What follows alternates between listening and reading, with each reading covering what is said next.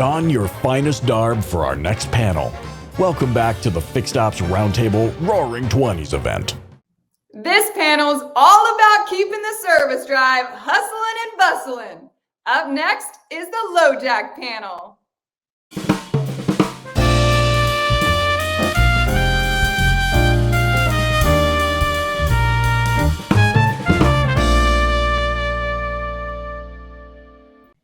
Welcome back to the Fixed Ops Roundtable. And I'd like to welcome the conference to our all-star panel today. And we're going to be talking about a topic that's familiar to many of us, keeping the service drive filled with customers. Our panel today is hosted by LoJack. Robin Dukes is the National Vice President of Sales. Robin, welcome back to the Fixed Ops Roundtable.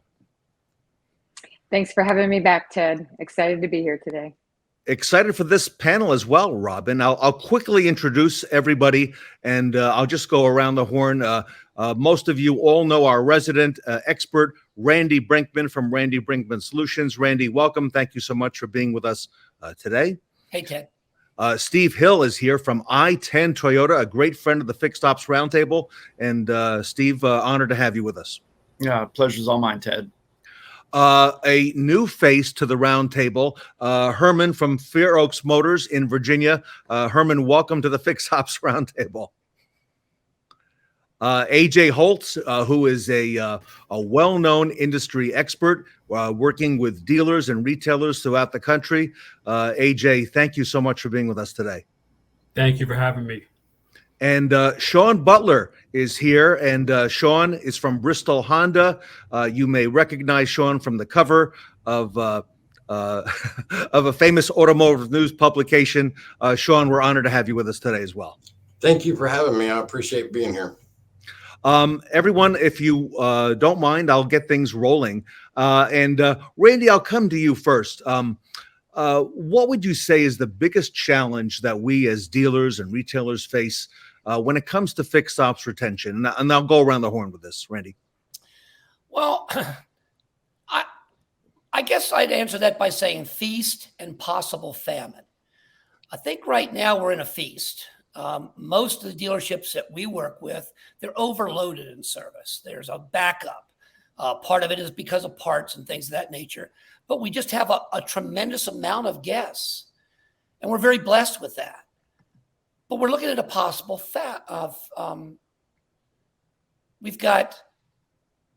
we haven't been selling a lot of units. So if you have a dealership that used to sell 400 units a month, and now you're only selling 100, that's 300 units less a month for how many months that aren't going to be your future business. Mm-hmm. So I think that's something that we have to look at. I always ask, are we looking at today's money or tomorrow's money? Because if we're going to talk about retention, we really have to start looking at tomorrow's money with the people that we have today. Because without value, we're not going to see them again. Yeah. Steve Hill, what do you think? Biggest challenge that we as retailers face in terms of surface retention?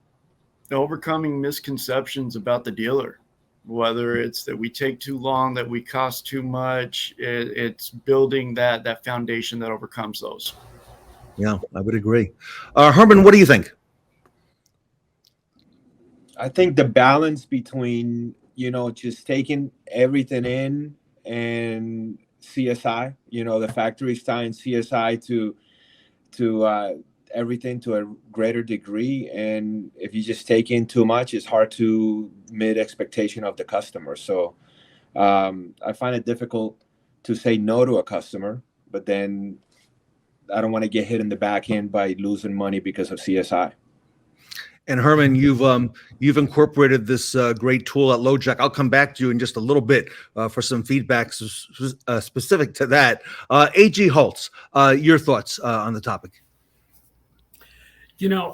Coming from a consulting and coming from a training background of it, I really think the biggest challenge that we're running into right now is dealerships having a plan of what experience that they want to deliver to their customers, deciding what that is, and then consistently delivering that experience, the consistency of it.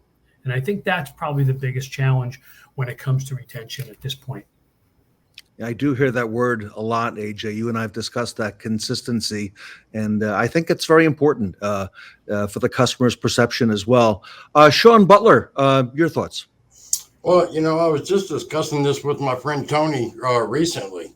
And, so at that point, I think where perceived value is a big problem. I mean, if you shop around, a lot of dealers are actually cheaper than your independent shops. But we have to overcome that perceived value that the independents are cheaper and stop that defection. And how do we do that? Much like what AJ said, it's about the customer experience, right?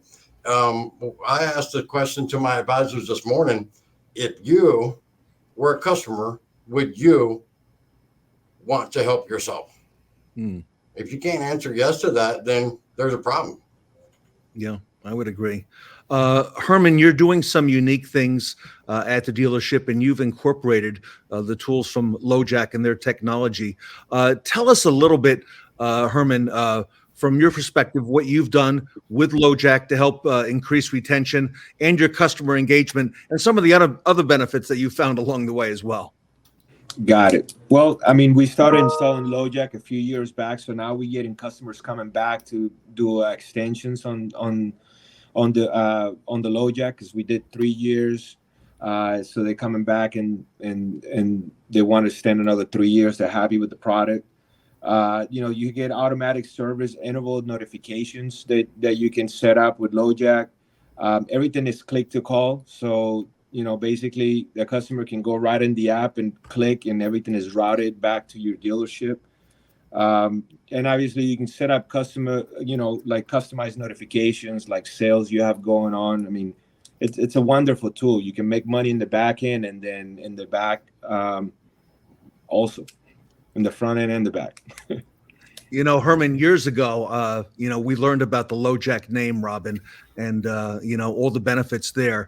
And LoJack has completely revamped, and you've got amazing technology, which you've introduced onto the service drive, Robin, now in many, many dealerships. Robin, talk to us a little bit about that and some of the benefits for dealers, if I can. Well, so the new LoJack solution, the all-new LoJack solution, what we did is we wanted to take something unique. We took the amazing, great, core pieces of what LoJack was prior, and we just wanted to take a full rounded solution for dealers. And where, you'll hear, when you hear about the all-new LoJack today, we talk about helping the dealers make money, save money, and then retain clients at an all-time high. And that kind of touches on what everybody here has talked about today.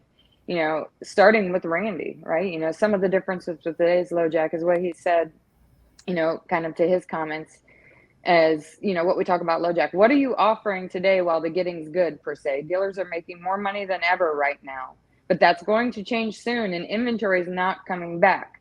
Things are going to go back to normal. So what are you offering today that does bring retention tomorrow? You heard Hermann discuss, that in LoJack, right? So, you have a solution that you're offering for profit today while we're doing great, that the customers want to buy and has value, but really does provide retention into your service department. Go ahead. No, go ahead, Robin, please. And highlights of what Steve said is, earning their trust, right? With the all new LoJack, the whole goal on the retention side is keeping the dealer connected to their customer in the vehicle, and vice versa. The customer connected to their dealer for all of the trust and the needs they need in that service department, and then in sales again. And relying on kind of folds into what Shawn and both AJ talked about, the communications, staying connected to the customer with a value add, letting them know when they have those maintenance and service intervals on their terms through an app or through an SMS text message, right? And everything is a click to call or schedule right into your current scheduler. So it helps from, the aspect of increasing retention, staying connected to them, and making sure they know that their dealer is there for them at all times and to get right back to them. Wow.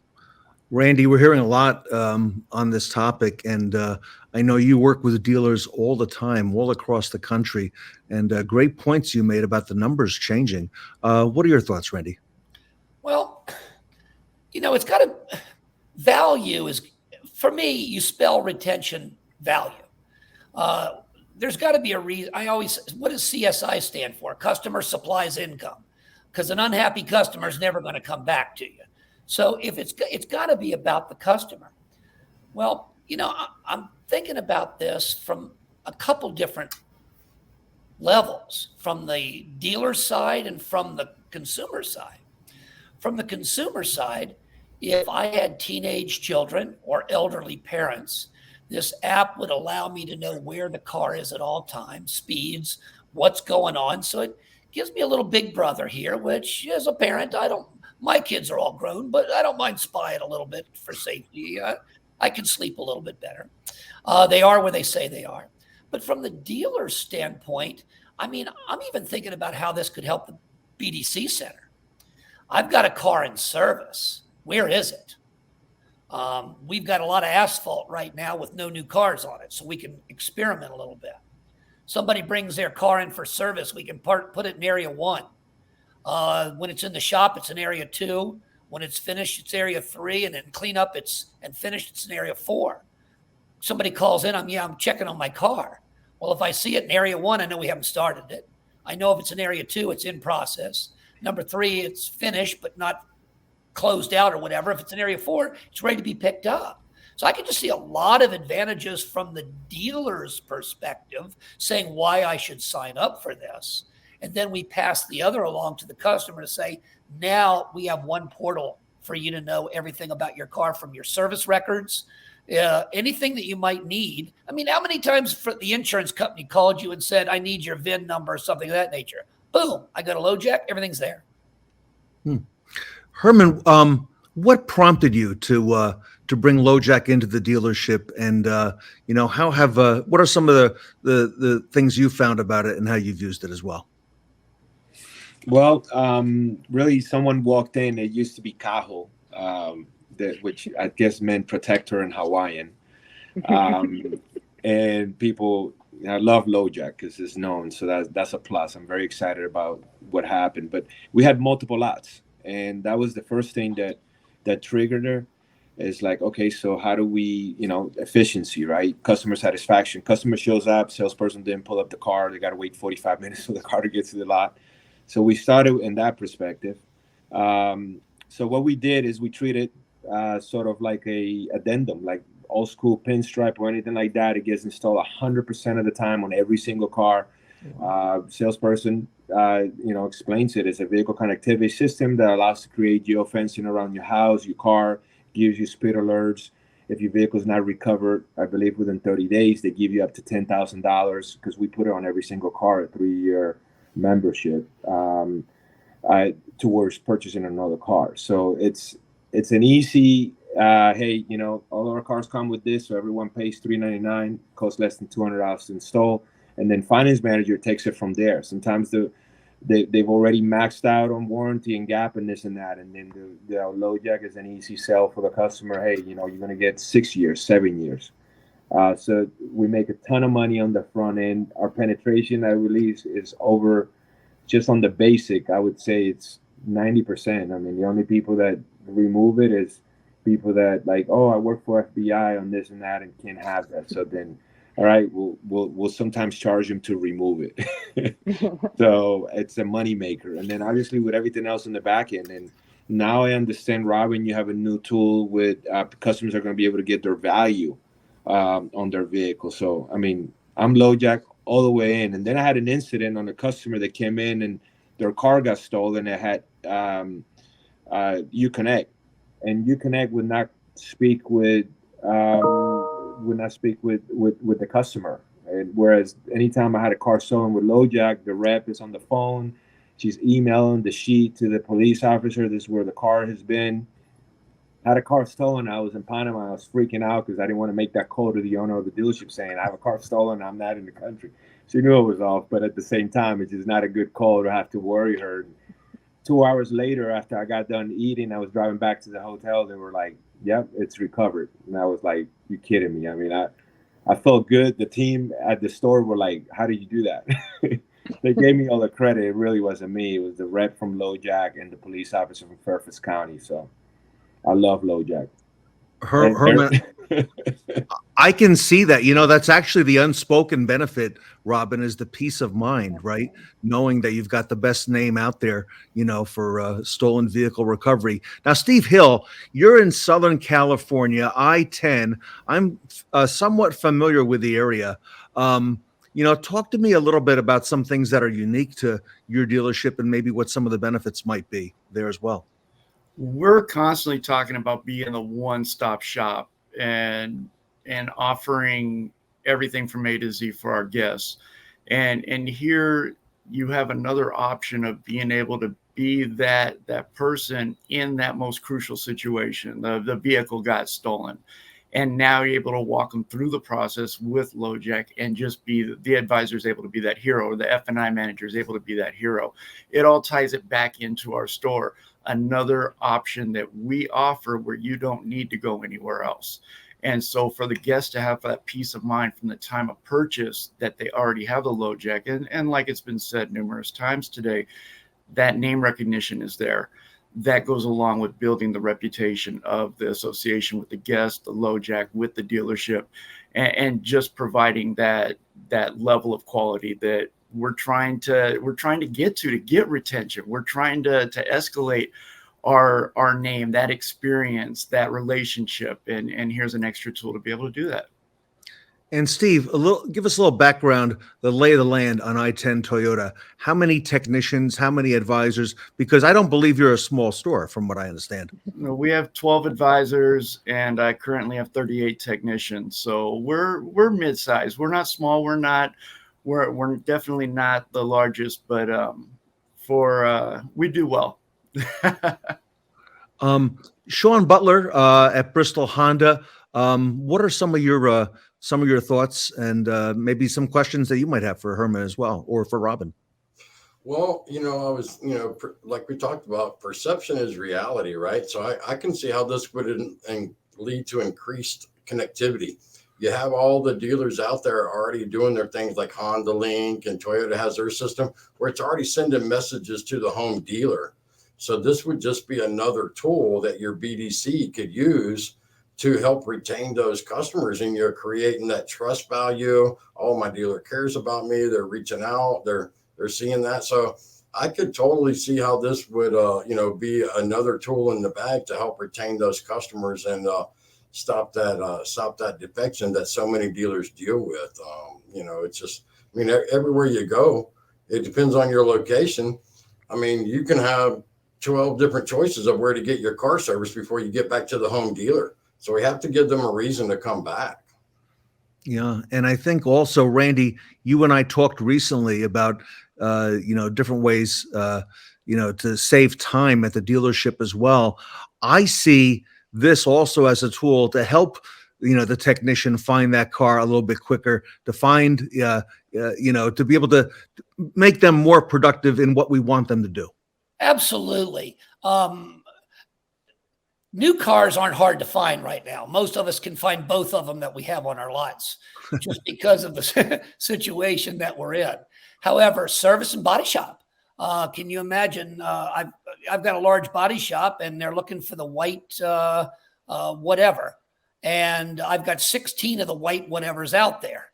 Well, you can't walk around with your key fob in the air waiting for the horn to go off because the batteries are dead and so forth. So that could save a tremendous amount of time right there. I like it. AJ, what are you? I could see it if it's available. I could see it for some special order parts. I could see it contacting the customer for special order parts. I could see it for technicians. I could see them for special tools, being able to find special tools. I mean, this thing can go on forever. I don't think there's an end to what could be done. I can help you find your car and I can help you find your new car. Because I can email them something to say, let us find your new car for you. This is what we have to use it for marketing. I think it's unlimited. No. AJ, I want to get your feedback, your thoughts. Yeah, I was at a dealer not too long ago where they're still using paper for everything. And I was talking to the owner and I said, Tony, you have to use some sort of a device. You have to use some sort of technology in order to reach out to your clients and for the clients to reach with you. Clients customers love technology. And this is just one extra thing with technology. I just love the fact of the connectivity, the mileage reminders for customers. I love the idea. That the customer can now schedule appointments and such using the LoJack technology. And then, of course, everything that Randy and Steve and Herman and Shawn had mentioned. There's so many things that this is not the LoJack that we grew up with, and it's pretty amazing. And AJ, you see a lot of, you're in a lot of stores. So you see everything. You see the paper-based system, you see the sophisticated systems, and everything in between.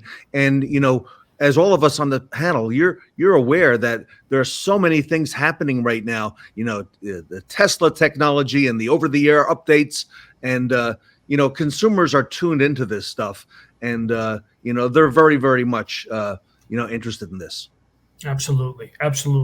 And you have to find any way that you can connect with a customer is going to be beneficial. Any way you can do it. And again, technology, customers like technology, and it doesn't matter what the demographic is.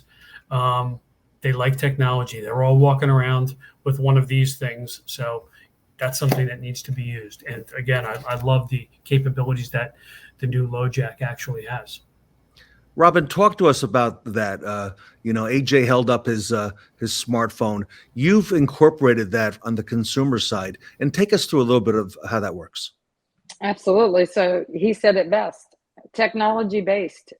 LoJack of today starts with, at the dealership level from the operations, a technology-based tool for them, and then to the consumer, technology-based connectivity right in their hands. That's what customers like today. With LoJack, you'll see we have 30,000 plus reviews in the app stores. It's generally 4.8 stars. Customers love it. As far as the communications and the way they're communicated within the app, the reason why it is so valuable at the dealership level for retention is it's the way the consumer wants to be communicated. I'll share this with you. You all have cell phones. AJ just held his up. In today's environment, when businesses, dealerships are outreaching us about our own vehicles, number one is that BDC centers generally will call you and email you. If you are a smartphone user, your smartphone knows if you're opening those. So those may just be going to spam and junk. If everyone here today, were to get a phone call right now, you would probably look at it and screen it. And with today's technology on the smartphones, you'd probably even read the voicemail if they left you one versus listening to it. And you would make your decisions. With LoJack, it comes across the customer's app with an SMS communication just like they want in their time. And it also highlights them in their app just like they want to be. So that's why the communication is sticky and it resonates for the dealers. Steve, you've been on panels before, and we've talked about things like, giving the advisors confidence and transparency for the consumer. And I think, we're at a new stage in service and fixed operations where that transparency now is shining through. Any thoughts that you've got on that as well? Every tool that we can provide our advisors with to allow that level of confidence to grow, to allow them to have an extra tool in their toolbox is worth its weight in gold. In today's day and age, we are going away from paper. We are technology based. So we need to adapt with these strategies to be able to provide that experience for the guest. We are the expert on their car. We are providing that exceptional service. Now, this allows us to do it just in one extra step. What is their method of communication preference? Let's provide it. And going through the LoJack app, it's already done the screening process. That's fantastic because they've got the app. Now they're able to get that additional notification, whether it's coming in for service, etc. But anything that we could provide the advisor with that's going to boost their confidence, that's going to allow them to have that extra ability to come across as the expert that they are, I'm all for it. I love it. Robin and then Herman, any other areas, Robin, aside from fixed ops, that LoJack can help a dealership? LoJack helps in all areas. LoJack wants to fit into the dealership's life cycle management. It comes from the operations piece of just knowing where assets are to the health of those assets while you're trying to present those to consumers, from battery health, location, so on and so forth. And then again, parlaying into that customer experience, that's a huge value add right now. Being able to expedite that sales process and find the right car for the customer when they arrive is very beneficial. And then presenting them with a solution that is already hard added to the car, like Hermann talked about. This is installed on the vehicle. And then it's a solution that customers want to purchase in today's environment as well. It's peace of mind, along with they like staying connected to their dealer, right? This is for recalls, service, rewards, and so on and so forth. And then again, for repeating that cycle and purchasing their next car. So all we want to do is start at the beginning with the dealership, follow through to the sale to the customer, and then bring them back into service and keep the service drives full until they're ready to sell again. And Hermann, I got to ask you, are most consumers, are they familiar with that name LoJack going in when you first mention it? Yeah. I mean, everyone, like you said, it's like an 80%. I didn't know what the number was, but LoJack, it's very well known, very well known. And one of the portion of the business that it helps us is we used to have a huge expense with batteries dying because the factory will not cover a dead battery prior to the vehicle being MVDR. And now the lot guy knows that he's got to be watching if he sees anything getting below a certain level, they go and turn the cars on, run them. And so it's a win-win on every angle. I would not run a dealership without LoJack. That's just we made a ton of money. So anyways. I like it. Let me go around the horn, if I may, for one last time, and just, some parting advice. Robin, I'll come to you last. Randy, based on a lot of the things what I just heard from Hermann about the batteries, that is so common, to be able to have that instance. Absolutely. The battery is not only for the dealership, and I agree with what he's saying. The factory doesn't like to take care of batteries on vehicles that haven't been delivered. So the customer knows about that. Living here in Arizona, batteries don't last a long time here. So that's a value. I don't know if it's there, but when the vehicle is delivered, maybe a side piece that constantly lets the consumer know how many miles are on the tires, because batteries and tires are retention pieces. Any value that you can give the customer. And again, if we're looking for retention, it's got to be value. What's in it for them, not what's in it for me. Shawn, with all the talk about EVs coming, we don't have or we will not have the trigger of the oil change to bring people back in, at that interval of whether it's twice a year or whatever it is. So we're all going to be looking at different retention tools. So Shawn, I think this one has got, it's got some potential from what I hear. Yes, I do. But with the notifications that you would be getting from the LoJack system, your regular maintenance, such as your tires and your alignments and just the basic checkup, there've always been retention tools, but they're going to be becoming ever increasingly important. And if your advisors or your representatives of your company can speak from a position of competence, right, because they know why that customer is coming in, they can be prepared. It's just something that we coach on every day about being prepared for the visit. This is just one more tool to put in the bag for that. Yeah, I like it, Shawn. Good points. AJ, parting thoughts from you. Well, the idea that you can find vehicles on the lots and such, again, from a standpoint of used to being in the dealership and the amount of time I used to waste at the end of the month when the bank would come in for floor plan, trying to find vehicles, for that reason alone, it's tremendous. But the other thing that I really, really liked is the way the notifications are sent out to the customers, where they can find a repair shop and they can find a dealership, and how the LoJack Go app is going to evolve. You can see the evolution going down that road, as you mentioned, Ted, about electric vehicles. That's the big elephant in the room that everybody's talking about. And one thing that is real and something that is always present with electric vehicles is that range anxiety. How far can I go before I don't have before I run out of power? So if the LoJack Go, if it's evolving the way I think it's going to go, it's going to be letting people know where they can find the next charging station. And I think that that's a tremendous tool to have as they move down the road. So, I mean, really, it's really the way to go. AJ, I just learned about that term in the last few months, range anxiety. Yeah. But I see a lot of potential for this and where this is going to go as well, as it's going to continue to evolve. I agree with what you say. Steve Hill, parting thoughts.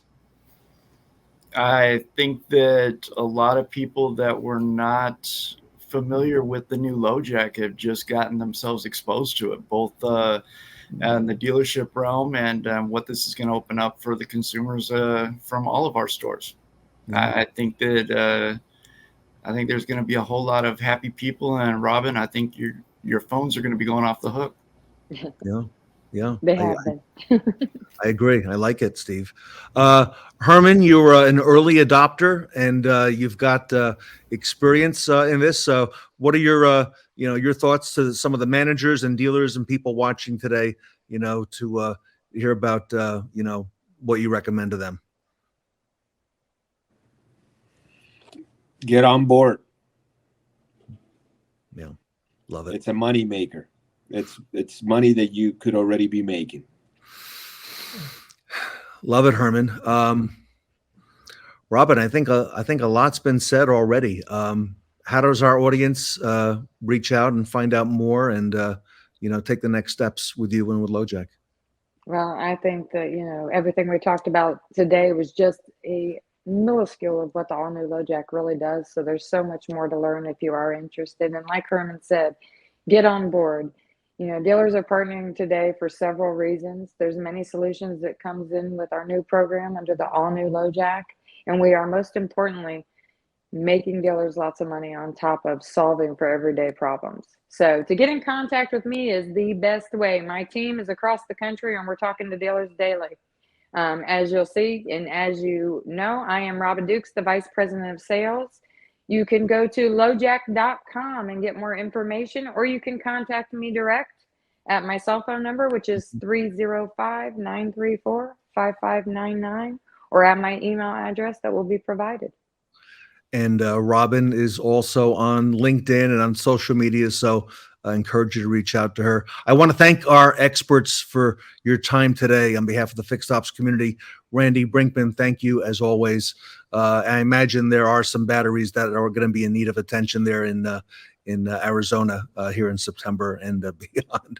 So I could see that. Steve Hill, thank you as always. Great job. Thank you. Great friend of the Roundtable. Hermann, welcome. Hope to see you back at many more of these events. So thank you for your input today. Thank you very much, gentlemen. I appreciate the opportunity. AJ Holst, you're held in very high regard in our industry. So thank you for all you do and for being with us today. So love that. And Shawn Butler, Bristol Honda. Thank you so much, Shawn. Appreciate all you do. Thank you very much. And Robin Dukes, the Vice President of Sales at LoJack, with the all-new LoJack here today at the Fixed Ops Roundtable.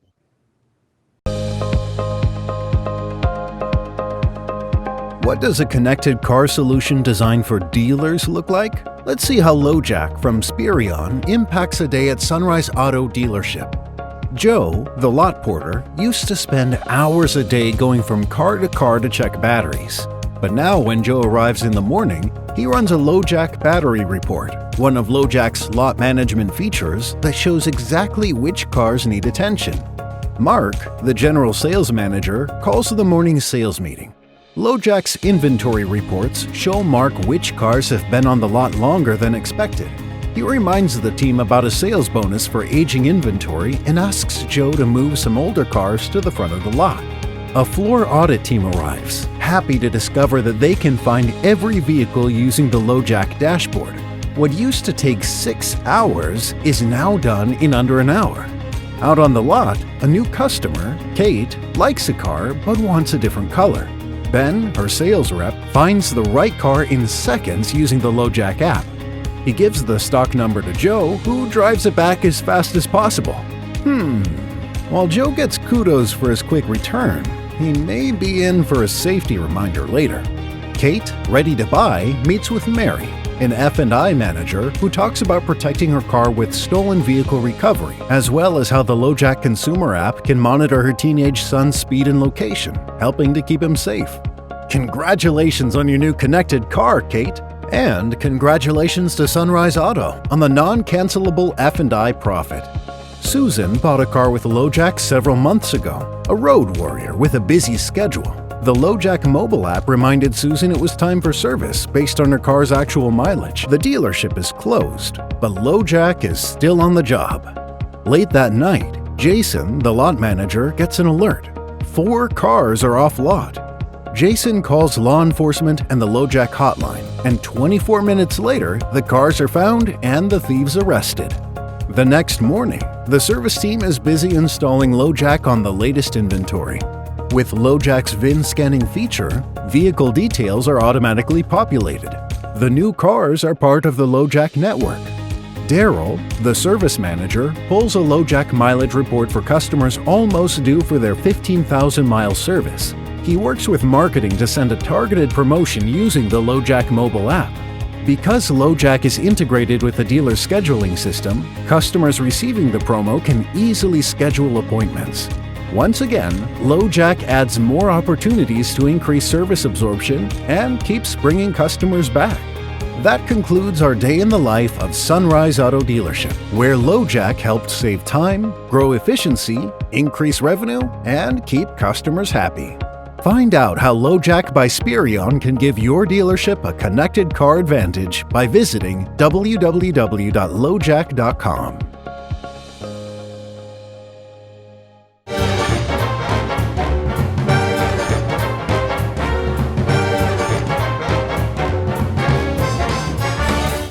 Hey there, good friends. We need your help as we are dancing our way through the roaring 20s.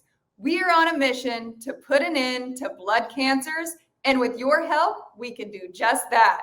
Please scan the QR code now and share it with your peers so we can change the lives of so many families. Kids, they're just different than us. They have no inhibitions, consider silverware optional, and are way more flexible. And when kids get really sick, they're different than us too. That's why, over 3 years ago, we dared to dream bigger when it comes to treating young people. Rethinking existing approaches that were causing devastating short-term complications and lifelong side effects. We created a children's initiative with the goal of transforming treatment and care through advocacy, education, and the largest global clinical trial for kids with blood cancer. It's a giant leap for little patients. For the first time, a specific treatment can be matched to a specific type of cancer in a specific child. We want to inspire more and more people to aim higher and think differently about children's blood cancer. So starting now, the Children's Initiative will be known as the Dare to Dream Project, expanding our efforts beyond families directly impacted by blood cancer to tell a much bigger story to a much broader audience. A simple message that kids are different, and finally, their cancer treatment will be too. It's a global effort that invites others to dare to dream with us as we work to raise $175 million. What started as an idea is becoming a movement, proven that amazing things happen if we just dare to dream. The Dare to Dream Project from the Leukemia and Lymphoma Society, transforming treatment and care for kids with blood cancer.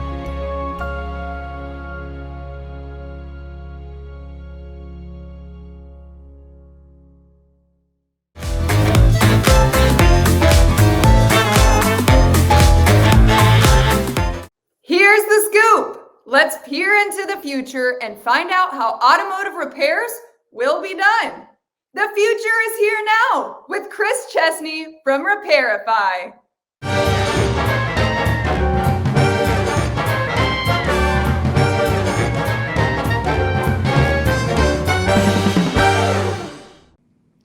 Welcome back to the Fixed Ops Roundtable. Chris Chesney has addressed our conference several times before. He is the Vice President of Training and Organizational Development at a company called Repairify that's making huge inroads in our automotive industry. Chris, welcome back to the Fixed Ops Roundtable. Hi, Ted. How are you? I'm great. I gotta ask you a question though. Did you like the Star Wars theme better than the Roaring Twenties? Just because I know you were really into some of the Obi-Wan Kenobi and some of the stuff that we did together on that event just a few months ago. I think my answer is in my dress today. I didn't dress up for the Roaring Twenties, so I'm still going to stick with Star Wars. All right. Well, I'll give you a pass on that. But, very timely, the work that you are doing now at Repairify and how it applies to our audience, to our dealers, Chris. These ADAS systems are driving enormous safety enhancements and complexity in today's vehicles and repairs. And while there may be fewer crashes that are happening, that overall complexity is up. And today I want to talk to you about something called the pre-repair scan and how that affects the repairs and OEM-sourced ADAS calibrations. And really, if you could take us through that. So if it's okay, Chris, what is it about the newer vehicles technology that makes them more challenging to the repair? And how do service departments, overcome that challenge? Gosh, I think we only have, 2-3 hours to do this. So I'll try to be brief. The vehicle we work on today and that's being sold off the new car showroom floor is really a computer with 4 wheels that is mobile. In fact, Elon Musk is famous for saying and trying to justify that Tesla is not a car company, it's a mobility company. They build mobile computers. And if you consider that 93% of the vehicles that are being sold today have one or more advanced driver assist safety system on board that need to be returned to an as designed state if the vehicle is damaged in a collision, or if it's even just aligned in a wheel alignment during a normal service, preventive maintenance service, after they buy a new set of tires. Anytime the vehicle is interacted with in a service effort, we need to consider these safety systems. And the safety systems are really something that kind of snuck up on the industry. And I would challenge the industry to look at them as an opportunity to have a better conversation with their customers, because it's the motorist who really doesn't understand what these systems are. In fact, many of them are annoyed by them. If you've ever driven a vehicle with lane departure warning, that just kind of warns you when you're getting outside the white lines. But if you have lane keep assist, where it actually nudges you and tries to steer you back into the center of the lane. The first time I drove one of those vehicles, it annoyed me to the point where I opened up the menu while I'm driving down the road and turned that feature off because it was so annoying. And our customers are doing that still today. Yet this past month, we had the highest casualty rate in our industry over the last decade. Vehicles on the road that caused injuries or casualties caused by a motor vehicle accident. You would think, well, all these new technologies are in play today on the vehicles that are being sold. Why are we seeing that? Well, it's because the new car dealer, the salesperson that sold the vehicle, maybe didn't onboard the motorist in a way that helped them understand the value of keeping those systems on and what it can do for them. As well, we are coming out of COVID, and during COVID, we found that not only did miles traveled decline during that period of time, but for those people that were out driving, they were driving faster, and the severity of the collision, the speed at which the impact occurred, actually increased. And so the collision severity was increased in what we saw in the collision centers. So we've got all these safety systems that came into play over the last 15 years, and they really weren't installed with a standard in mind. If we think back to when the onboard diagnostic standard was implemented in 1996, and you have that check engine light that was built around a standard. That's important to understand that all vehicles are built to that standard. And so there's some level of commonality to approaching the failure of those vehicles when the check engine light comes on. With a collision avoidance system, an ADAS system, there were no standards. We're making up the standards as we go after the fact. So when we look at ADAS systems, there are many items that people don't recognize as an advanced driver assist system, including things like pre-tensioning seat belts. That in a collision, when you apply the brakes or the system applies the brakes automatically, it pre-tensions that seat belt, cinches it up against your body. So when your mass moves forward, it tries to arrest that momentum and prevents injury. And that's really super critical to recognize. But does the consumer know that? No, they don't. So we're working on vehicles that are significantly more complex than they were 10 years ago. Of course. Heck, let's admit they're more complex today than they were last year. And that's going to increase every year to the point in the next couple of years, every vehicle will have multiple systems on board that are either voluntarily installed because the manufacturers knew that NHTSA, the National Highway Transportation and Safety Administration, would require them to do that, like automated emergency braking. Okay. That's installed on all vehicles that are sold on the showroom floor as of Thursday, September 1st. Wow. The voluntary mandate, or the mandate that was voluntarily accepted by the OEMs, goes into effect that all vehicles sold in this country by September 1 of 22 have to have automated emergency braking.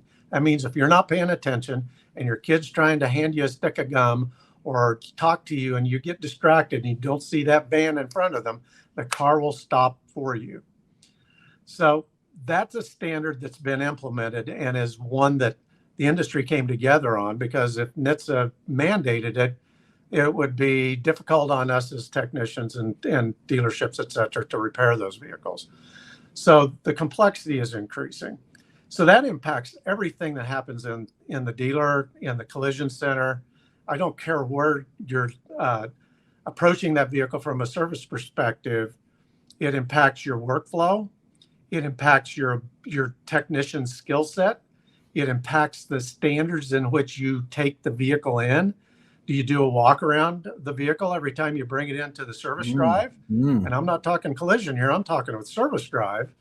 You better be doing a pre-repair scan on that vehicle to know how that vehicle arrived. Wow. Because none of these safety systems set a trouble code that turns a check engine light on. At the very most, if they're totally failing, it might set a message on the dash that says safety systems are disabled. Go have those systems serviced now. And that's a little bit different than the check engine light, because motors have been conditioned to, the check engine light's on. I probably ought to have that looked at, because we've got, 25, 30 years of conditioning towards that. But ADAS, we don't. No. In fact, I just went in and turned it off because it was annoying to me. So as we take those vehicles in, we've got to process them differently. We need to make sure we have the right parts available to service those vehicles as well. And when we're looking at especially workflow, it's that pre-repair scan that we've got to perform on every vehicle that really comes into collision center, because the carriers, the insurance companies, want to know what was going on with that vehicle before the collision, because they don't want to pay for it.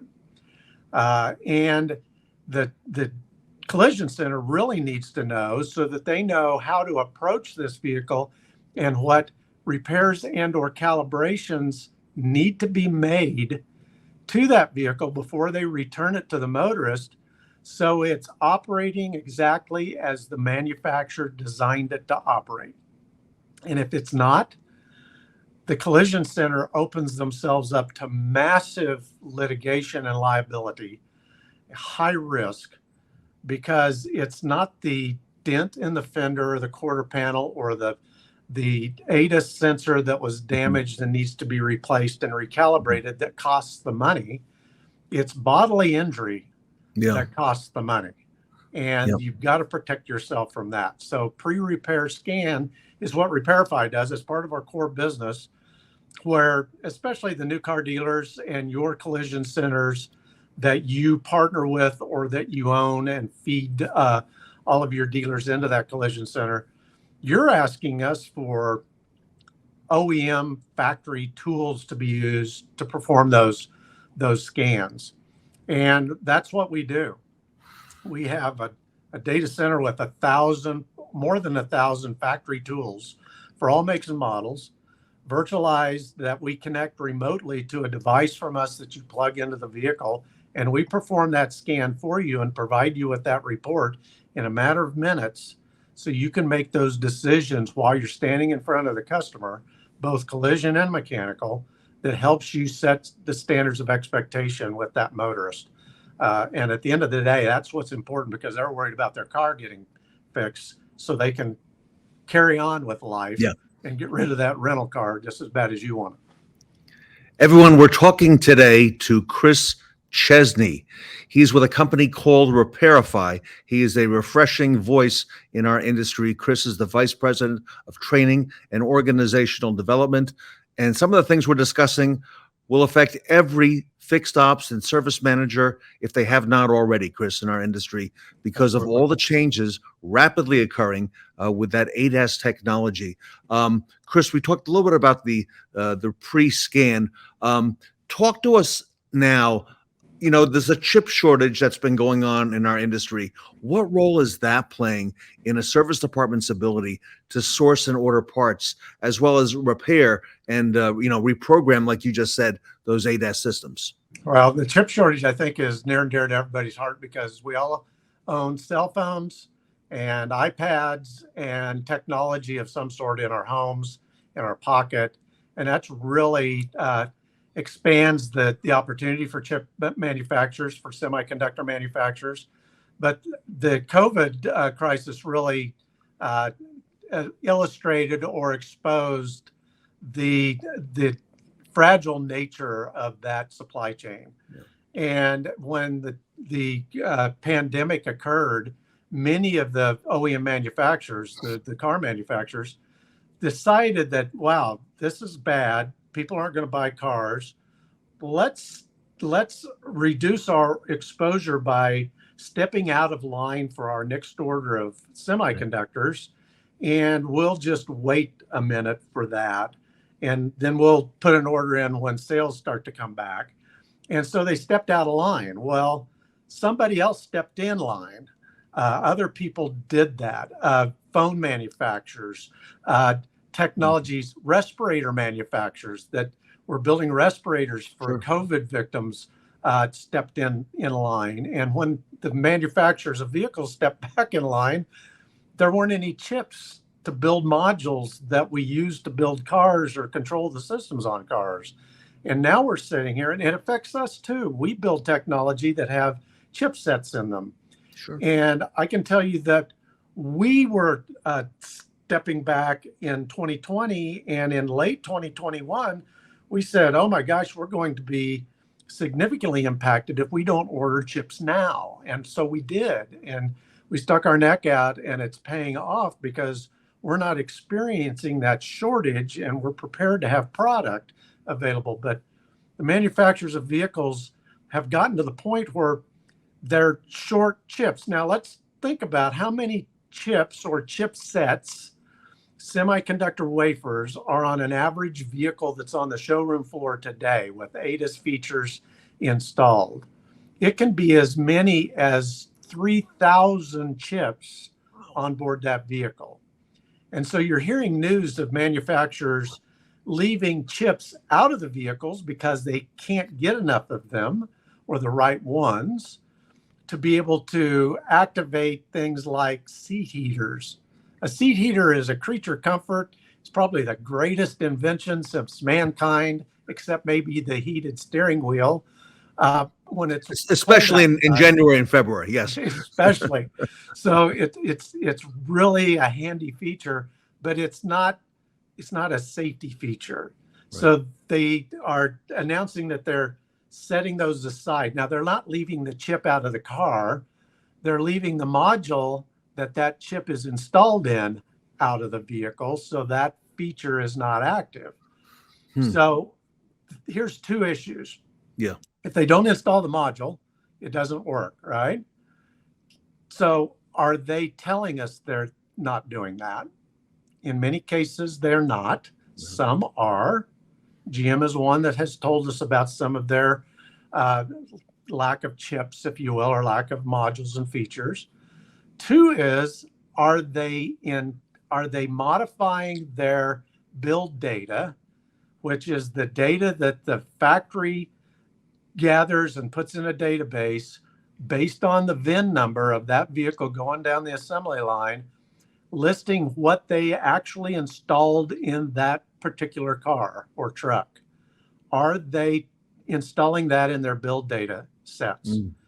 And if they are, that's great. If they aren't, then we in the service lanes, when we do a pre-repair scan, if that vehicle is supposed to have that module and it doesn't, and it says in the build data that it's supposed to have that module, but we scan the vehicle and we can't communicate with it, what are we supposed to do? Well, we need to go looking for the module visually.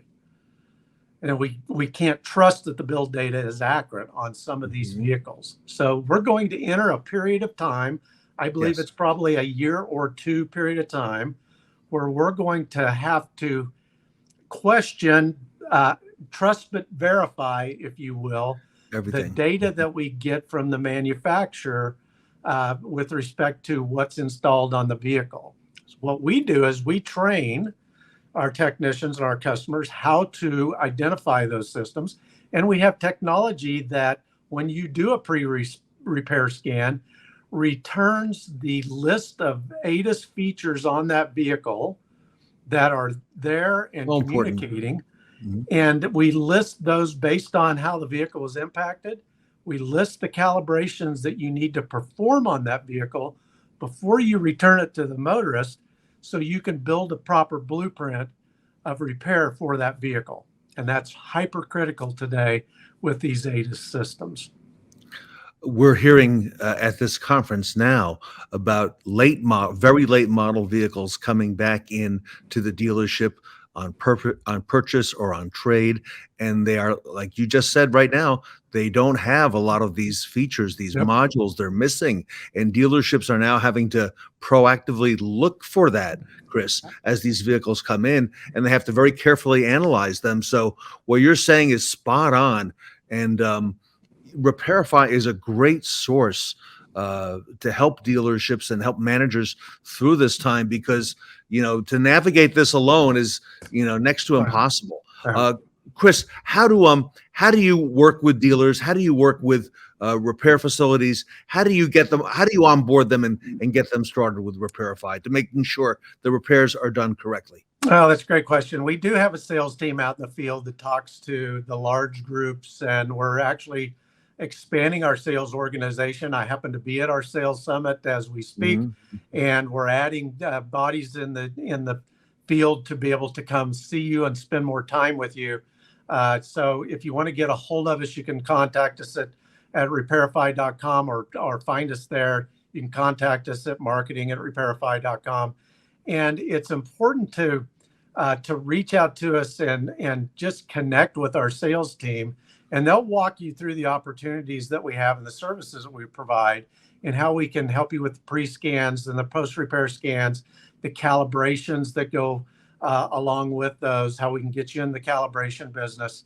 And you would think the OEMs do calibrations well.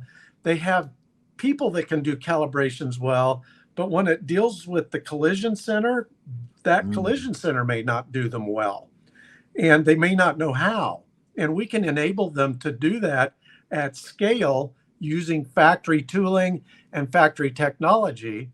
But we'll also onboard that organization with how to get into the scanning business, how to interpret our reporting that comes with it, the insights that come with that, and enable their estimators to build a very accurate preliminary estimate, so that when you get down the path of the workflow and you're making repairs on the vehicle, that you're not faced at the end of the line before you're ready to deliver the vehicle to the motorist with supplemental estimates that you've got to submit that make the carrier upset, that cost you points in your program, and you get fined for.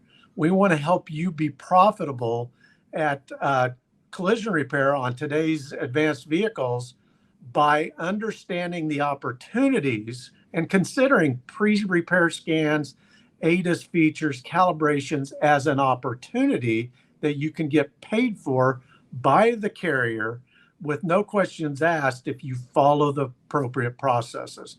So our team can be contacted through, again, you can reach out to us at repairify.com or marketing@repairify.com, or reach out to repairify.com and fill out a form. There's a contact form there, and our team will get in touch with you, and we'll be happy to set up a meeting and come demonstrate what we can provide for your organization.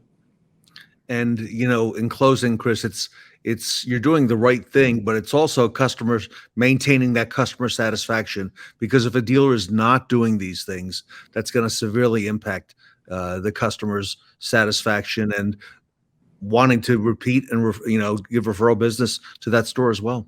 Absolutely. I mean, CSI is everything in the dealership world, and the last thing you want to do is have one of your customers have an accident and have the vehicle returned to them, and when they're driving home, they notice that the light on the right outside mirror turns on after the vehicle passes them, not before it passes them like it used to, because they will come back.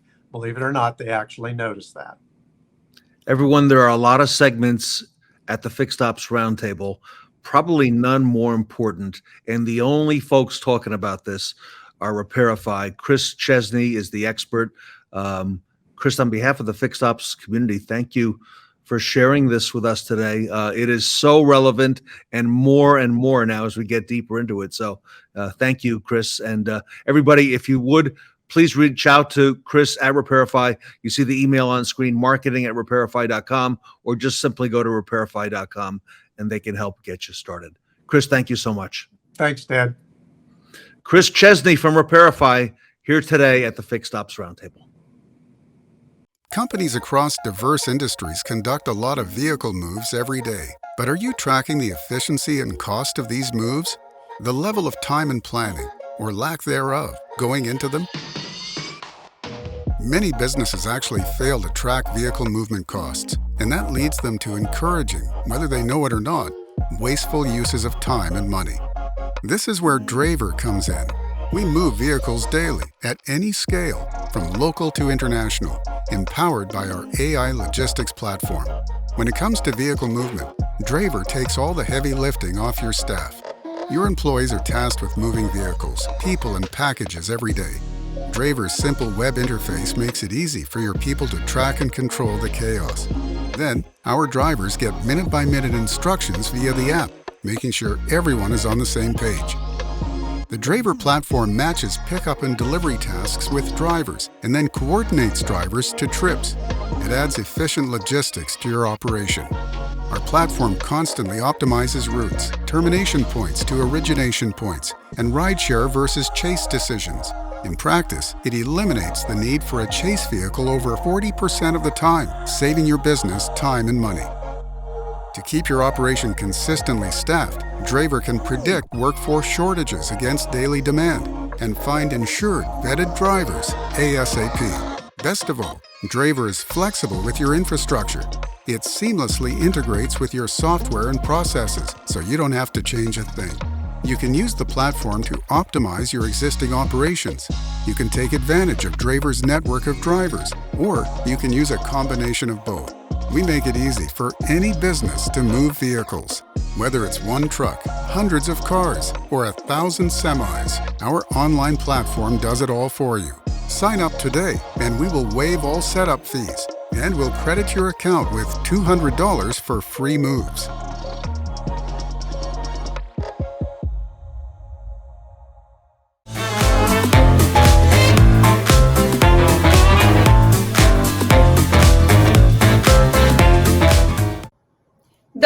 future is calling, and STELLA is ready to pick up the phone.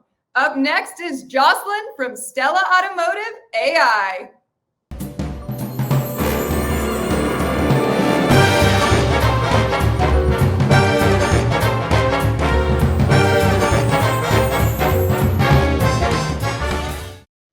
Welcome back to the Fixed Ops Roundtable. There is new technology afoot in dealerships throughout the nation, and we are very humbled and honored today that we're going to get to hear about it firsthand from Josselyn Boudett, the founder of STELLA Automotive AI. Josselyn, first, welcome to the Fixed Ops Roundtable. Hi, Ted. Thank you. It's great to be here. It's a pleasure to meet you. And a pleasure here as well. I've heard so much about you, some great things about your platform and what you are doing. And if I may, our topic today is going to be how conversational AI can be deployed in a dealership. So, one of the things, having worked many years in a dealership myself, Josselyn, is I've always thought, a non-human answering the phone, that's been a fear. And I'm sure some people in the audience are thinking the same thing. So kind of take us through that, if you will. Yeah, I'd love to. So STELLA Automotive has released a product. We launched in March this year, as you know. So we're about just over 100 days in market or so, 120 days.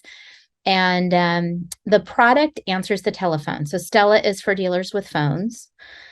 And basically peels off some of the work of staffing the phones by booking appointments and by answering common questions and by taking voicemails and things like that.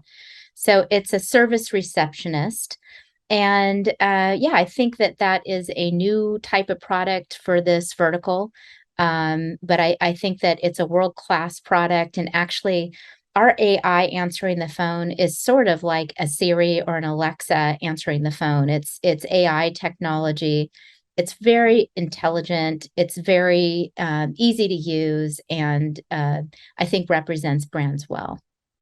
For some time, we've been hearing that voice technology is the new frontier, and we're seeing that, throughout our lives. And, you mentioned Alexa, you mentioned in other places that we may call, the bank, the airline. AI is involved in all of those. So kind of take us through the technology, if you will, because this is a very common pain point for dealerships and so fundamental to be able to answer the phone.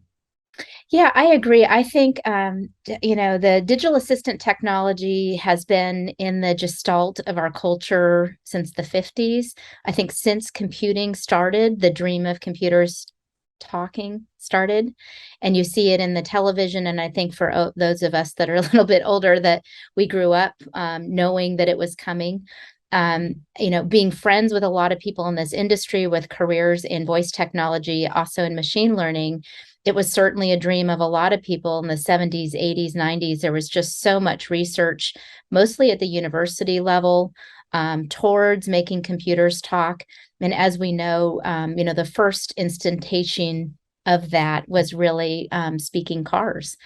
So from our own industry here, automobiles had speaking systems on board. And that was really one of the first commercial market applications of speaking technology. And then, of course, Siri came out from Stanford Research and, launched in the Apple phones, and then followed by Google. And eventually we have Amazon, and, Samsung has technology. But really, this bailiwick of speaking systems is the top echelon of AI. It's really very far right research. It's pretty cutting edge to work with speaking systems. I could also explain the technology from the kind of a swim lane of bots. Okay. Like there's chat bots, and then there's intelligent chat bots, but those really aren't digital assistants. Digital assistants is really another layer that is more context aware, has a lot more background understanding of what's being said. It's not just word matching or doing cute tricks with language.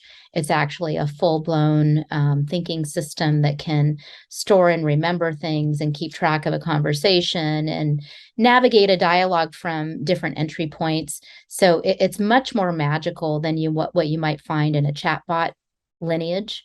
And then, Ted, another lineage you might reference is really the telephone systems. You have IVRs, which are interactive voice systems, press 1, press 2. And those have sort of evolved into, instead of pressing 1, you could say sales, service, or parts. But they're pretty shallow systems and don't carry very far. So when I'm talking about digital assistants on the telephone, I'm talking about really the most advanced technology in AI that you're seeing. And it's really the cutting edge. And I can't be more excited to deliver it to retail automotive, where I think typically things are a little bit behind. So here we are leapfrogging in this vertical. I agree. We're talking today to Josselyn Boudett, who's the founder of STELLA Automotive.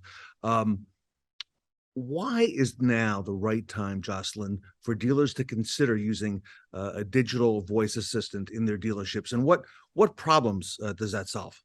Yeah, well, I would describe it as a perfect storm. I'm from Boston and we get nor'easters, but it's something like a nor'easter because you have some of the collateral damage from COVID, which is, a massive demand for improvements in technology and the problem of staffing that seems to be a hangover. Even though COVID's over, during COVID, it was almost impossible to find people that weren't sick that could work. But you find even today, rooftops are paying $20, $25 an hour and still can't staff their phones. Compounded with, I think, a failure of the bot platforms to deliver intelligent systems, which means, there was this sort of effort in automotive to move, that the idea was everybody would move to chat and you'd have some magical channel in Facebook that would handle your customer base. But the truth is, more than ever, telephones are the primary communication line to the customer. And then the third really footprint in that stool is that the technology arrived. And so you look at compute power, and the ability to deliver a conversational system has evolved just in the last year or two. I mean, in fact, so recently, if you call your airline or the top hotel chain in the world, you won't get an experience with conversational AI. It's very cutting edge. Wow. And this is conversational AI. Take us through that, if you will, for our audience. Just give us some background on that.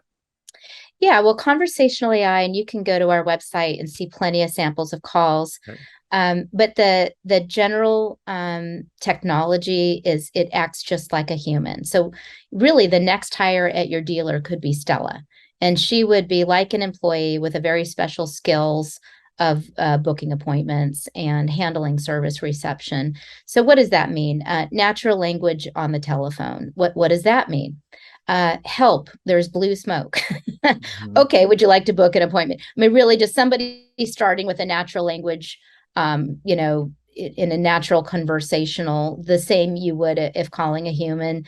But also, you might need a part, or you might want to talk to sales, or you're checking on the status of your car. So first of all, STELLA can handle incoming customers and properly route and understand what their intent is and handle that call for you. And then on the scheduling side, using natural language to do operational code mapping, selecting the right service and bay for your dealer, things like that, understanding, rental cars and shuttles, understanding how to negotiate time. Those are pretty all impressive tricks that STELLA can perform in an agile way. And then the other aspect of it, Ted, is just zero down, like latency. She can handle a full appointment scheduling in about a minute and a half. Wow. Really fast, A to B, no gaps, like that. And STELLA is always there. She's always open, not a 9-to-5 employee. They're at nights, weekends, holidays. Yeah. So it's 24/7, of course, like any AI would be. And of course, it can handle, 20 simultaneous calls. So, we see a lot of dealers where, they're passionate about their customers and their brand, and their preference is to answer the phone.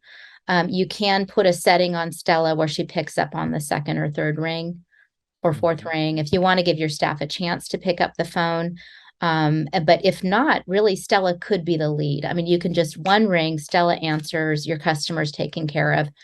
And so that's, I would say, market leading customer service.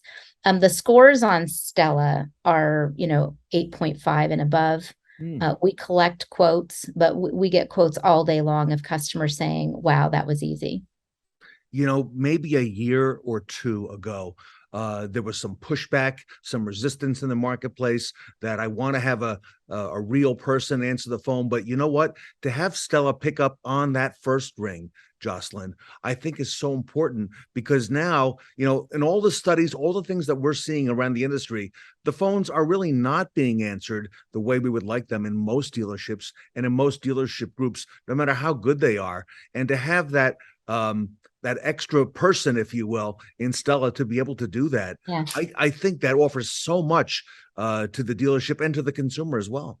I agree. I think, we see solutions, where STELLA's got some flexibility in how and where she's deployed. So obviously at a rooftop level, she can answer, press 1 for sales, 2 for service, hit 2. STELLA says, how can I help you? And you're in dealerships. Nice open-ended question. You came, and by the way, this platform, I saw it for the first time earlier this year. You're in dealerships, you're in dealership groups now. You're active, and you're actually helping consumers right now in our space. Yeah. From a cold start, like no one had ever heard of STELLA. We launched at NADA. And I would just say it's just been an incredible market experience. We've had been embraced by the industry. We've been, speaking with dealers. The one thing I learned right away is dealers trust dealers. So our referral network has been a primary driver of growth. And but we're also helping at the group level. So a lot of groups have BDCs. When we've been able to interoperate, and she's customizable, but we can transfer the BDC or the service advisor or the service desk. So a lot of flexibility in how it's deployed, and, obviously different business models between dealer groups and dealerships. So you customize it to the dealership. And I would imagine in many cases, STELLA is an extra person, so that if I have a BDC, Josselyn, I can now maybe focus those employees on doing outbound tasks, calling customers, reminders, things like special order parts, and be on the proactive side with my actual physical staff. Yeah, I think that's a best practice. However, we have found in a very high frequency that BDCs are compensated for inbound appointments as well as outbound. But I think focusing them on outbound would be a best practice. Wow. All right.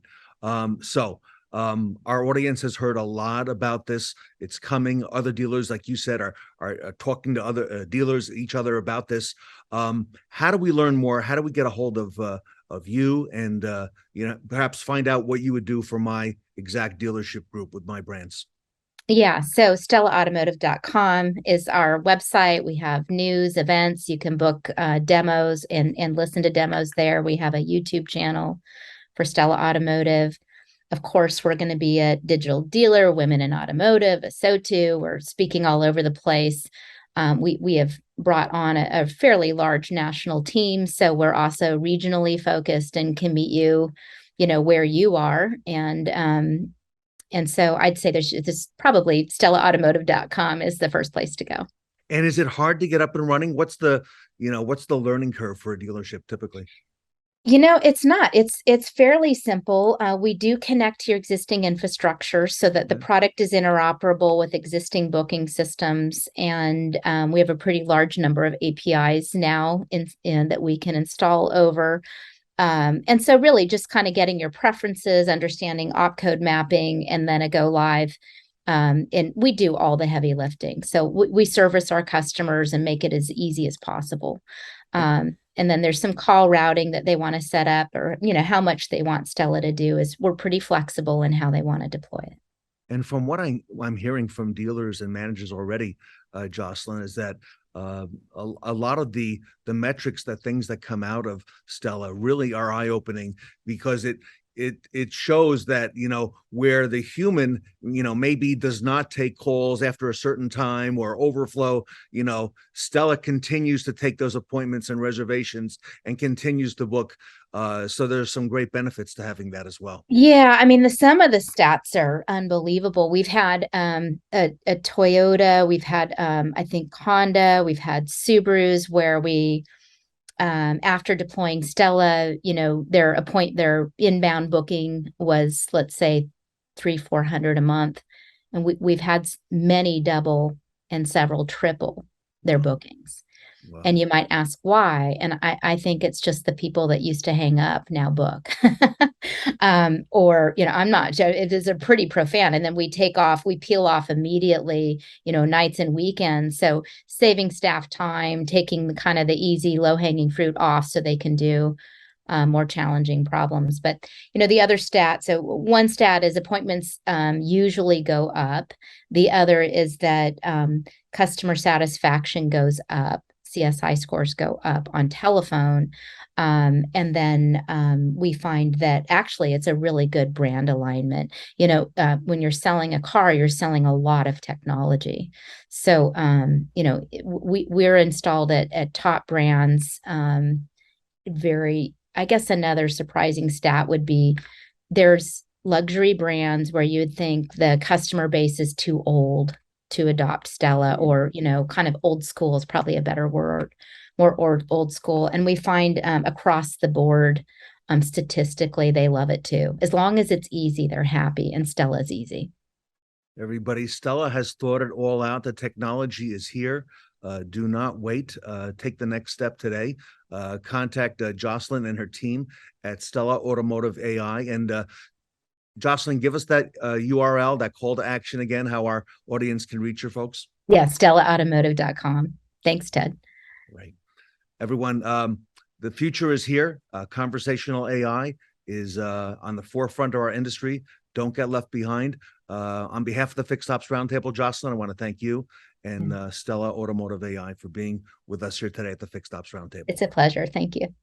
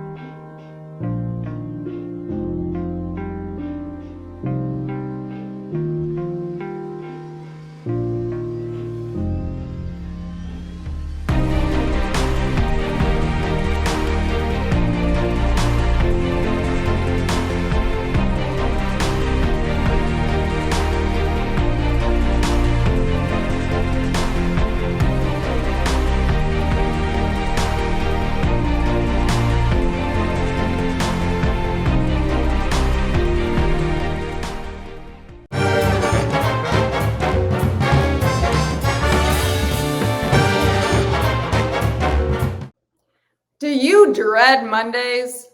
Got a case of the Friday-itis?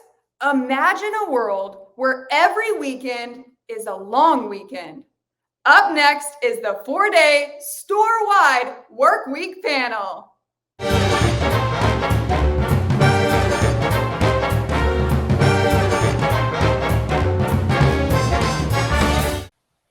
Welcome back to the Fixed Ops Roundtable. There has been a lot of talk at many of our prior events about dealership culture and changes taking place at the retail level, many of those led by the people on this panel today. Adam Arens is one of the earliest ones to take us through the importance of dealership culture. Today, we're going to talk with a group of leaders about a 4-day store-wide work week. And to moderate the panel, we're going to have with us today Laurie Halter from Charisma Communications. The panelists consist of Eric Barbosa from Henson Brand Dealerships. Eric, thank you so much for being with us today. Ed Roberts at Bozard Ford Lincoln. Adam Arens from the Patriot Automotive Group, who I mentioned just a little bit earlier. Chris Slaydon from the Vernon Automotive Group is here with us today. And Jeff Daniel from the Maple Hill Auto Group. Laurie Halter, you have got a team of superstars here. So I'm going to get out of the way and let you get things started. Great. Thank you so much. And I totally agree. When they told me who'd be on this panel, I was so excited. I know most of you in person and had the opportunity to meet you. But also, I love the idea of this 4-day work week. I mean, we've talked a lot about flexibility. I'm a huge advocate of work-life balance. And so we just thought we'd get a panel together and talk about what's working, some of the challenges, and maybe some of the, more importantly, ROI, because I think a lot of times people hear 4-day work week and they think that's a nice thing to think about, but does it really affect the bottom line? So I'm going to start out with 3 of you who've actually already implemented this, and we'll go from longest to shortest. So I believe, Adam, I think out of our panel, you've been doing it the longest. What made you decide to start a 4-day work week, and what were kind of some of the challenges and opportunities that you found along the way? So it was always a goal for us to be able to do that. And then COVID came along and instituted, in some cases, 2- and 3-day work weeks. And then we said, you know what, we're not going to go back to the traditional 5. And it depends on which department you're talking about. One of the things that I did mention in getting ready for this is that we had some people that didn't want to do it. Either because of their personal lives, family life, it just worked for them. So when I say we had some challenge to it, we continue to, but we adapted that, right? So there's production, there's the company needs, and there's the needs of the individual. And I'll focus a little bit on maybe the toughest department, believe it or not, to do this is the sales department, where they're so used to being there. And so my finally putting my foot down to say, okay, well, if you schedule them for 5, some work 6. If we can schedule them for 4, some will work 5. And that really resonated and got the job done so that people do take some time off and have an opportunity. There's some tremendous benefits in your recruiting. Obviously, there's tremendous benefits in continuity. A little bit longer day, less days works for everybody. But here's one of the really good things is that if somebody knows that they're going to be off 3 consecutive days, 1 week a month, and always have Tuesdays off, all of a sudden the things that need to be done outside of the dealership that aren't in relation to the dealership, call it a doctor's visit or whatever it may be, all happen on Tuesdays, and it happens consecutively. And very good salespeople can control their customer base by letting them know what days that they're not going to be there, right? So you don't need an appointment. You can come in. I'm not here on Monday and Tuesday, the first week of the month, and then whatever it may be going forward. So we had the easiest place was in the service department. It allowed us to use our real estate, our bays better. So immediately 3 people can occupy 2 bays 6 days a week. I apologize. Sorry about the dog. Hey, that's what happens when we're live panel, right? That's part of being at work. And then the office found it very easy to go. And we found every place else easy to go. I think the most difficult place was in sales. The resistance we had, some was in service, but we have some people who are on 3-day work weeks now, some on 4 and some on 5, based on the needs of the associate, as long as we can handle the real estate. Wow, amazing. So cool. And Chris, I know that you've been doing this for a while. How long have you been doing this in your dealership, and what made you decide to move to this type of model? Well, we've actually been doing it since about 2018, and we kind of approach it differently. So I didn't set out to be very altruistic and going, hey, what's the next cultural thing? I'm actually a pretty productivity and efficiency guy, so I'm always looking for the next thing to do it. And one of those things is actually kind of theory-wise is constraint theory by containing different variables and constraining stuff, you make people more productive and efficient. And so when I started looking at studies, looking at, measuring stuff, and the fixed ops department gives a lot of leadway to this. If you go look at your fixed ops, we've got all these great metrics from clock time to flag time, productivity, efficiency, but we never go apply that to time with our associates. And so when you actually go look at quantitatively what's going on in a dealership, and you go look at how much time is actually being worked in a dealership, you realize there's all this wasteful time. And that's backed by empirical studies from other industries. And you see these other industries, and they're usually in the software services or job related industries like legal, accounting, other things that are measured by jobs and not in the retail sector, in which people have gone to 4-day work week, and they've seen this huge increase in productivity because we find that there's so much time being wasted during an average work day. So when I started putting things together, I'm like, wait a minute, I can solve all this work-life balance stuff. I can recruit better, and I can constrain for time, which makes people, by definition, if you've only got 4 days to do something instead of 5 or 6, you got to find the most efficient and simplest way to do so. So processes automatically just come to fruition because you can't get stuff done in 5 days. So by limiting and cutting out 25% of the time you're available at work, it just magical stuff happens. And so like Adam mentioned, it was a complete disaster when we started it.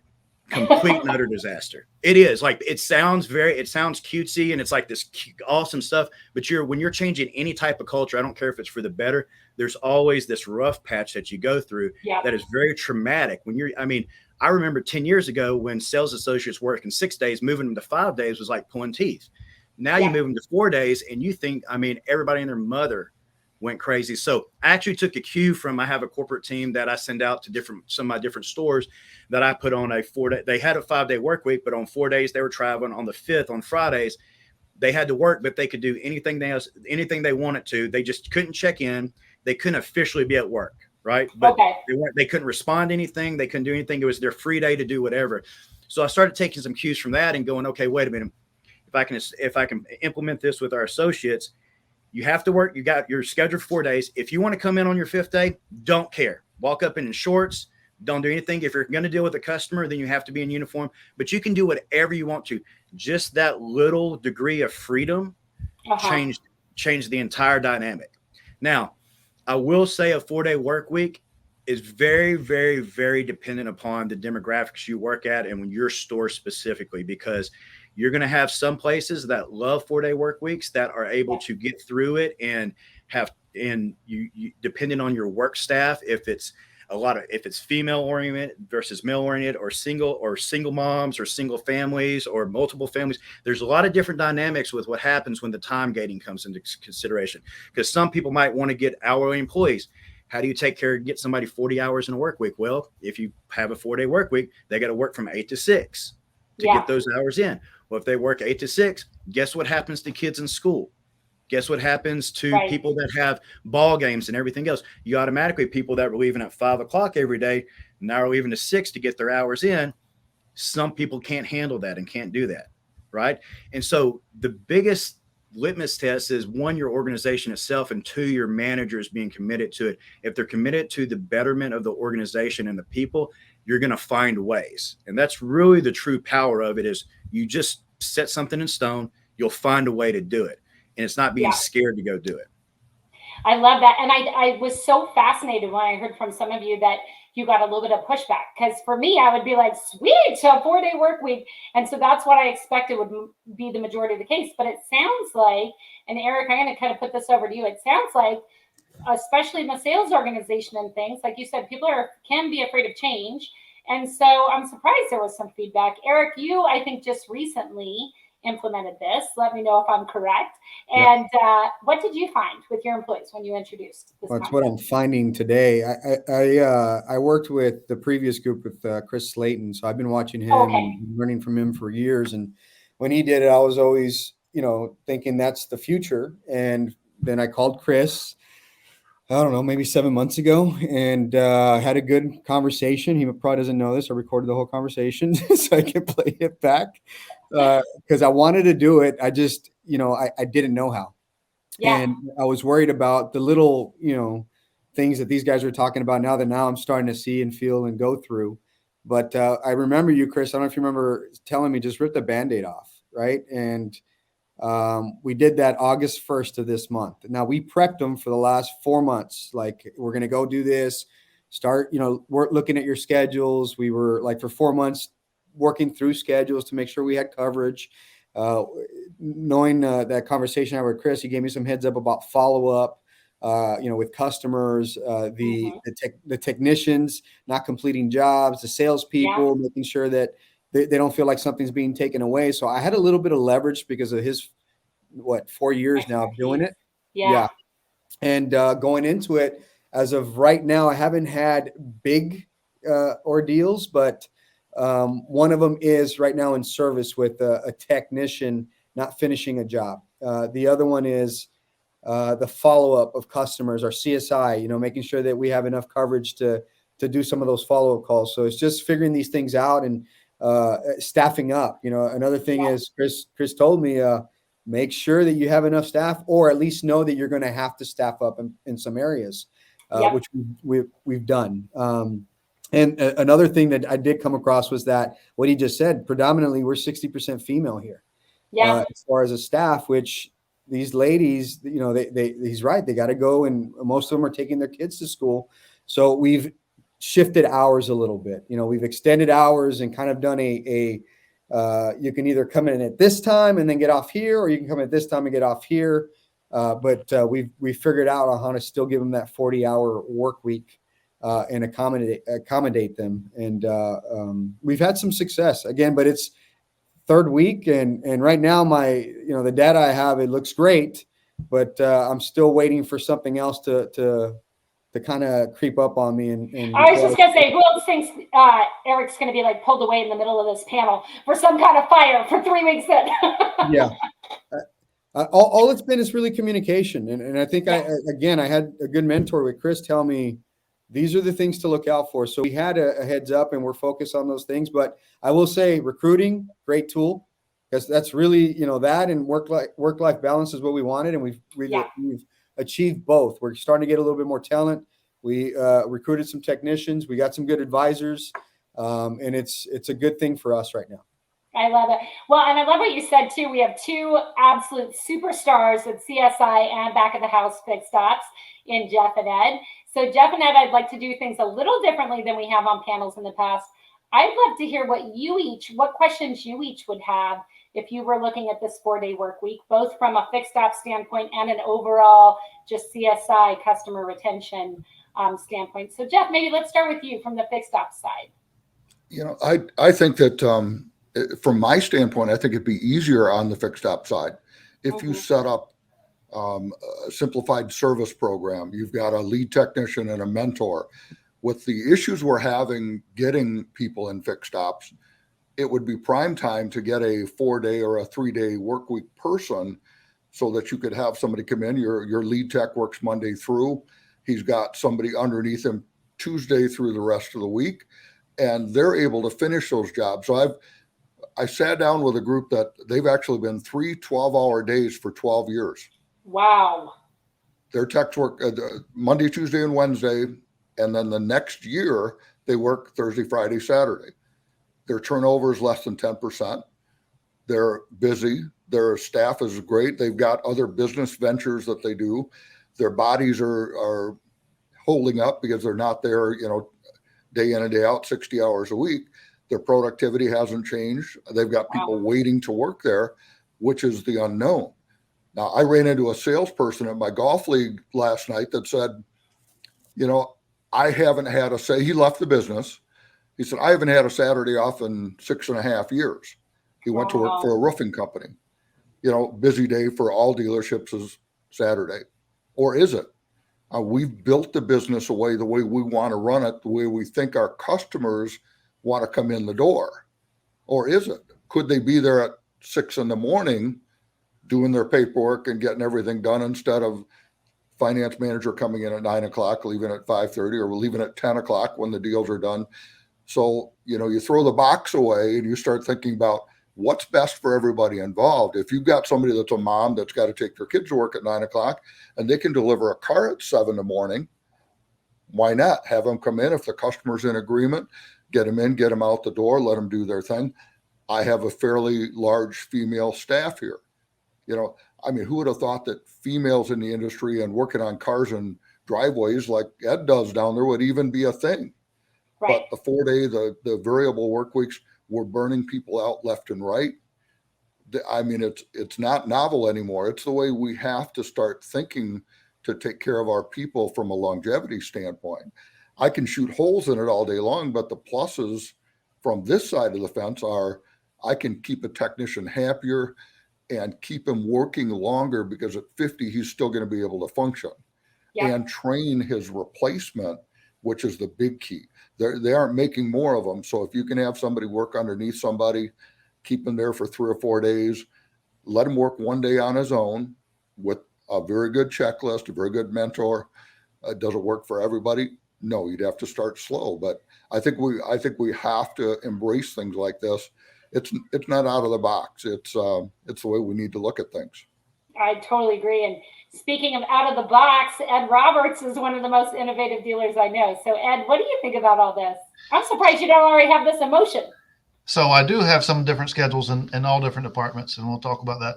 But I really like what Jeff said about the 3-day work week. I have not played with that any at all.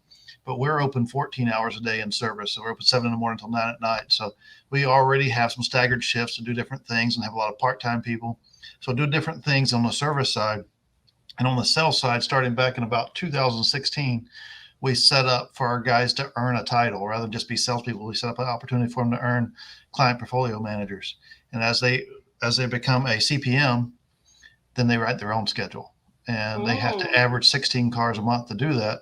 But if they're averaging 16 cars a month, they can't average that if they're not showing up to work. So they'll show up to work and make it happen when they need to. If they sell 24 cars this month, you know you're probably not going to see them a whole lot next month because it's a 90-day rolling average.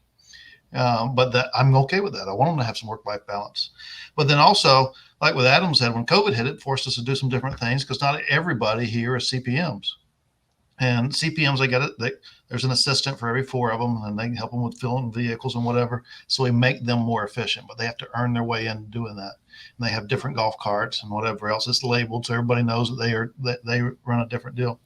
But when COVID hit, we shifted to, in case we had an outbreak, let's go every other day. So we divided our sales managers in half and our sales staff in half, and every other day it switched back and forth.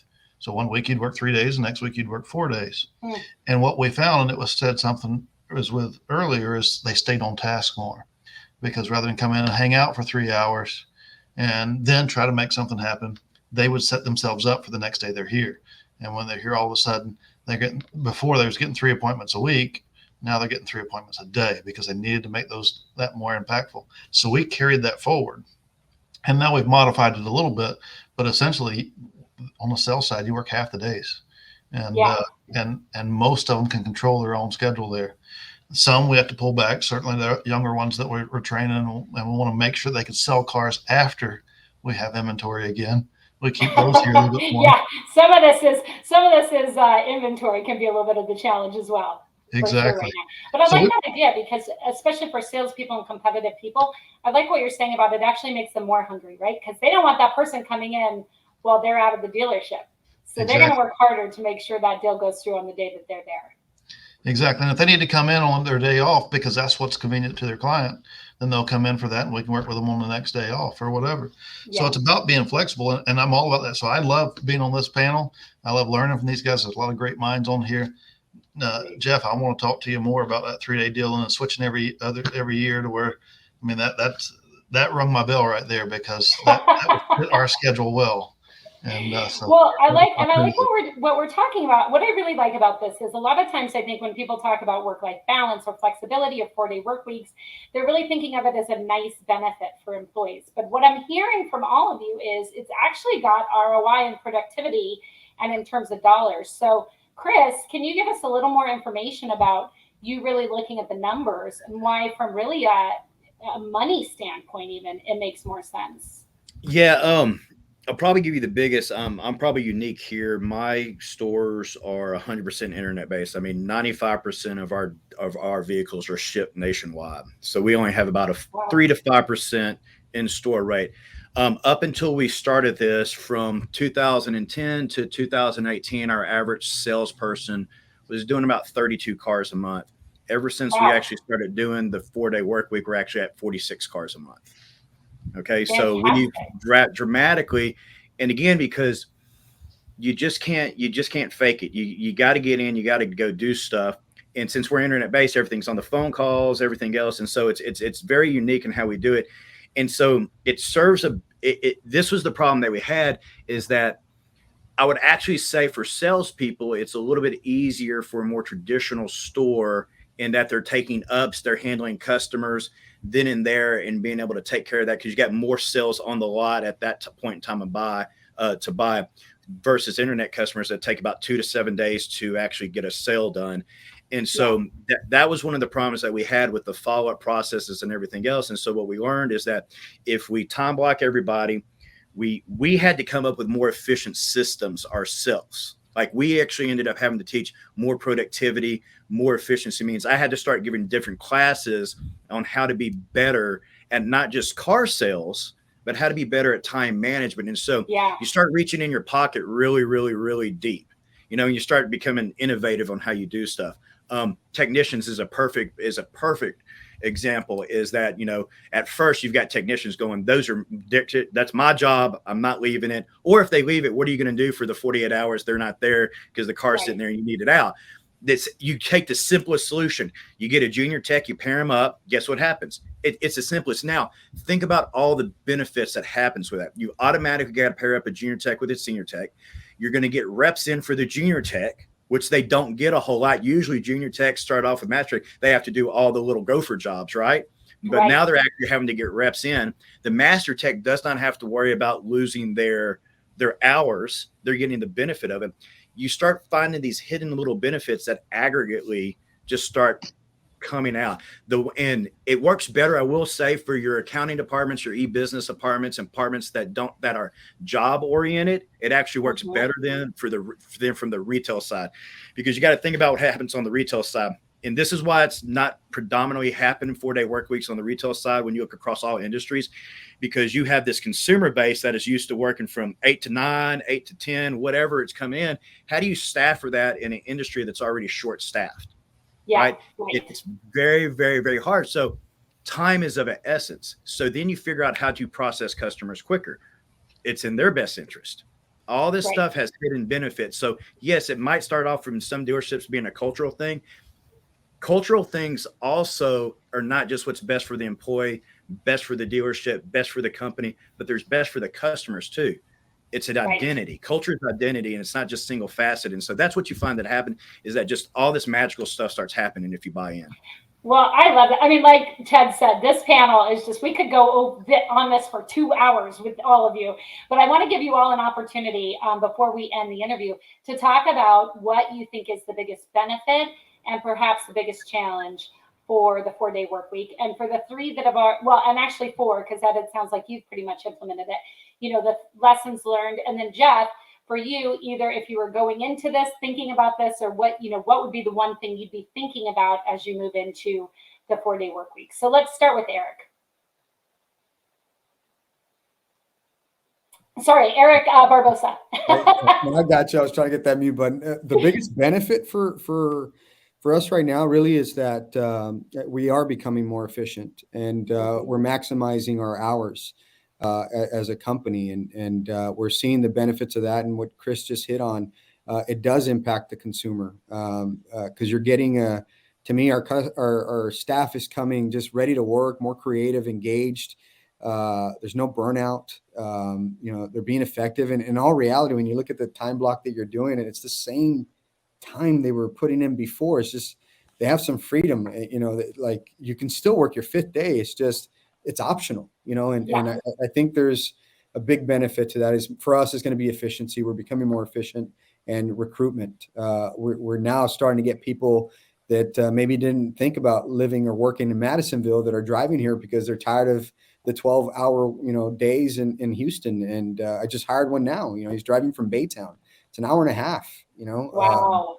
And he's a stud of a sales manager, and I'm excited to have him. But finance director just came on board, and his whole deal was, man, I'm just burnt out. And I think that's where our biggest benefit is right now.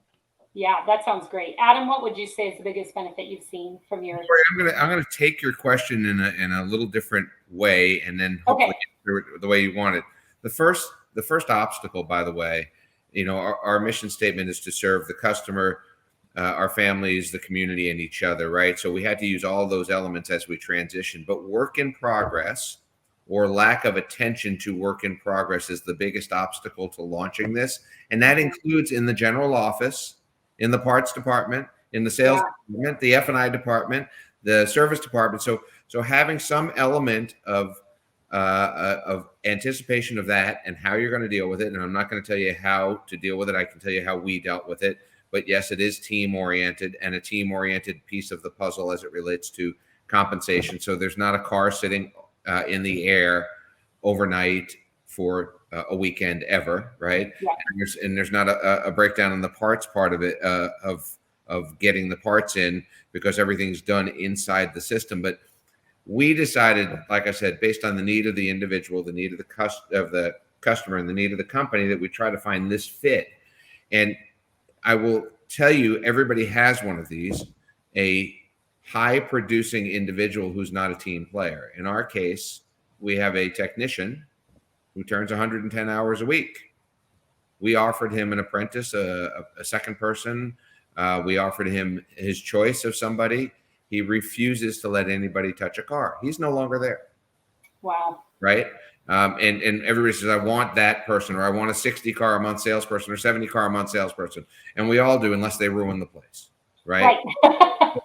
So we've been able to solve for that. And then what we made a decision was, rather than cut the cord, we transitioned. So our recruiting and hiring is into 3 and 4 day work weeks. For technicians, it's for 3 days. And the last thing I will tell you is, if you're closed on Sunday, this is easier. It's more difficult if you're open for sales and service on Sunday to do this than if you're scheduling to a 6 day work week. So the biggest benefit is we decided what we wanted our future to look like, and we're getting there. And we will transition every year some more people to the 3 day week or the 4 day week. I love that. And because we're talking so much about technicians, Jeff, I'd love your thoughts on this. I know, like I said, you're fixed ops, you're back of house. You have a mentorship program for your technicians. So what do you think about all this? Well, it's going to be an easy thing for me to at least set up the bases. Simplified service for me is going to be teams of 2 or 3 in a bay. I was looking at some numbers when I got back from Denver, talking to a couple individuals, and where one guy was producing 15 to 18 hours a day, they put 3 in one bay, and that bay produced 54 hours a day. Wow. And he's got 8 bays. So he's running 400 hours a day with 2 apprentices and 1 senior tech that is watching the kids, if you will. So while he's babysitting, you're training your replacement talent, which is what we need in the industry.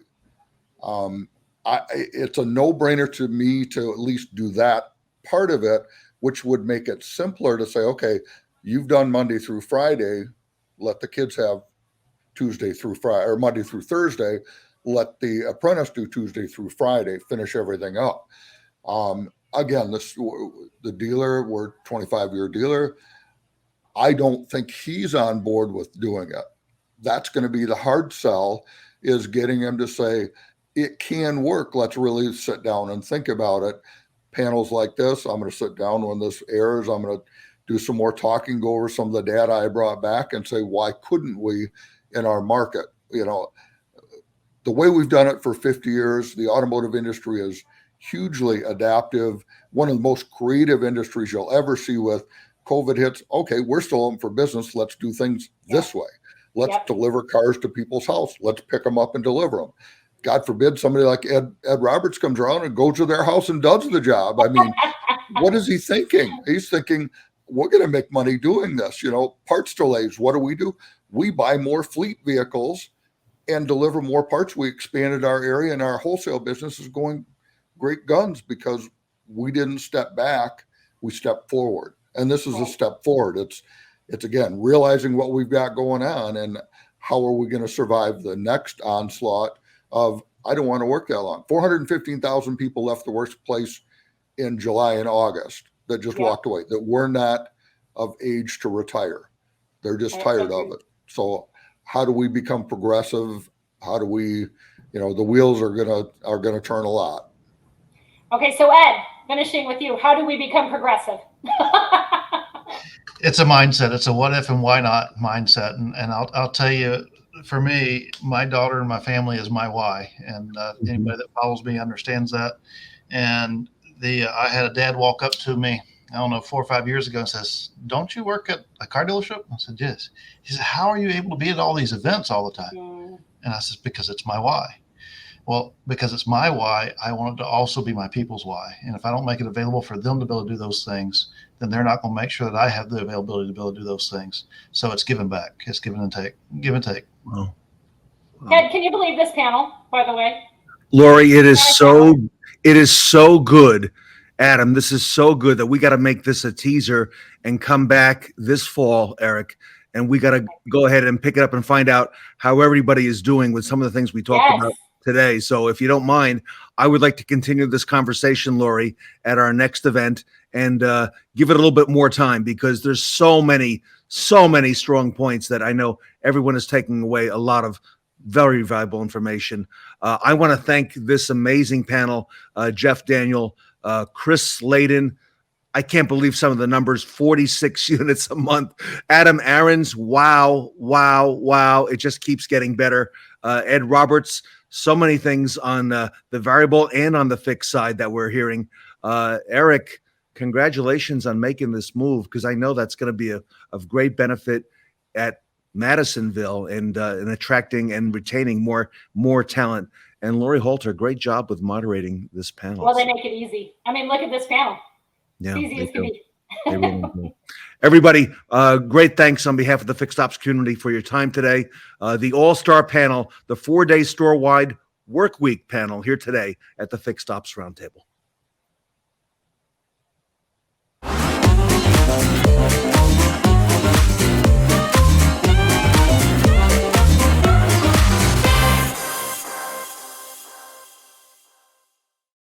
Grab your monocles, because our next speaker is going to give us a glimpse into the future of retail automotive. Here's the guru behind it all, David Spisak.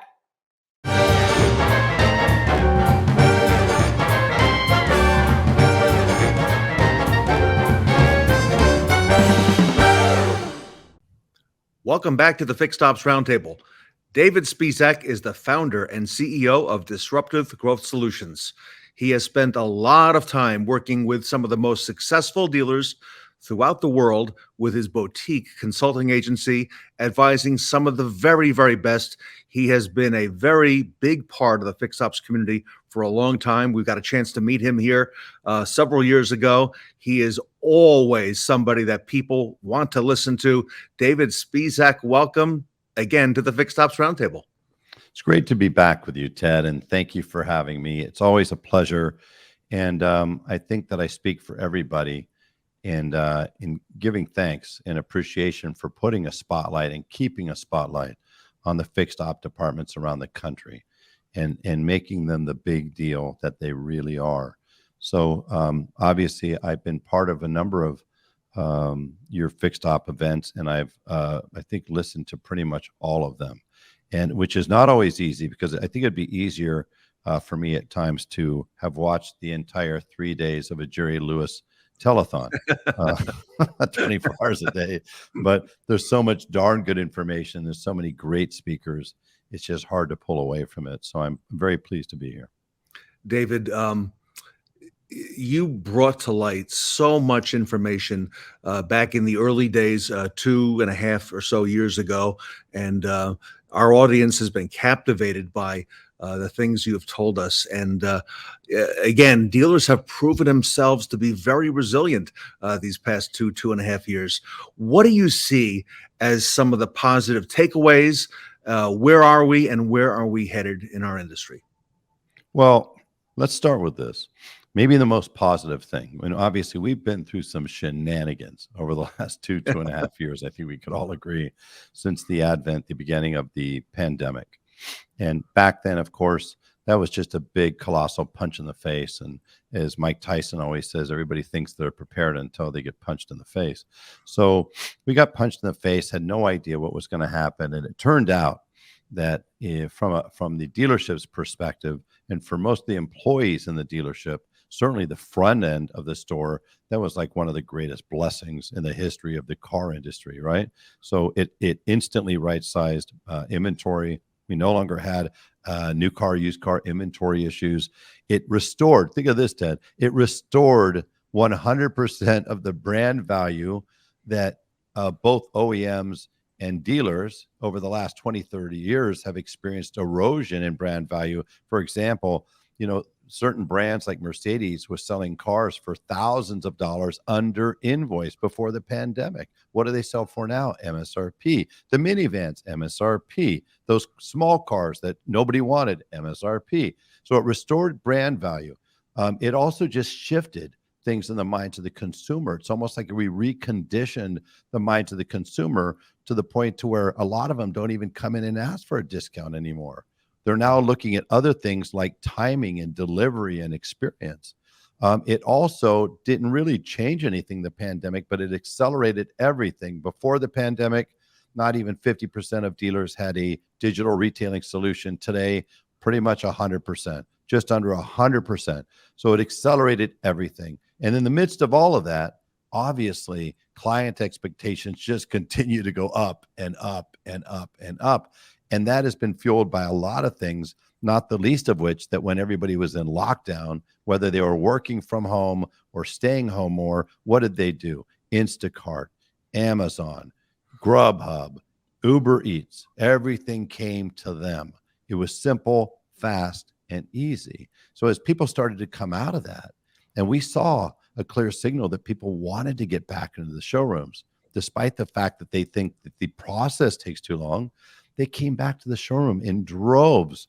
We went from doing, the majority in some states or some city of the vehicle sales online to back to the future. They went back to 85, 90% in person. So even though they dreaded some of that experience, they hated the time that it took, they came back. But their expectations are different. They're higher. And we're never, as Brian Benstock always says brilliantly, that toothpaste is out of the tube. It's not going back in. So let's talk about the fixed op perspective. So that was great on the front end. It was great for the dealership. But while everybody was having a great time and they're partying and making more money than they've ever made before, what's happened to the fixed op side, guys? What's happened to units in operation?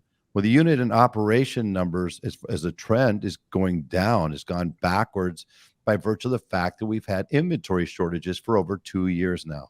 Second thing, as a result, if you sell fewer cars, of course you get fewer trade-ins, but what else happens? Your warranty tickets go down. So in almost every dealership across the country, they experienced a decline in warranty tickets. What else? Well, we had fewer trades, less recon, internals went down.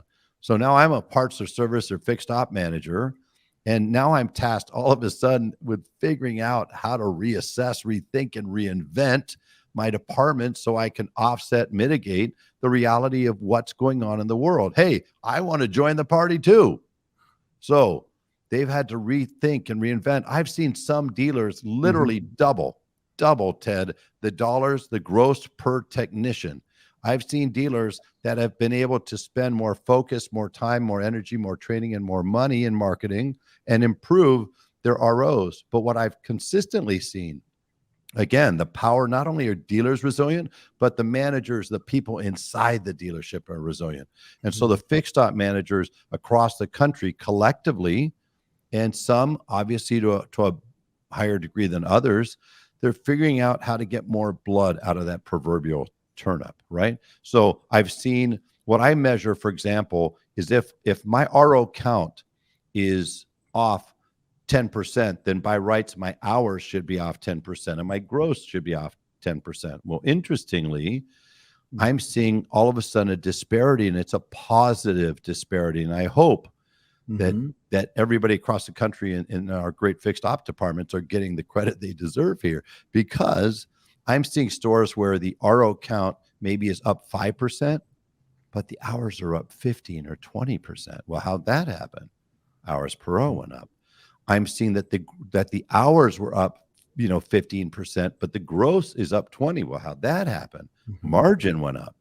So I'm seeing people raise their ELR. Many stores across the country, by the way, I've been talking about this for a long time. But when's the last time, everybody, you had a customer that came to your store and said, hey, I need a brake job. I need an alignment, right? I need new tires. Hey, how much per hour is that? What's the hourly rate on a brake job? They don't do that. They just say, how much is a brake job? How much is the alignment? How much is whatever operation I need to be done, right?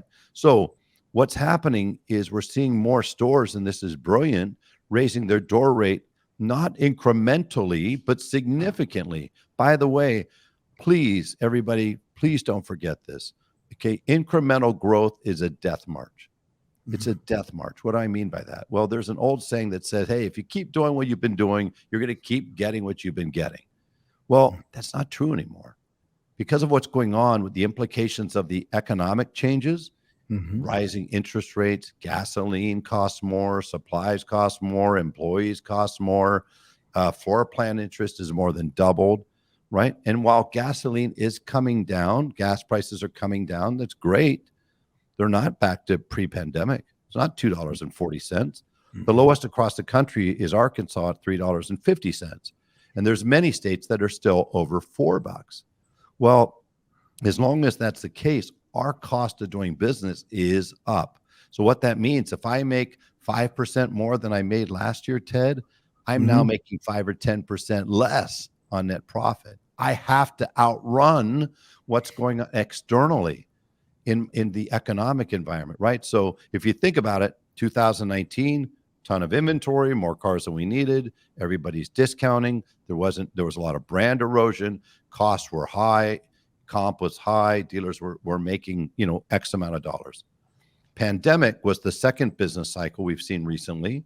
All of a sudden, there's PPP money, right? Government money. We've seen vendors provide relief for a number of months on the cost of their solutions. Comp goes down, staffing numbers go down, margins go up. Guess what? Greatest net profit of all time. How could we top that? January 2021, man, I hope we could keep some of that. Well, nope, it's about to get a whole lot better. How could it possibly get better? Chip shortage. So now we've got a chip shortage that creates more demand, seemingly. Now, the reality is demand's never gone up. It's just supply has come down, and that's important. Stay tuned to that particular piece of information, because that's about to have implications the other way in the next 12 to 18 months. But because of that, another year of record net profit. But in the midst of this, like I said, we've got fixed ops challenges. And so, typically, people have always paid attention, focused more on the front end of the store. Let's be honest. Sure. If we've got any dealers, GMs, COOs, let's be honest. Let's say something that everybody in the fixed op department knows. Inherently, most of the headlines goes to the front end of the store. Right? It's sexy, Dave. Yeah. And fixed ops has not been. Yeah. And if you go to NADA, if you want to prove this out, you look at the total combined square footage of a convention hall, whether it's Vegas or this year, Dallas or anywhere else, just walk around and see what percentage of that floor is focused somehow on front end versus the back end. Of course, we've got the Hunter rack. Of course, we've got great products like David Boyle's traction, right? And we have other products. Thank you. I'm working with a group of really phenomenal dealers, gifted, respected dealers in the Northeast, and we're creating the first holistic retention product, which I think by the time it comes out in the next couple months is going to be one of the most in-demand products out there. Why? Because surveys have been done recently. Just put in 2022 or 2021 or new car buyers regret, and you'll see some things that are just a punch in the face. Amongst them is that people that paid over window sticker or paid MSRP, they're not happy. And I get that. But the important thing to focus on is the difference in how unhappy the ones that paid MSRP are compared to the people that paid way up here. The people that paid way up here, and hey, it's a market shift in terms of demand is going to dictate a market shift in price, in value. So there's a good reason a lot of those dealers did that. But 27% of the people that paid over MSRP said, I will never go to that store for service. Well, if I'm in parts or service, I'm sitting there going, what did I do? Right. I'm just doing my job, man. I'm just head down doing my job. So wait, time out. I had the reduction in warranty ROs. I had the reduction in internal ROs. I get it. That's life. That happens. And we're figuring it out. But now there's going to be an unprecedented opportunity for all the fixed op managers out there. Check this out. I will predict, in fact, I will assert that between now and 2030 and beyond, the spotlight on the fixed op department is going to go up. The level of importance, the role it plays, the contribution to net profit is going to go way up. And my assertion is supported by a very well-known, I believe, company called McKinsey, one of the biggest, most respected consulting firms on earth, did some significant research, and they agree with that assertion. That everything parts, service, tires, repairs, accessories is going to grow in terms of the market, in terms of the size, but it's also going to grow in terms of its contribution to the bottom line. And if you look at new cars, used cars, F&I, and everything else, it's in the opposite lower quadrant. It's fully expected to diminish or decline in terms of its contribution. Will it still be important? Of course it will, but it's going to diminish. So this is an unprecedented opportunity, everybody, to have the spotlight on fixed ops as it should be. Let's talk about EVs. I've never heard so much talk in my life about autonomous, connected cars, EVs, agency model, all these things that can be transformative. And we're not even talking about external disruption, which is not going to stop. But here's the reality. We've lost 80% of our sales, parts and service business to independents. We know that. Guess what? Revenge of the fixed op department is coming. Write it down. Why? Well, how many of those independents are going to have the capital, are going to have the ability, are going to have the knowledge, the training, the experience, or access to specialized equipment to work on the onslaught of EVs that are coming out, right? So because of that, we're going to have an opportunity to get a lot of those customers back. And something tells me, Ted, if one of my customers owns an EV, like a Ford F-150 Lightning or an Mustang or a Taycan, if they own those cars, they're coming back to me. But that's not all. If they own a second Porsche or Ford product or Rover product or Toyota product, I'm going to get those back too, because the relationship is going to be with me. And that's a big deal. Doesn't matter whether it's an EV car, an autonomous car, they still are going to get in car crashes. They're still going to have maintenance. They're still going to have details that need to be done. They still need tires. And for anybody out there who's been hearing overtures, notions that somehow our dollars per EV, hours per RV are going to be lower, go to a part of the world where they've had a bigger percentage of EVs, up in the Netherlands area, and you'll find a different story going on. Not only that, the reality is if you go to, in fact, I challenge every single person who is part of a fixed ops operation in a franchise store, or if you're from the front end or the executive team, please, in the next 30 days, right? We're in the midst of September. We're barreling towards the end of the year. Go to a Tesla dealership. It's bombed. It's packed. It's the worst service experience you could ever imagine in your life. I know for a fact. My wife traded in her ICE vehicle, much to my chagrin, for a Tesla X. Wow. And while the front end part of the experience was pretty nice, it was different, simple, fast, easy, transparent, great. The service part of it has been absolutely a disaster. You can't even call a service manager.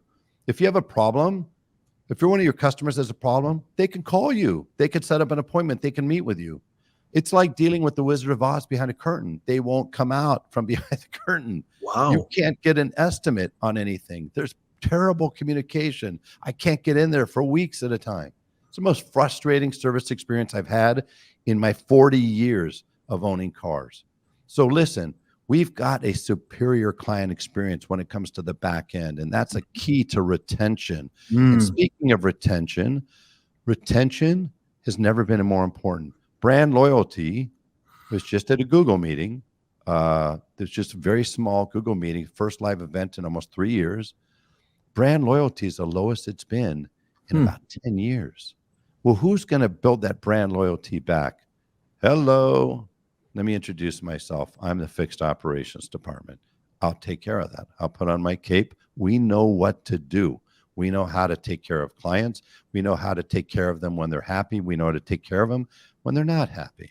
So I think that it's a matter of not, hey, things are going to get better, things are going to get worse, things are good, things are bad. No, it's either things are the way they are now or they're going to be different. And the measure of who ends up on top, Ted, is going to be who embraces different, who can reassess, rethink, reinvent, redeploy the resources in a way that will allow them to not just be sustainably successful, but to take advantage of the market opportunities we're about to see revealed to us over the next 3, 5, 7, 8 years and beyond. So retention, absolutely key. Doing anything to bring back the brand loyalty, absolutely key. Relationships, you got that, is key. And focusing on the things that matter. Don't worry about what we can't control. Let's focus 100% of our energy on doing what we do best. And that's figuring out, again, how to reinvent. And as always, remaining forever resilient. So listen, we've got 3 months or so till the end of the year. It's going to be the holidays before any of us knew would hit us. And when you wake up into January 2023, I promise you, the spotlight is going to get brighter. Your attention is going to get greater to your department. And the people in the front end are going to become more and more and more interested, engaged, and forever supportive of what you're doing back there. Why? Because it matters. So I appreciate you having me on. Like I said, I look forward to coming back and being able to show everybody our Retention 360 product. We're going to start to beta that. If a dealership out there is interested in being a free beta out there, and if they're on DealerTrack, Automate, or CDK, feel free to hit me up. As always, you could find me on LinkedIn.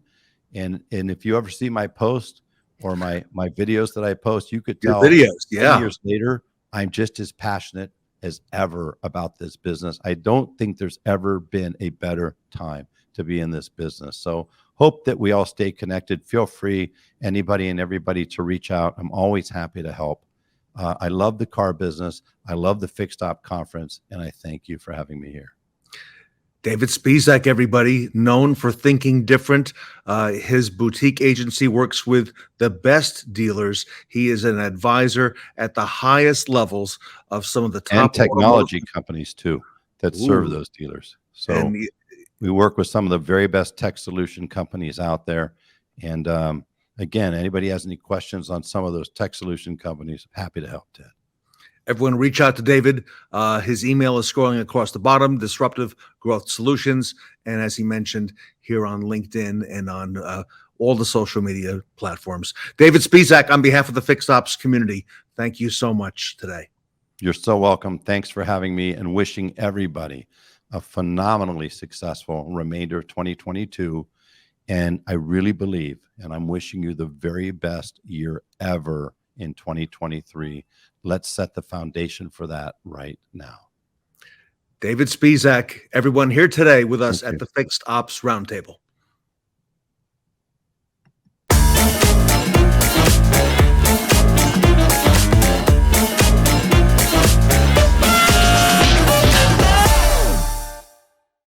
We're putting all the pieces together to make your next project hassle-free. Up next is Alyson Landis.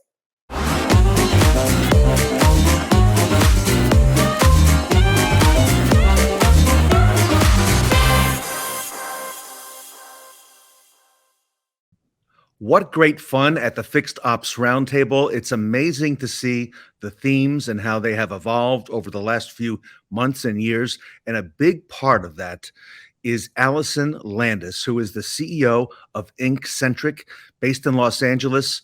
Alyson, welcome back to the Fixed Ops Roundtable. Ted, thank you so much for having me. So excited about this theme this time. So cool. I love your look with the pearls, with the headband. You are in Roaring Twenties mode, totally. Thank you. This has been so much fun. I've loved seeing all the costumes, and you as well, looking quite dapper, Ted. Why, thank you. Alyson, I don't know that our audience knows, but you're a big part of everything that we do at the Roundtable, and not just for us, but with the companies that are involved with the Roundtable. So I thought it would be a lot of fun today if we talked a little bit about what you do, some of the things that you provide for dealers. Let's start there. You're in the promotional, in the printing, in the digital business. You do a lot of work for dealerships. Give us a little background. Thank you, Ted. We are all printing and promotional products here.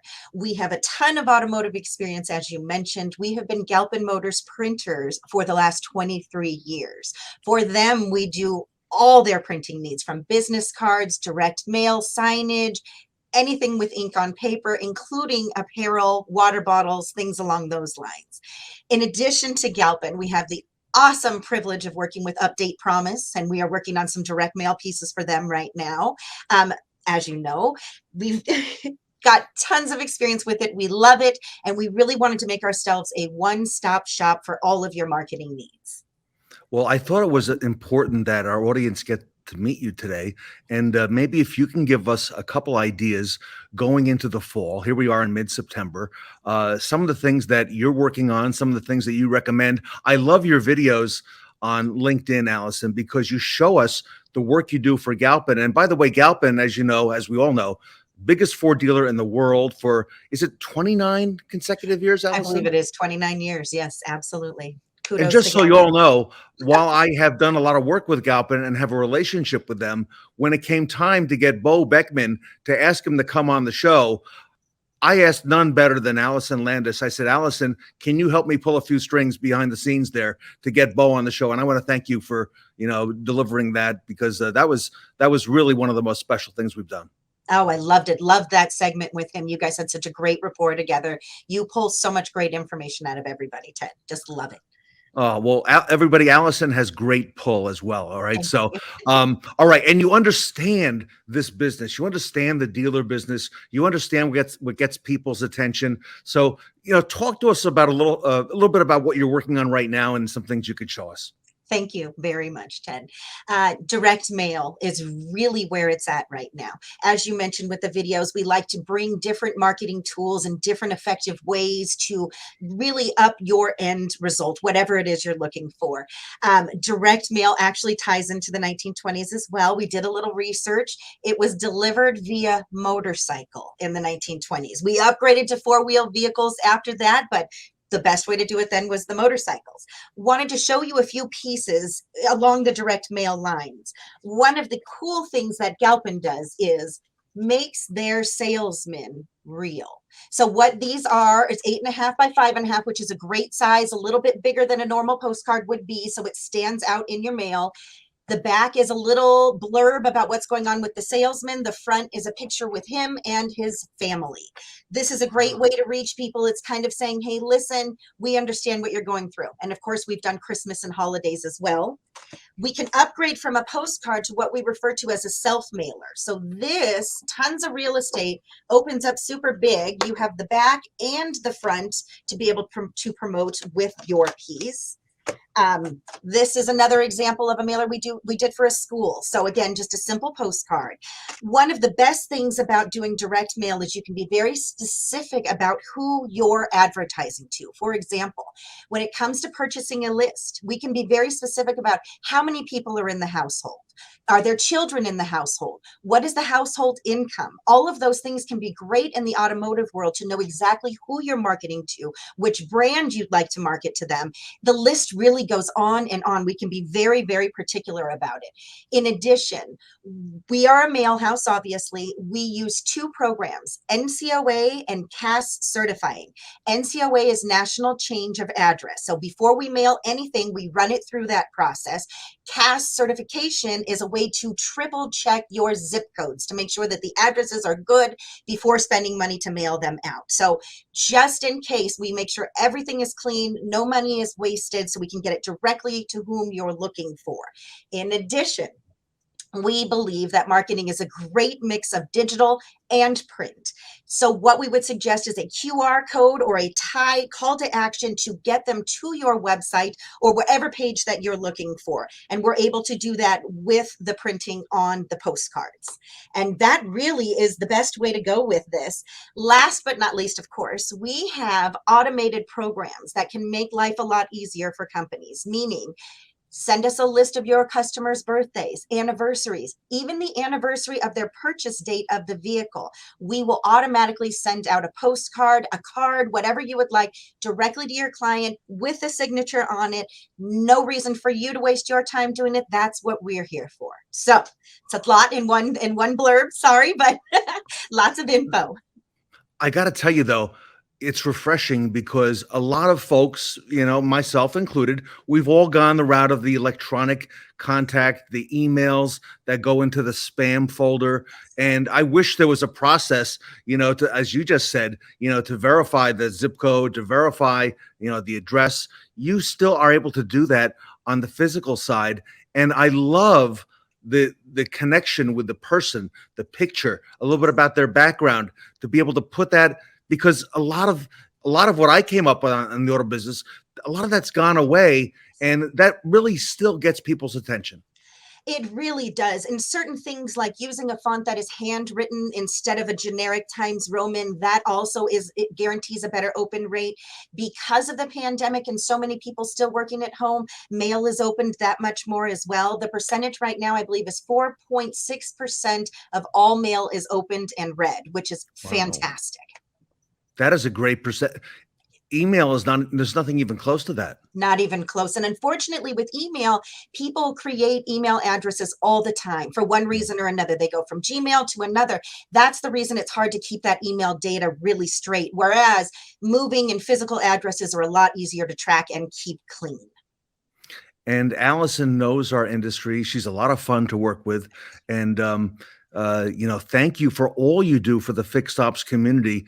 And it's amazing how your company has been able to pivot in these last couple of years, to be able to provide a blend of everything. And a lot of the companies, everybody, Update Promise, as Alyson mentioned, included, work with Alyson Landis and work directly with her. So she's a great resource, and we highly recommend it. We don't say that just lightly.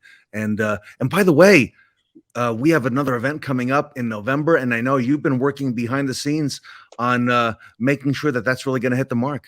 So incredibly excited, Ted. All of your events are amazing, but boy, this one coming up, I am so looking forward to. Near and dear to the heart, as I'm sure it will be to most everybody. Exactly. And everybody, if you are one of our dealers or general manager speakers or one of our sponsors of the Fixed Ops Roundtable, you'll be receiving something in the mail from Alyson at Inkcentric to help prepare you for the next event. So she's thought long and hard about how to get our message out and our theme out. So Alyson, anything else going into the fall? Because we got a couple holidays coming up now. We got Halloween. Obviously, back to school has has happened. The kids are back in class. Anything else we should be aware of? You know, tons more on the horizon, of course. We can gear up for holiday gifts. We can gear them towards the actual holiday coming up. We will have tons of ideas to push out, and I will definitely make sure you are at the forefront of all of that information. What I would love to take the time real quick, Ted, is to thank you. You and your events, and including Inkcentric, to be your printers. We appreciate it and just love this amazing ride that you are creating for everybody. Thank you. And it's our pleasure, Alyson. Thank you. And everybody, if you've seen the Best Practice Awards and now the Best Dressed Awards for this event, they are all produced by Alyson Landis at Inkcentric. She's easy to find on LinkedIn, easy to find by her name or with a company name, and you don't want to miss her videos during the week on all the different promotional ideas. It really gets me thinking, and you get a lot of folks thinking as well, I see from the comments and reactions. Thank you. Thank you for everything, Ted. Really appreciate it all. Okay, so if our audience wants to reach out to you, Alyson, what is the best way that they can talk directly to you? All of the social media, of course, that Ted just mentioned, you can find us by email. I am Alyson, spelled Alyson, at inkcentric.com, or our office is 818-885-0831. Great. Alyson, thank you so much on behalf of the Fixed Ops Roundtable and our community for all you do for automotive. Thank you. Everybody, Alyson Landis from Inkcentric here today at the Fixed Ops Roundtable, Roaring 20s. Love it. Thank you, Ted.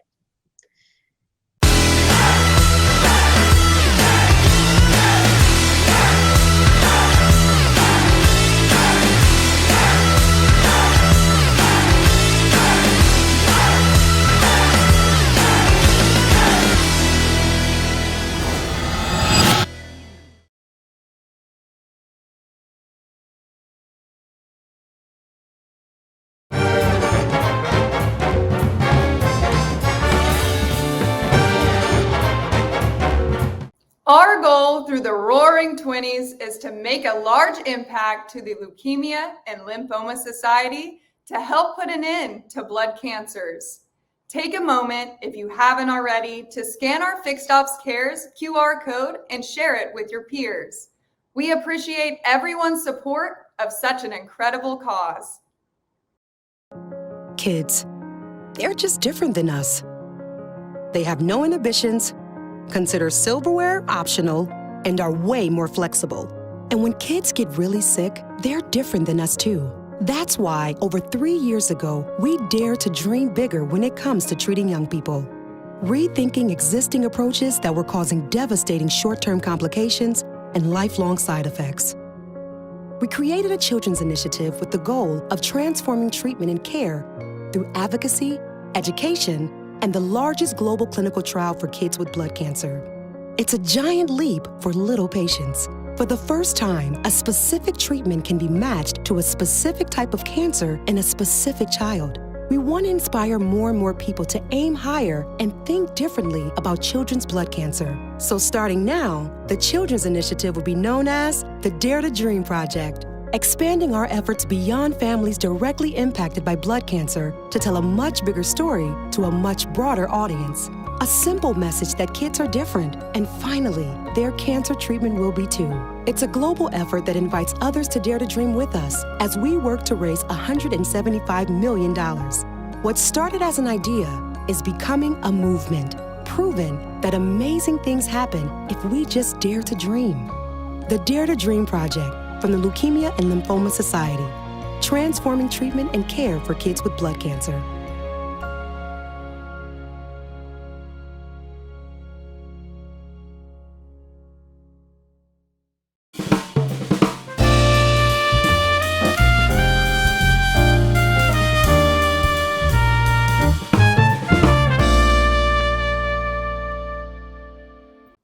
Here to give us the edge on parts is the hashtag #GoToPartsGirl.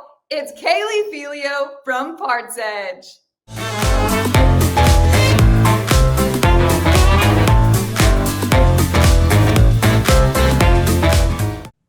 Welcome back to the Fixed Ops Roundtable, and we are with the go-to parts girl, Kaylee Felio from PartsEdge. Kaylee, welcome back to the Fixed Ops Roundtable. Thanks for having me. This has been such a great event. Thank you. And I see you're really in the mode with yesterday's panel with the Roaring Twenties, and you got the headband going and the dress. So good for you. Thank you. Yeah, this theme was really fun. I'm looking forward to more themes because it just adds more fun to it, when you can dress up a little bit. I agree, and I can't wait to see who the audience votes for our best dressed awards. We've had these best practice awards, as you know, being a best practice winner, and now we're going to have best dress awards. So I think it's going to be really interesting. So yeah, that'll be interesting. So I want to talk to you about a couple things. Of course, your podcast, but before we get to that, I want to talk about the panel that you had on the roundtable yesterday. And it was not, Kaylee, you didn't just have a panel. You've graduated now to this new super panel category because you had some real high-powered talent on there. You had Mike Gass from Rick Case Automotive Group. And again, forgive me if I don't mention everybody, but Bill Demery from Tom Wood Automotive Group, Christian Guarte from Group One was on there, Holden Scott, Swickard Automotive Group, James Holloway, Mike Weldon from Hansel Automotive Group. I mean, it just goes on and on. And Shawn Butler. I think that was the last one. Yeah. Finally, Shawn Butler. And, we talked about recession proofing, parts and service and fixed ops. But Kaylee, it didn't sound to me like there was a recession in any of these stores. No, it not at all. And, I was kind of expecting to hear that just because how busy everyone's been. And it's great to hear the mindset that everyone has that, everyone's just, going forward. We're just going to keep calm and adapt and change. And, that's great to hear with this industry. And, the recessions don't scare us.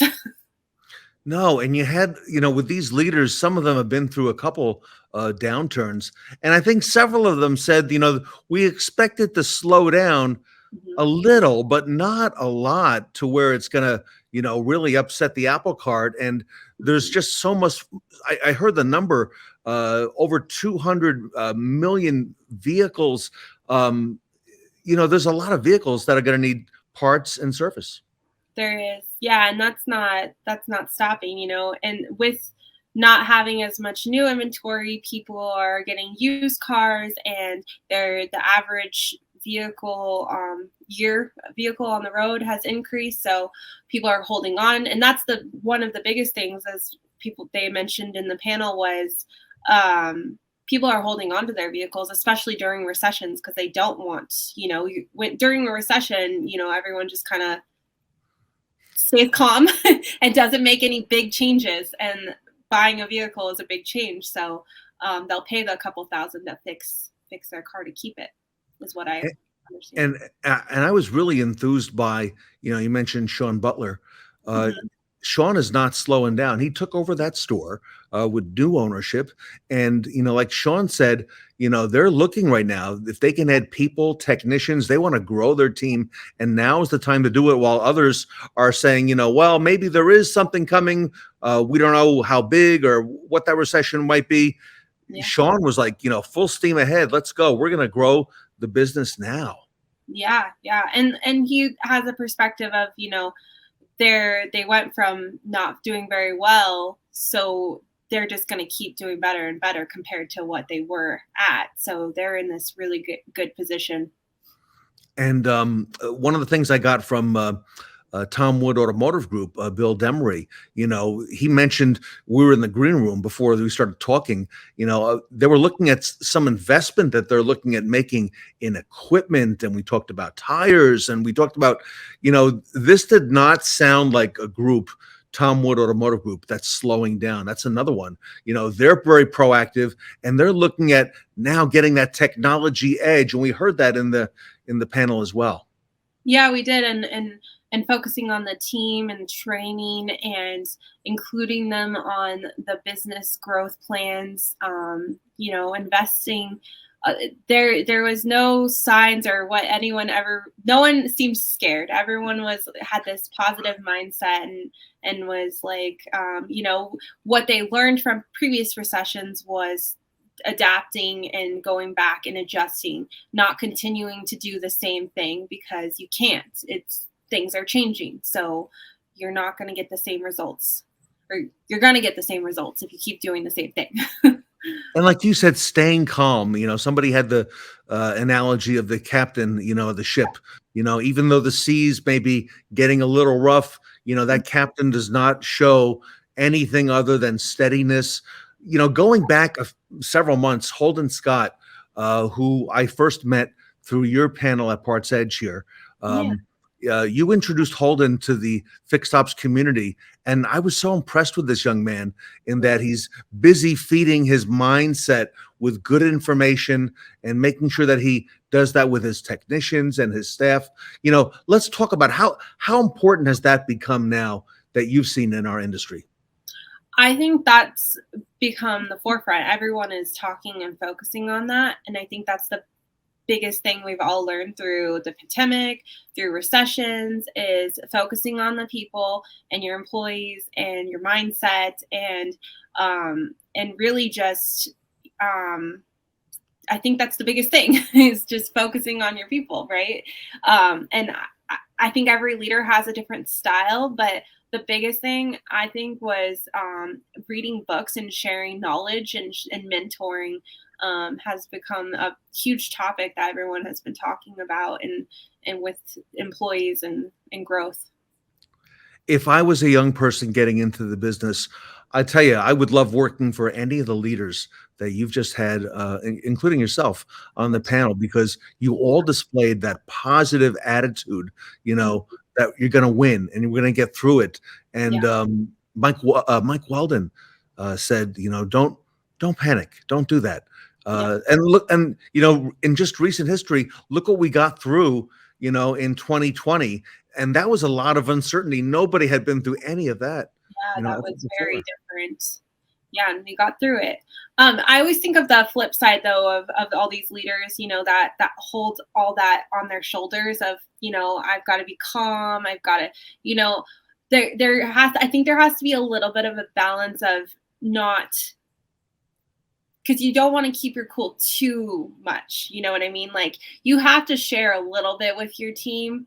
I think, because if you just take it all in on your shoulders, you're going to explode. So I think as leaders, there's a balance that kind of needs to happen. So that I wanted to make sure we said that because, I feel like leaders were like, we're strong, we can do it, but you also need to share that other side, I think, too. Shawn Butler said it. Shawn said that we got to be aware of mental health also, right? And, be conscious of that. Otherwise, you're not going to find out, or you will find out, but it'll be too late, right? So, that's also been a big focus I've noticed in a lot of the things that I see, especially on social media, that focus on employees and their well-being. And, we're seeing things now in the industry. I saw a dealer group going to a 4-day work week. And they're really now, focusing on the employee, which is kind of the culture thing you've been, the mantra that you've been talking about now for many, many months. Yeah. Yeah. Because that's another thing we've learned through being able to slow down with the pandemic. We also realized, we were constantly going. And, there was a few people that mentioned on the panel back in the day, or however long you want to say it, you did a job and that was what you did. But now there's a little bit of a shift where you can't really do that anymore, and you have to.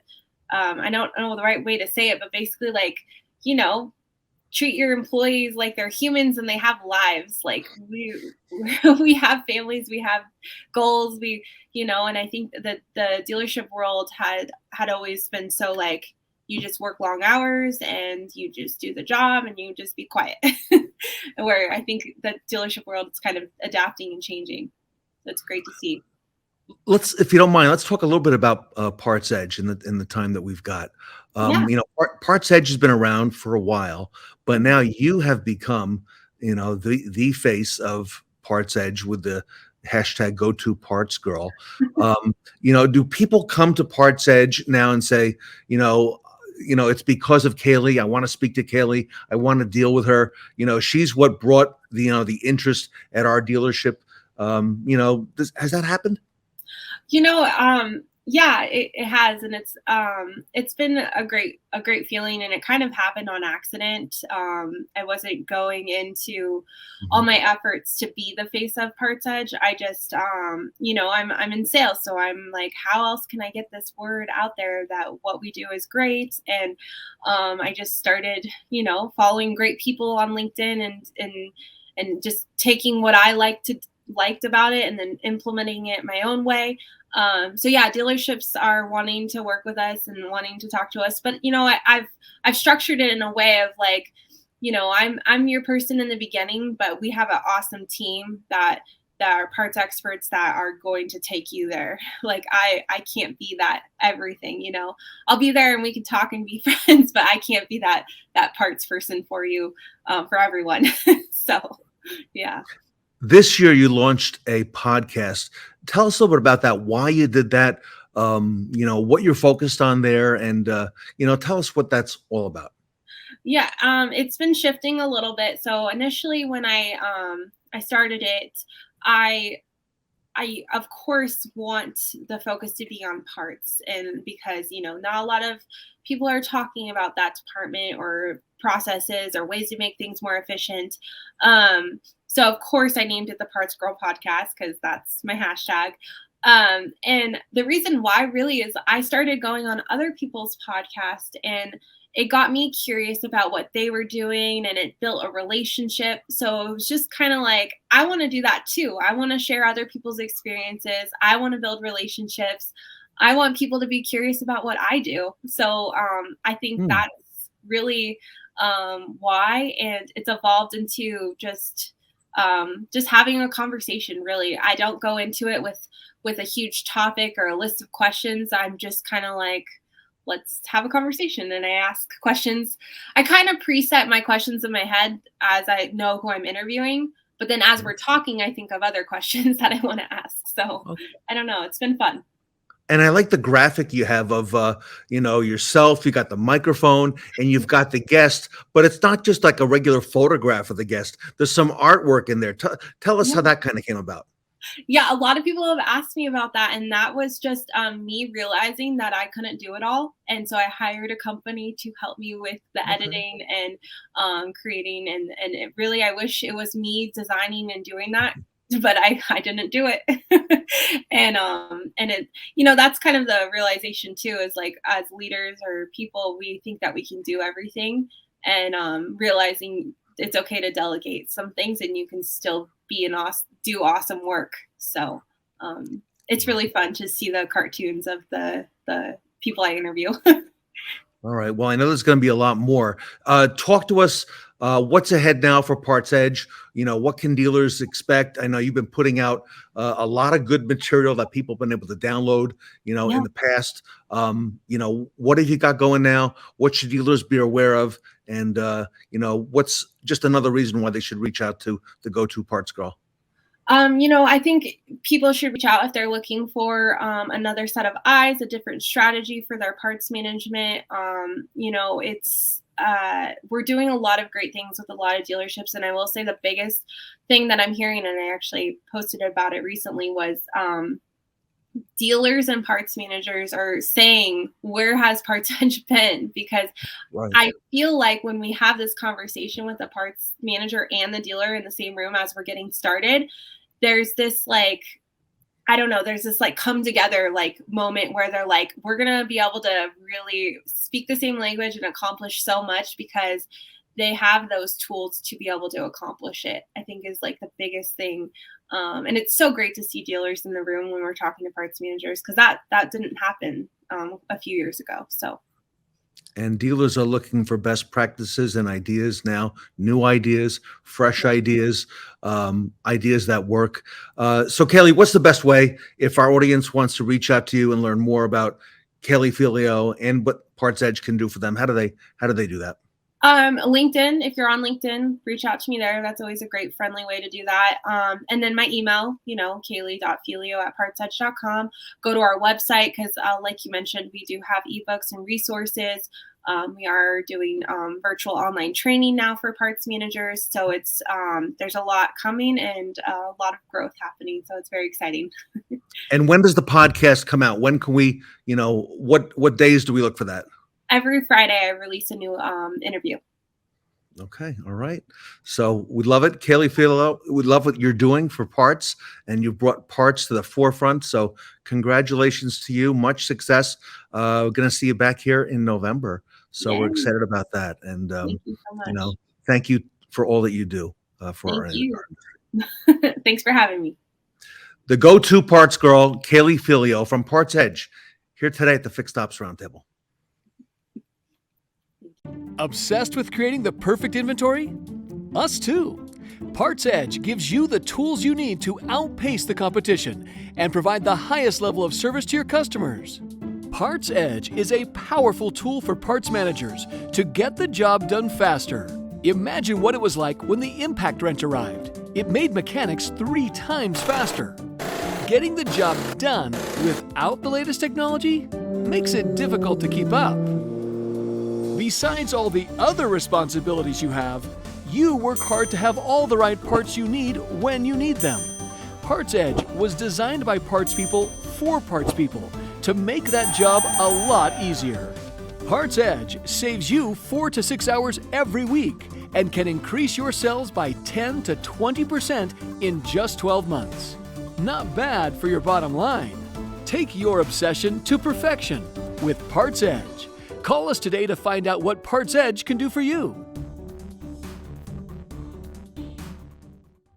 Spiffy up, because we've saved the best for last. Welcome back to the Fixed Ops Roundtable Roaring Twenties event. What can be bigger than the Roaring Twenties? Our next speaker is here to tell us the next big thing for service scheduling. Here's Brian Davis from Orby and Ed Roberts.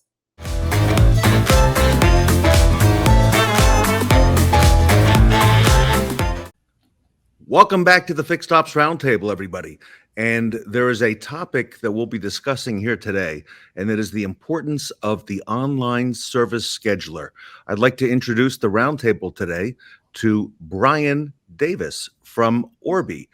Brian is the Vice President of Sales and Solutions. Orby is a company that is helping digital marketing evolve fast and creating waves in marketing technology that will make the automotive industry the one that others follow. Also with us today is our good friend, Ed Roberts from Bozard Ford Lincoln in St. Augustine. Gentlemen, welcome to the Fixed Ops Roundtable. Hey, thanks, Ted. Thanks for having us. Yeah, absolutely. Appreciate it and wonderful to be back. Brian, you were on the show not too long ago. So thank you for all your contributions and all that Orby is doing for the industry. So I got to ask both of you about that online service scheduler. Ed, I'll come to you first. How important is that? And is that something we should be taking a little bit closer look at these days? Absolutely. It's huge. When vehicles don't find a convenient time to break, and when it does, customers want to react instantly. They want to set an appointment. They want to figure out what's going on, see if they can get in and get it checked out. And so they don't pick up the phone and call. They don't call their service advisor. They go online and they try to set an appointment. And so we have to make it convenient. We got to make it easy. They can't go through 12 pages to get there. It's got to be right there in front of them. That's what they're coming there for. Oh, Brian? Yeah, absolutely. I can't agree more. It's all about convenience and what folks expect in today's fast-paced and modern experience environment, which everybody around us is trying so hard to get right. And, gone are the days where dealers did not have that digital presence, Ed. As you know, a lot has changed and, forced that change in the last 2.5 years. Ed, how do dealerships try to increase their service traffic? Well, they do it all kinds of ways. They do it with emails. They do it with direct mail. They do it with manufacturer information on whether it has a recall or not. They do it with connected vehicle data. But the pipeline's already laid. The pipeline is they're coming to our websites, and it's our opportunity to make that convenient and easy for them to use. And if we do that, the traffic will drive itself. Oh, wow. Yeah, absolutely. I agree with Ed. There's a lot of ways for messaging to get out there, but it tends to be that the data pipeline, the customer pipeline is the same, and they want to check out the website. And again, convenience get in there and get it easy. So service appointments are incredibly important, and they have been for, wow, it's going back, 8-10 years at least. We've really been making a push in this area. Does that time frame sound about right? That is. It was about 25 years ago when we started setting up websites for dealerships, and it took forever to shift where we started adding some other elements to that. And that's about the timeline that we started adding on some of the other elements to it. Yes. Yeah, absolutely. Agree with you there. And I'm sure, gentlemen, that during that evolution, there's been a lot of things such as mobile, more people accessing that from their mobile device, and that's got to be a big part of the game as well. Ed, coming back to you though, how do most dealerships, how do they measure the performance of their website service scheduler? Unfortunately, they don't. They check the box that they have one, and then once they think they have one, they move along. No matter how clumsy it is to get there, no matter how many questions it asks, whether it can really set an appointment or not, it's there. If they have any trouble with it, I really need them to call me anyway. And quite frankly, customers don't want to call. We think the same way. When on the sales side, let's get it from that side. If they're looking for a vehicle, we want to talk to them. Right. On the service side, we want to ask them 35 different questions. Well, does it do it this and do it? And we get bogged down in that. So we make it way too complicated. And if I can, let me just come back to you on that, Ed. Bozard Ford Lincoln, big dealership in St. Augustine, Florida, that service scheduler on an average typical weekday, Ed, about how many appointments are we talking at your dealership? We had 147 this morning. We tick along pretty well, and that only ends up being we have about 50-50 traffic versus appointments versus non-appointments. So we'll see about 300 customers today. And for you to say that measuring the service scheduler online website performance is something that dealers don't do, that's startling to hear, Ed. It is. We look at analytics on every other side of it, but we don't look at the analytics on the back side. And that's a huge opportunity for us, because that tells us what our demand is. We don't really know what our demand is until we meet it, but that's some elements that helps us determine what our demand truly is. Ryan Orby, you work with a lot of dealerships. Tell us from your perspective. Yeah, there doesn't seem to be. Well, first off, there's not much focus on the tool itself, because it's sort of viewed as a tool. It's there to do its job, which is to allow people the opportunity to create an appointment online. But there's so much more to it that I can't blame dealers for not looking too deep into it, because it hasn't really been pushed very much. But when you have someone with a large store like Ed down at Bozard, and half of his appointments are preset online, you've got to wonder what the other half of folks are going through. They're either driving up or maybe trying to call, maybe not getting somebody. So there's a big gap there, right? And it's all too easy to look at the data that the company selling the service scheduler wants to give you and say, hey, we made this many appointments for you. But there are many layers that are not yet peeled back off that onion. And we're trying to, at Orby, work with our customers to figure out opportunities, whether they're easy opportunities, low-hanging fruit, or very difficult things process-wise that we need to focus on and have more of a long-term plan approach to it. But uncovering the information that's there, but it's not really accessible, easy to get to, and typically is fairly difficult to take action on when you're thinking about measurement and what can I do with a system. So we're trying to bring it back to the people and let the people know what's going on so they can take action and take better care of the customer. So it's a huge focus that's a missed opportunity so far that we're hoping we can turn a corner on. Brian, I think you may have uncovered something here in fixed ops that has been long overlooked, which is the opportunity, like you just said. Ed, how much of an endemic problem do you think this is, industry wide? It's huge, because, and Brian touched on it a bit there, although I'm going to service about 300 vehicles today, having 50% of them that I'm totally unprepared for drive up here, I'm not good with it, because I can't offer them the same service. Right. And I can assure you that a large amount of those didn't set out to just show up at the car dealership today. They set out on their way and something transpired. Maybe they just showed up because they was close by. But a lot of them's already tried to set an appointment. Something caused them not to be able to push all the way through that. And that's an opportunity for us to improve and be able, because when I can predict 80% of what rolls in, then I can better control that day. Mm-hmm.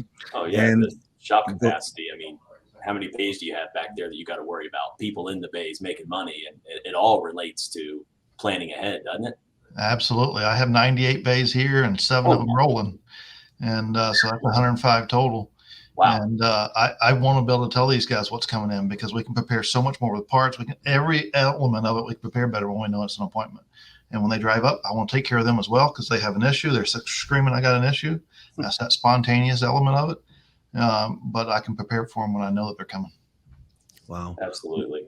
We're talking today about a possible great opportunity for dealerships with their online service scheduler. We are with Ed Roberts, the COO of Bozard Ford Lincoln, one of the most respected dealers in the nation, and Brian Davis, the Vice President of Sales and Solutions at Orbi. Brian, Orbi has been studying this, and I know working with a large number of dealers at looking back at peeling back at, you said, like you just said, the onion on that service scheduler. And Sure. What are you seeing? Is this an endemic problem? It is. There's a consensus around most of our dealer customers, and there's hundreds of them, some focused on fixed ops, some not. But when we get down to the nitty gritty and we say, hey, how good is your online process between the store, the tools involved, the website? Most of them feel as if it's poor. They know that they don't have a lot of visibility, but there's other problems, bigger fish to fry, squeaky wheels in front of me yelling about this, that, or the other, texts coming and going, so on and so forth. So I can't hold that against them. So if we can make the data easier to understand and take action on, I feel like where Orbi can help is to make it a problem that's addressable for people, almost not tell them how ugly their baby is, right? But just alert them to the opportunity, the potential to help their customers better. Because I think all of the goals that every dealership tends to have, which is, I want to increase service retention, I want to increase my CSI, I want to increase my hours per RO. As Ed alluded to a moment ago, preparation and meeting expectations is a major driver of all of those metrics increasing. So whether it's the customer not getting through, so for instance, one of the things that we track with a certain type of service schedulers, at what point in the online process does the person abandon that Right. little tool on the website? And if we find that 25% of people roughly abandon at the appointment time availability, and another 20% abandon when they're trying to pick what their car needs, which a lot of people don't know, let's be honest, that's a huge gap. And sometimes that's easy to fix, sometimes it's not. But just awareness to, if I've got 5 opportunities to fix something and 2 of them are the most important, let's focus on those first. What can I do? That's the type of data that Orbi is looking at by just grabbing information that's available from the website tool or asking the vendor for more visibility. We're able to help them make the tool better for the dealership as well. It's a very detailed and very important process to look at. But again, going back to it, we have to try to make it easier so that the Ed Roberts of the world and every fixed ops department, every dealership can really pay attention and direct their staff and their teams as to what to do next. So I hope that answers the question, Ed. Go ahead, Ed. It does. And another element of that is you're measuring abandonment rate once they get there. Mm-hmm. So many web pages, it's tough to even get to the service scheduler. Oh, yeah. And we got to make it convenient to get there, because we can't measure that abandonment rate if they never get there. We're looking at it as that's lost opportunity on the sell side. And if we look at it just from the number of times that a customer buys a vehicle versus the number of times that they service a vehicle, they're probably hitting your website the same ratio. So if they service with you 6 times during the ownership, or 8 times, whatever that is, and they, on one ownership, 6 of the 7 times they hit your website, they're looking for service. But we look at it from a sales standpoint rather than a service standpoint. Yeah, this is a small piece of an entire customer journey, a life cycle. A lot of DMSs will measure lifetime value of a customer across all transactions and all services, all purchases. And what we're talking about with the service scheduler is an important piece for return visits, an important piece for retaining your customers and then reselling them a vehicle in the future. but it's a tiny corner of a big office building when you think about the amount of data that is there. So you're absolutely right. The first question I think was about how do we drive traffic to a service drive, and if we know that the top search result and the top traffic driver from online is really the service department because of the reasons Ed just said, the number of visits and transactions. If we can't tie that piece of it to the whole customer life cycle, like we try to do in a CRM or a DMS, we're not giving ourselves at the dealerships the opportunity to know where individual customers are, to know that Ted Ings needs help, to know that he's looking for something specific.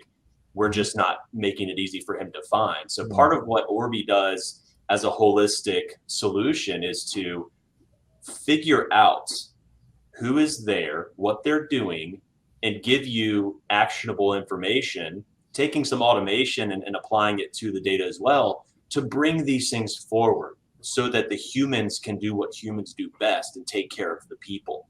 The machines don't really take that great care of people, to be honest with you.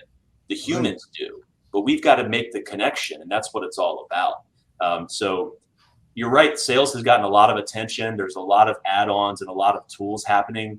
When it comes to service, it's really, service schedule online. Now it's in the DMS. Now let me go to the MPI and do all of this. But there's a huge, I'm telling you, a huge, over 50%, sometimes up to 80%, depending on the service schedule, of people trying to make an appointment to do business with you and spend that $300, $400, $500 per CPRO. 50 to 80% of them are not able to get what they need from the website. Wow.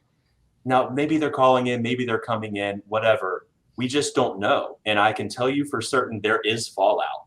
And whether it's 10 ROs a month or 150, it matters for the growth of your business in the future as other things change with the environment. So that's what we're studying, and I'm really, really happy to continue talking about that. Ed, in the time we have left, this huge opportunity, what are some of the ways to address those customers, those guests who are not able to make an appointment online? Make it easy. Make it easy for them to be able to find your service tab. Make it easy for them to be able to set an appointment. Don't ask them a bunch of questions. Do the needs assessment when they arrive, just like we do in the sales department. And when you do that, if you look at your overall web traffic, you'll see how many times people are coming to your website, and you can determine what your traffic flow is going to be in your service drive and on your sales floor. Absolutely. So make it convenient, make it easy. Wow. Get out ahead of it. Brian, I'm going to ask our audience if they want to get out ahead of it. If you, everybody at your dealership, realize that there is an opportunity in that online service scheduler, and you would like to reach out to Brian at Orbi and perhaps be involved in this study and help us define some solutions, because I know we will. Brian, what is the best way for the fixed ops community to reach out to Brian Davis? Oh, please. LinkedIn is a huge place for some exposure and some answers. And we'll be continually posting updates about what happened. So either Orbi or Brian Davis, brian.davis@orbi.com, as you see on the screen. My cell phone number is flashing across. And we are also going to make available our data in the form of a white paper, which Ted, I believe you're going to share so that people can try to absorb some of this and then maybe reach out if there's additional questions. Any way we can help, absolutely here to do it. We're here for the industry and to try to make it better for everybody. It's not rocket science, Ed, but it's cutting edge stuff, regardless, isn't it? Hey, it's very needed. And Brian, thank you for stepping in and making something happen. And absolutely. And thanks for the takeaway, because these guys can get something out of it for sure. Absolutely. I sure hope so. That's what we're here for. Thanks again, Ed, for coming in, and Ted for having us. We greatly appreciate the opportunity. Brian, I'm going to ask if you would come back at the next Fixed Ops Roundtable and maybe take us a step further. We'll bring some folks in from retail, and we'll take this conversation to the next step with some of the things that you're finding, some of the things that they've identified, and maybe some opportunities that our dealers can capitalize on, if that's okay with you. I'm 100% all in. We're ready for it. All right, everybody. Want to thank very much today Ed Roberts from Bozard Ford Lincoln for being with us, and Brian Davis, a new name here at the Fixed Ops Roundtable from orbi.com. Please visit them, check out Brian's website, his email, and I believe that's your cell phone on the screen as well, is it not, Brian? That's it. I won't turn All it right. off till my wife makes me. All right. And check out the white paper, everybody. We're distributing that to you now on behalf of the Roundtable. Ed Roberts and Brian Davis here today at the Fixed Ops Roundtable. Thanks so much. Thank you. What does Orbi do? Orbi centralizes all of a dealership's data into a customer data platform. Anywhere a shopper interacts with your dealership online, Orbi is there. From your website, CRM, service scheduler, trade-in tool, and more. So what can a dealership do with a customer data platform? You'll know exactly where a shopper is in their lifecycle journey, from trading in, buying, or servicing a vehicle. You can group shoppers into marketing segments based on their online activity. You'll be able to automate your marketing and advertising based on those journeys and segments. This all allows you to lower your overall marketing spend and increase your return on ad spend. And finally, a customer data platform can help keep a dealership compliant with data privacy regulations. Orbi. Data everything.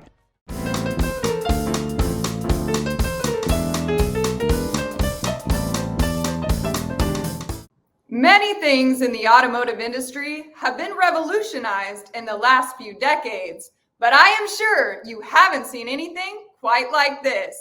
Please welcome Revolution Parts.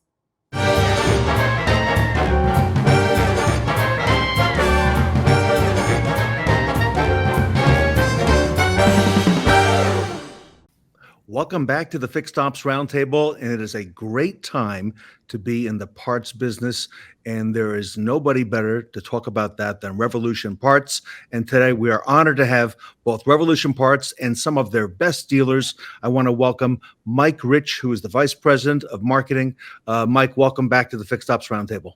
Hey, Ted, thanks for having me. Excited to be here. Excited to have you. And Mike, if you wouldn't mind, introduce the two gentlemen who are on the screen. I know they are both new to me and to the Roundtable, but they're not new to Revolution Parts.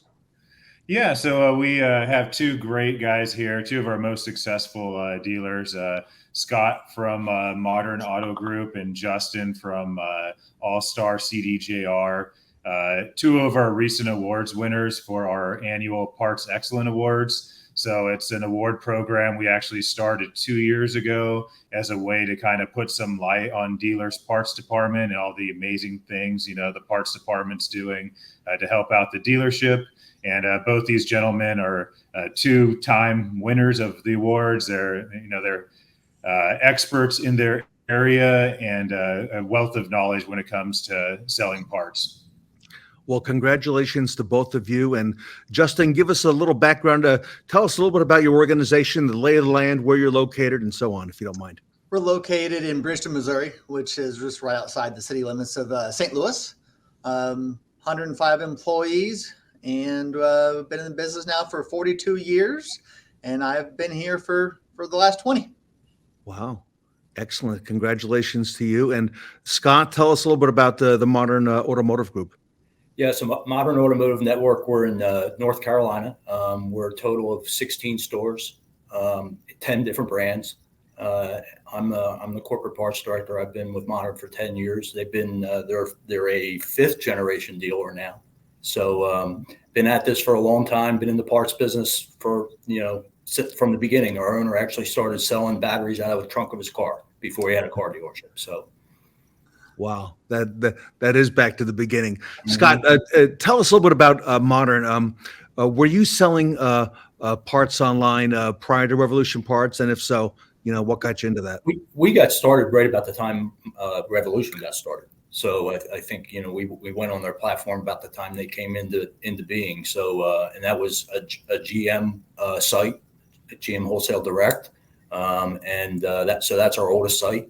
And over time, as we've acquired brands, we've just continued to add into that fold. We have a total of six different sites that the Revolution runs for us.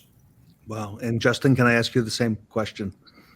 We got on about 5 years ago with Revolution Parts. It was actually an automotive news story that piqued my interest. They did a story about a dealer that was selling parts online, and before that, I never really even thought about it. And so I quickly realized, okay, this is a great opportunity to get into a new selling channel that we hadn't been in before. And that's where I started looking around and quickly found Revolution as the partner to help us get started.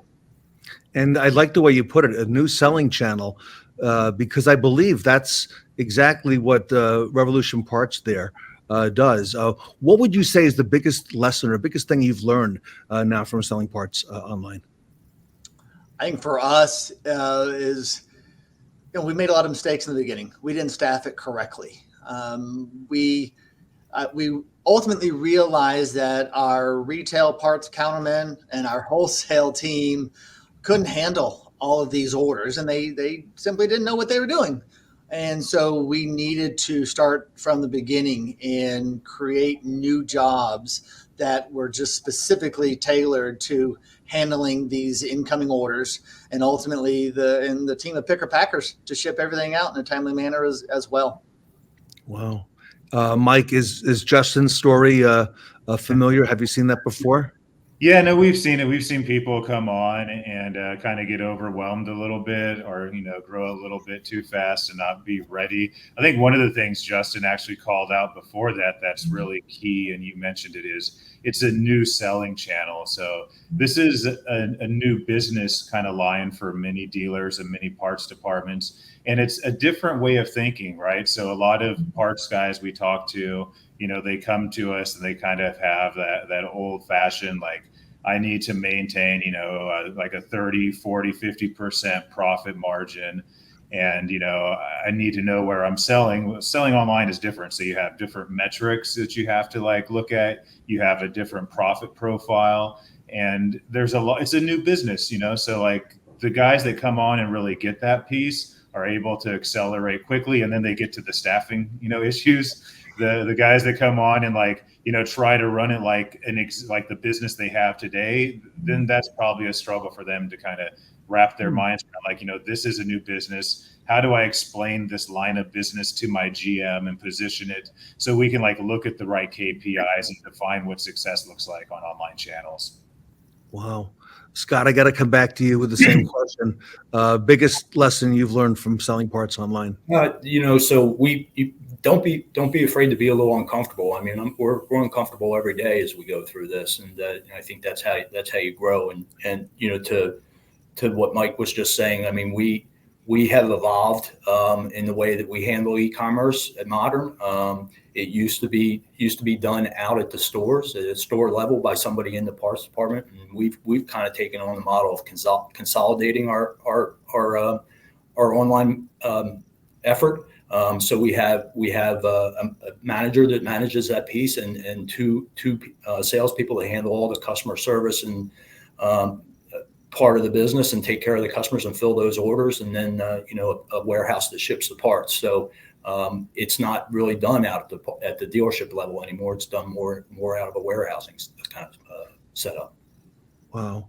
And Mike, would you say that different mindset that we're hearing here, and not be afraid to be uncomfortable? That's probably some of the things that dealers who are looking to get into selling parts online need to be able to incorporate. Yeah, that's true, Ted. Yeah, you have to be a little bit uncomfortable. You have to be willing to, think a little outside the box. We have a lot of dealers that do things a little bit different to make themselves unique. I was talking to a dealer last week, and I found it very interesting. It was a Nissan dealer out in Olympia, Washington, and they had a very unique business model for selling parts online. A lot of our dealers will sell parts by marketing through organic search or doing paid ads. These guys were doing YouTube videos and social. So Instagram and just videos, and very focused on Nissan and specific part types. And they were very successful. And they were also really focused, what I would say is a big important part of selling parts online, and a shift for some dealers is the digital retailing aspect of selling online. So think about it when you buy anything online, you want to be able to see great pictures, multiple angles, you want user-friendly descriptions. And a lot of times that stuff doesn't come from the OEM, great out the box. So you have to, invest time in your digital retailing. It's something Revolution Parts tries to do to help our dealers, is invest in digital retailing. But it's a new function for a lot of dealers. How do I present these parts online, make them look the best? Which parts do I need to, modify the descriptions, the images, and all that type of stuff for? Justin, you mentioned many years at the group there. Justin, what is your background? Was yours a fixed ops background, or did you come up to the sales department? Fixed ops. Okay. This is my father-in-law's dealership that I moved here from Texas to take over my father-in-law's dealership, and started in the body shop, and then went into the service department, and then the parts department, and then finally made my way up front. But most of my time was spent into the back end of the store. And what Mike is saying here about, some of the descriptions, being able to have the visuals and the graphics, what do you have to say about that? Because you're successful with this now. And is that an important part of being able to market this online? It's key. We have a full-time person that all she does every day is take pictures of our parts. We have a photo studio set up for her. And also updating the dimensions, the weights of the boxes, and the descriptions themselves. For a while, we spent a lot of time updating all of our descriptions, and we could see the exact day when Google rescanned our website and the sales took off once Google recognized the work that we had put in, and how our organic traffic skyrocketed after that day. Justin, that is fascinating. That's the first time I've heard this on the Fixed Ops Roundtable with all the discussions we've had. Scott, what about on your side in terms of the marketing and the effort that going into to describe visually these parts online? Yeah, I mean, when you have a catalog and it shows a schematic, that's not very appealing. And if you're trying to market that against somebody that has a customized picture, as Justin was just saying, that customized picture is going to win every single time, and it's going to take the business. Wow. What's interesting too, Ted, a lot of times when you're going against a schematic, or like sometimes the default will be just the brand, like the emblem, like the guy with the cool picture or multiple pictures can even price higher a lot of times and win out over that guy with the schematic. Yep. It really follows the Amazon model, right, Justin? And, I'm thinking back, I'm dating myself, Scott, years ago to the old Sears catalog, but now how visually appealing everything looks online. And, Justin, we're really marketing ourselves in that new era. We are.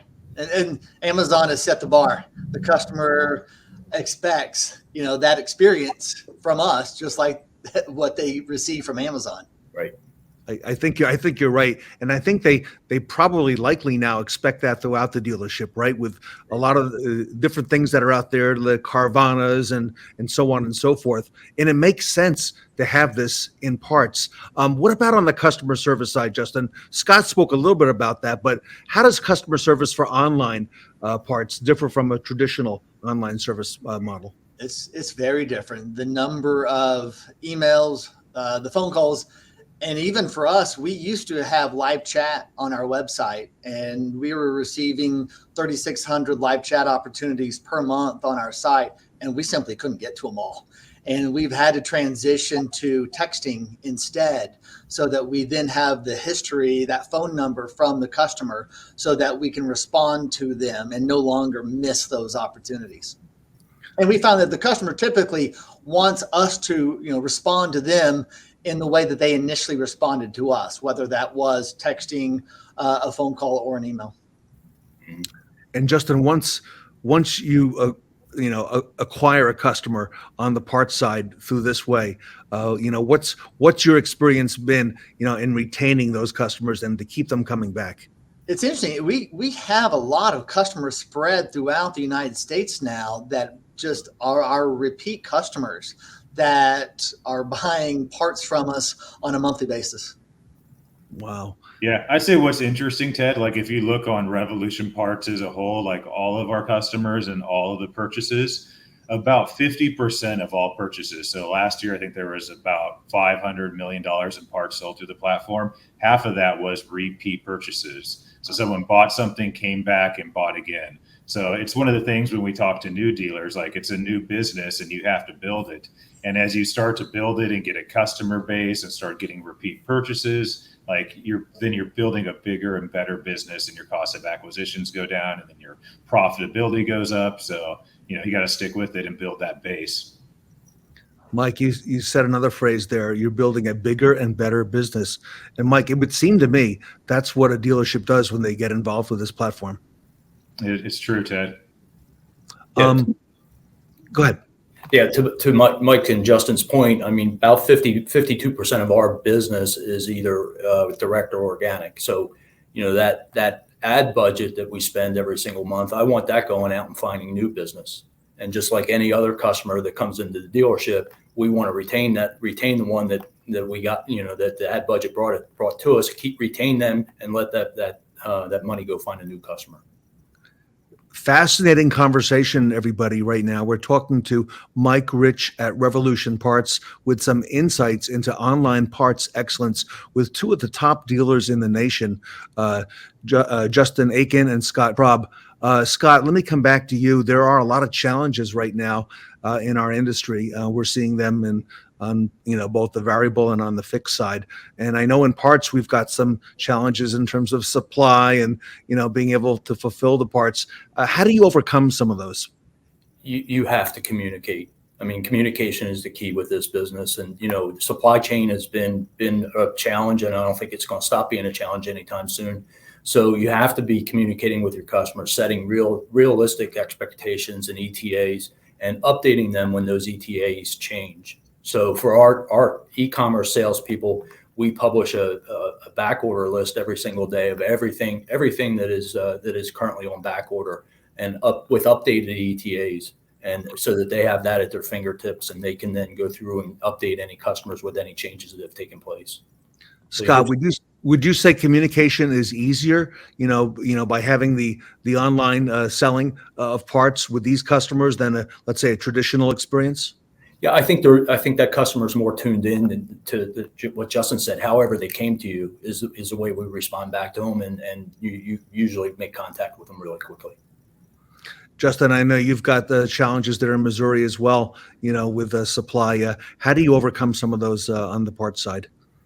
The supply chain issue is, it's getting worse. It hasn't been getting better. And so now when orders come in for us that we can't fulfill, we're going into the back end of Revolution Parts and marking those items as being on back order and putting a date out in the future. So it gets pulled off of our site.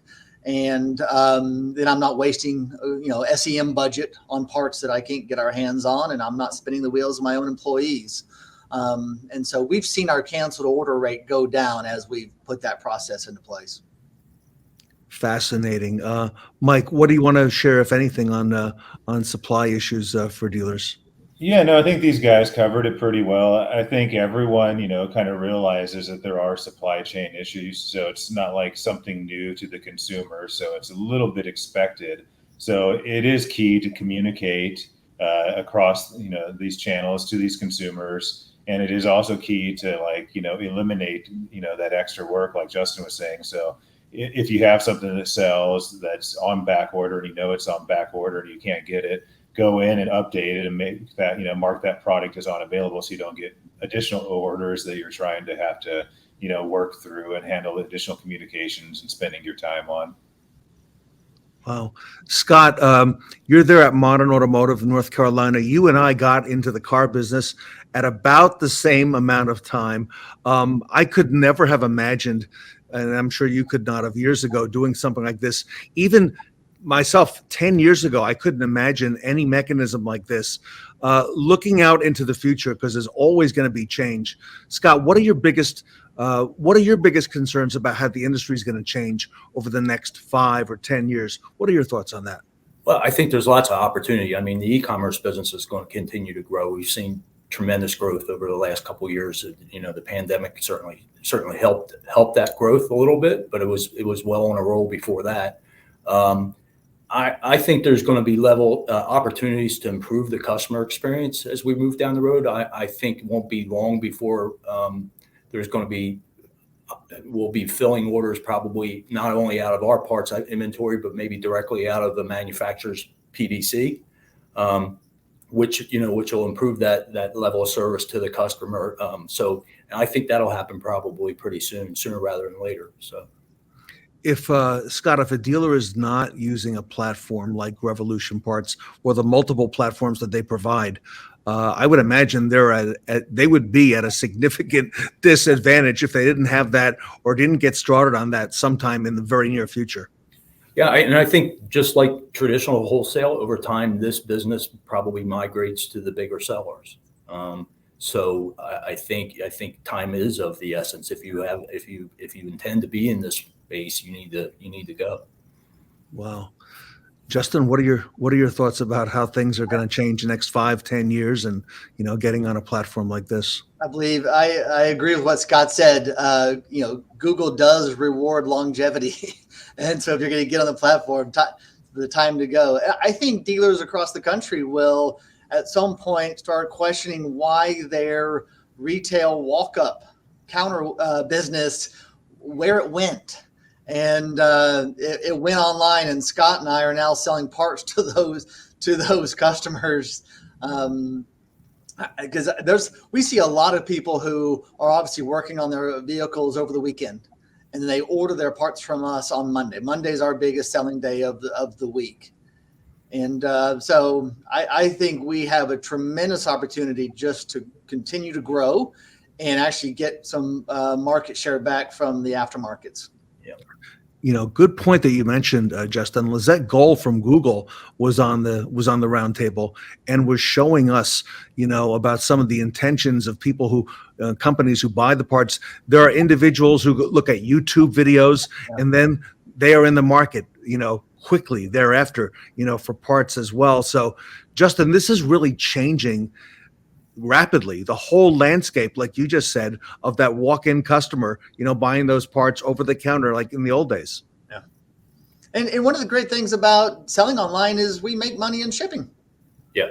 That, on the wholesale side of things, that there's an expense tied to that vehicle and that driver and the insurance and the gas, and shipping is a profit center for us. Another revenue stream. Wow. So, Scott, you couldn't imagine going back and not having, these tools available like you're using today with Revolution Parts, could you? Not at all. Not at all. It's changed the way we do business. Justin mentioned retail counter. I mean, we've watched our retail counter numbers slip, over the last several years, and they continue to go down. I don't feel too bad about it because I know where the business is going. And we're getting a lion's share of it, and we're not limited to the dealership's footprint. We can sell anywhere in North America. Wow, Justin, could you imagine doing business today and now going into 2023 without a platform like this? No, we've been able to hire more people, and it's just brought a lot of growth to our dealership. It's actually really been exciting to take something that didn't used to exist and grow it into what it is today. Mike, I'm excited by listening to these two dealers and the success they're having with parts. Yeah, no, they're doing amazing, and they're calling out a lot of opportunities. Like, we're in a period of like transition and change right now, in dealerships where that walk-up business is starting to erode and people are starting to buy online. And I think just like the way the dealership looks, not just the parts department's changing, right?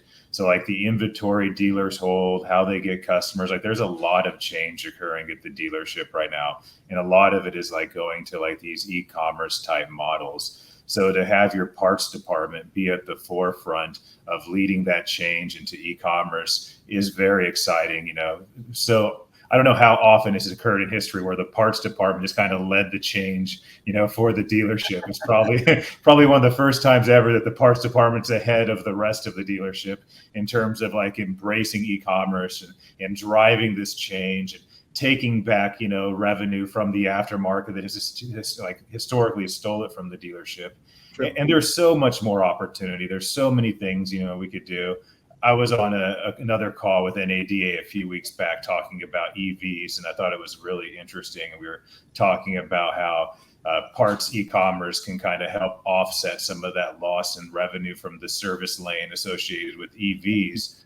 One of the other things I thought was interesting, like that walk-up parts business you're losing, or those oil change customers you're losing. Like if you have a good database of local parts buyers that are buying online from you, that could potentially be a funnel back to the top end of your dealership for people to buy cars. You could look and say, hey, we have all these guys and we know they have cars that are 12 plus years old. These are the parts that they're buying for these cars. These cars are on their last leg. Maybe it's time to take them and roll them into a campaign to try to get them back to the dealership and buying a car. So instead of spending money to buy a lead with your traditional, dealership marketing, you're actually getting a guy coming to you, buying a part, and then they're potentially becoming a lead for you to buy a car as well. So I think that's an area we haven't even touched on.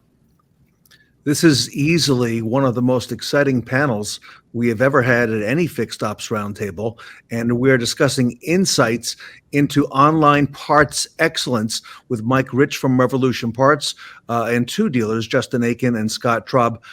Gentlemen, to kind of bring it home today, one last lightning round question, and Justin, I'll come to you first, and then Scott, and then Mike last. What is the number one tip you would give our audience or anybody watching today who is thinking about selling parts online, or just into something you and I discussed in the green room just before we got started, maybe somebody who initially put their toe in the water and got out and is thinking about maybe getting back in? I think for that person that dipped their toe in the water and got out, they probably didn't spend enough in SEM. And that if you want to grow, that's where you need to start until you're able to build up the organic traffic to your website, really. And to me, you got to staff correctly from the get-go and think outside the box. Think differently than the staff that you probably have in your store right now. And bottom line for you there, it's been overall a profitable and worthwhile experience. It has. It's allowed us to grow and hit a lot of our manufacturer objectives that they put out there for us. And they do. Scott, over to you. Yeah, I would say, if you're thinking about getting into the business, I mean, if you're going to go this route, you got to go all in. You can't go halfway. You can't just give it a try. You got to have that mindset that I'm committed to this and I'm going to make it work, and I'm willing to make some mistakes and as I learn and go through it. But I'm all in. Halfway in, you're going to fail. Halfway in, you're going to get frustrated and give up. But if you commit and you go all the way in, you'll be successful. The guys at Revolution will hold your hand. They'll tell you best practices. Listen to them, follow their lead, and it'll work. Yeah, Scott, I guess I could try it without them, but to have that experienced partner in so many of these different ways makes a lot of sense, Scott. Mike, number one tip you would give our audience watching today about somebody thinking about selling parts online? Yeah, I mean, these guys kind of covered it already. At the end of the day, just remember it's a new business. It's, a new channel for you. You're not going to come out the gate in most instances and have instant success. Stay with it, put a plan in place, build up a base of customers and grow with it. And just don't be afraid to take the plunge and to start and get moving down the road to e-commerce. If you don't do it today, 5 other people are going to do it, and eventually, the market's going to consolidate, and you might be left, without a piece of this pie. Wow. Mike, I'm going to ask you how our audience can reach out to you, but Justin and Scott, I know our audience is going to reach out to you as well. So be prepared for some feedback on there and all good stuff. Mike, if our audience wants to find out more about Revolution Parts and how they can get started, what do they do? Yeah, best way is you can email me directly. My email is across the bottom of the ticker, mrich@revolutionparts.com. So I'm pretty responsive. So just email me. I can help you in any way you need to get started, send you over to any of our specialists, answer your questions. And yeah, just reach out if you have any questions. Always here to help. Wow. Love it. Everybody, on behalf of the Fixed Ops community, I want to thank you for your time today. Justin Aiken, welcome. Thank you so much. Great resource. lot of insights today, and thank you for all you do for fixed operations. Appreciate it, Justin. Thank you. Thanks for having me. And Scott Traub, thank you so much as well. I've heard a lot about both of you gentlemen, and Scott, nice to meet you finally in person and to get you here on the roundtable. Thanks for having me. Yeah, great insights and great wisdom. And Mike Rich, thank you on behalf of the Fixed Ops Roundtable for all you do for our industry at Revolution Parts. Cool. Thank you, Ted. Everybody, easily one of the most exciting panels we've had on the roundtable in a long time. The Insights into Online Parts Excellence panel, hosted by Revolution Parts, here today at the Fixed Ops Roundtable. There used to be just one good way to sell parts, but over the years, things changed. Today's shoppers have moved online. They're buying cars, and they want to buy the parts for them online too, on their own terms. If you aren't online, those shoppers won't find you or buy from you. And soon, you won't be in business anymore either. Bring power to the parts department with Revolution Parts. It's a software solution built for you to help you sell more OEM parts and accessories so you can start growing more revenue. Revolution Parts takes care of the hard stuff while coaching you to success. Your local and wholesale customers will love it too. It's time for your parts department to join the digital revolution. Revolution Parts is making it easier for dealers to buy parts from other dealers. Your service drive needs a part today that you don't have in stock, but your neighboring dealer does. With Revolution Parts, all you need to do is log in, find the part, buy the part, and get the part delivered all in a matter of hours. Neighboring dealers can use Revolution Parts to order the parts that they need from you and arrange their own on-demand delivery. Repair shops need factory parts fast too. They know dealer parts are better, but they end up going with aftermarket because they're easier to find and faster to get. Win that business back by making it easier to buy from you instead. When they log in to Revolution Parts, they can find the part, buy the part, and get the part on demand. The shop can arrange for a driver to pick up the part and deliver it directly to them, all in as little as an hour. It's a win-win-win. Happy driver, happy repair shop, happy dealership that's selling more parts. There's one more piece that ties it all together. We call it local delivery. Not only will neighboring dealerships and local repair shops be able to order from you and request on-demand local deliveries that arrive in a matter of hours, you'll be able to arrange reliable, trackable, and affordable deliveries on demand to get any parts order to any customer in the nick of time. With local delivery, you'll be able to order that part a ride, just like you'd order a ride to the airport. Revolution Parts Local Delivery. Get the part there faster, win more wholesale business, sell more parts. It used to be that finding the right talent for your car dealership could get a little hairy. Maybe you were just looking in the wrong places. But now that's all changed. At Automax Recruiting and Training, we've helped recruit, screen, and place over 180,000 retail automotive professionals in every department. Along with our robust in-person training programs, with Automax, you'll be pushing the hire button in no time. Automax Recruiting and Training. Any other retail automotive talent search is positively primitive.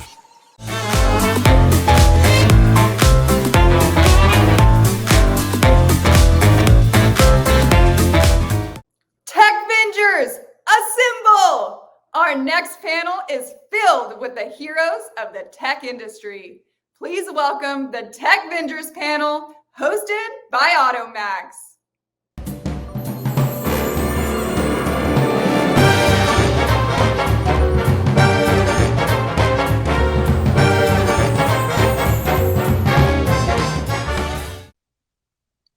Welcome back to the Fixed Ops Roundtable, the Roaring Twenties, and it is the highlight of nearly every event that we welcome back Joe Lockard and Automax Training and Recruiting. This is the Future of Technician Recruiting panel, and Joe, it is great to see you again.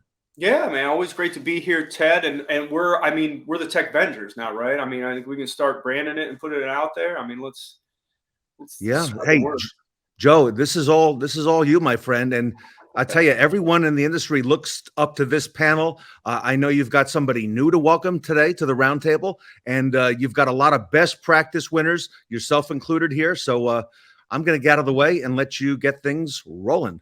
Awesome. Thanks, Ted. I appreciate it. And yeah, we do. We have a lot to get to.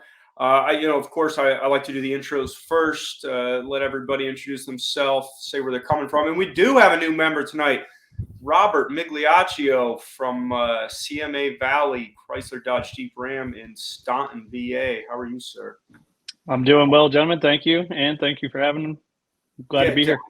How'd I do with Staunton? Everybody, I was worried about the last name, and then I realized we've done some campaigns in Staunton, and am I close? What do you think? It comes in as Stanton. That's what we're Everyone says Stan locally? Yeah. Interesting, man. Interesting. Well, I have good company down there at CMA with Liza Borges and Scott Simons, among others, and you guys are always doing impressive stuff. So it's an honor to have you, sir. Yeah, pleasure to be here. Awesome. Tully Williams with us as always, Fixed Ops Director at the NELO. Thank you so much. It's great to see everybody on the panel. Looking forward to getting some good stuff. Yeah, looking sharp down there. I feel bad. I really dropped the ball on the bow tie, Shawn. I apologize, everybody. Apologies in advance for no bow tie. Next, thanks for joining us, Tully. Ann Lister, Ann Service Manager with the Williams Auto Group in beautiful Western New York. How are you, Ann? I'm great. Thanks for having me. Good to see everybody. We talk weather every time, so I'm checking in. Did it start snowing yet in New York? Next week. Next week. All right. Well, thanks. Enjoy the end of summer while you still can. Thanks for joining us as always. And Marco Zwanenberg, look at you, man. You are looking sharp tonight. Marco Zwanen. Marco is our resident technician expert, 20 plus years experience. He's down with Naples Luxury Imports in Naples, Florida. How are you? I'm doing great, sir. Glad to be on board again and good to see everybody and excited about this panel. And let's kick it, guys and girls. Yes, man. Always a pleasure having you. Thanks, Marco. Next, Michael Weldon. Michael, you are the Fixed Ops Director for the Hansel Auto Group. How are things in your world on the West Coast, my friend? It's warm and sunny out here in sunny California. And by the way, I took my hat off because I'm taking my hair for a walk. Oh. Can we see it? Do you have it with you? Oh, my hat? No, you don't want to see my hat. It's a baseball hat, and unfortunately, the shirt is not performing quite well. But nonetheless, no, I really appreciate being involved with this group. It's very exciting, and learn a lot from each and every one of you. You bet, man. It's been a lot of fun. I never knew where this would go when we started, and we've gotten to know each other, got some good traction. I appreciate you joining as always. Robert Stage, you are next. Robert is the CEO and lead diag tech for Stage 1 Mobile Diagnostics in my favorite place in the world, Columbus, Ohio. How are you, sir? Very good, Joe. Thanks for having me back. Appreciate everybody being able to make it out this evening, and it's going to be a great panel. Yeah, I'm excited. We've got a good topic tonight, and thanks for always for joining us, Robert. Absolutely. Last but certainly not least, my good friend Shawn Kingery. Shawn is Director of Fixed Operations for Step 1 Automotive in the Panhandle of Florida in Fort Walton Beach. How are you tonight, sir? I'm great, Joe. Thank you for having me. And I want to tell you, Joe, not only am I disappointed you don't have a bow tie, and you're not off the hook either, girl. There's no bow tie there either. You're not off the hook either. No. But Joe, thank you, and thanks for Ted. I know Ted jumped off, but guys, there's definitely no secrets that this panel definitely gets me the most feedback. I get texts, I get emails, and Marco and I and Tully all have relationships offline as well. And guys, this panel by far is definitely one of my favorites and one of the best that I'm part of. Yeah, this doesn't even work. This is fun for me, man. I enjoy it, guys. It's a good time. So let me jump in here. Yeah, a little different tonight. Everything we've done, I think 4 of these. I think this is our 5th. And I want to change it up a little bit. We, as an industry, for better or worse, tend to be pretty reactive. And no judgment there. I mean, heck, that's why Automex has been around for 25 years. When crap hits the fan and you hit a certain pain tolerance or pain point, you need an immediate fix. Immediate fixes are great, but I think any great leader knows that while you're juggling that on one side and taking care of the problems of the present, you have to not have an eye towards the future and know what's coming and what's on the horizon. So I wanted to get a little more into that of some, potential issues or are things that we need to be looking towards both at a micro level and at a macro level. So first, I want to kind of start at the individual store level. I mentioned it just a second ago that, we exist as a recruiting company for kind of plug and play needs. We need an A-level tech. We need an OEM tech. And of course, there's a need there. And of course, they provide a lot of value. The problem is the labor market's, a little lean, to say the least, right now. It's not going to get much better. It's probably going to get worse in about 5-10 years. So we need to be looking at the back half of that pipeline and what we're doing to attract and develop entry-level technicians. So I want to start there. And Marco, I want to kick it over to you first. We were talking about a week ago that you guys have had a lot of success with service clinics, and I found that intriguing. And I felt there was, a good traction there to kind of build yourself in the community, build some brand, get some recognition, and attract those types of candidates. Can you expand a little bit on the success you guys have had using those? Oh, absolutely. It'd be my pleasure. First off, let me start with this. Has any of you ever went to a Navy Fleet Day or Fleet Week? For those who have, you get excited about it. Do you know that recruitment jumps by 37% within 3 weeks after the military, whatever branch it is, puts on an event? Wow. Why is this? Because they lift the veil. Let's face it, most people see the dealership, especially fixed operations, as just a smoke screen. There may be a window staring into the shop, but that's it. People don't understand. People don't know. There is a big communication issue, not necessarily by the people in the dealership, but people just don't understand. When you put on a service clinic and you can put aside that you're going to make this a profitable sales event, it's not that. You invite people into our world, our daily operations and fixed operations, which starts as lifting a car safely. You know how many customers have never seen their car from the bottom and what an eye-opener that is? If you just take them literally by the hand and guide them to the process, you hook up the computer to it, you do just a quick scan and you show them how many control units are in this car and how they all interact.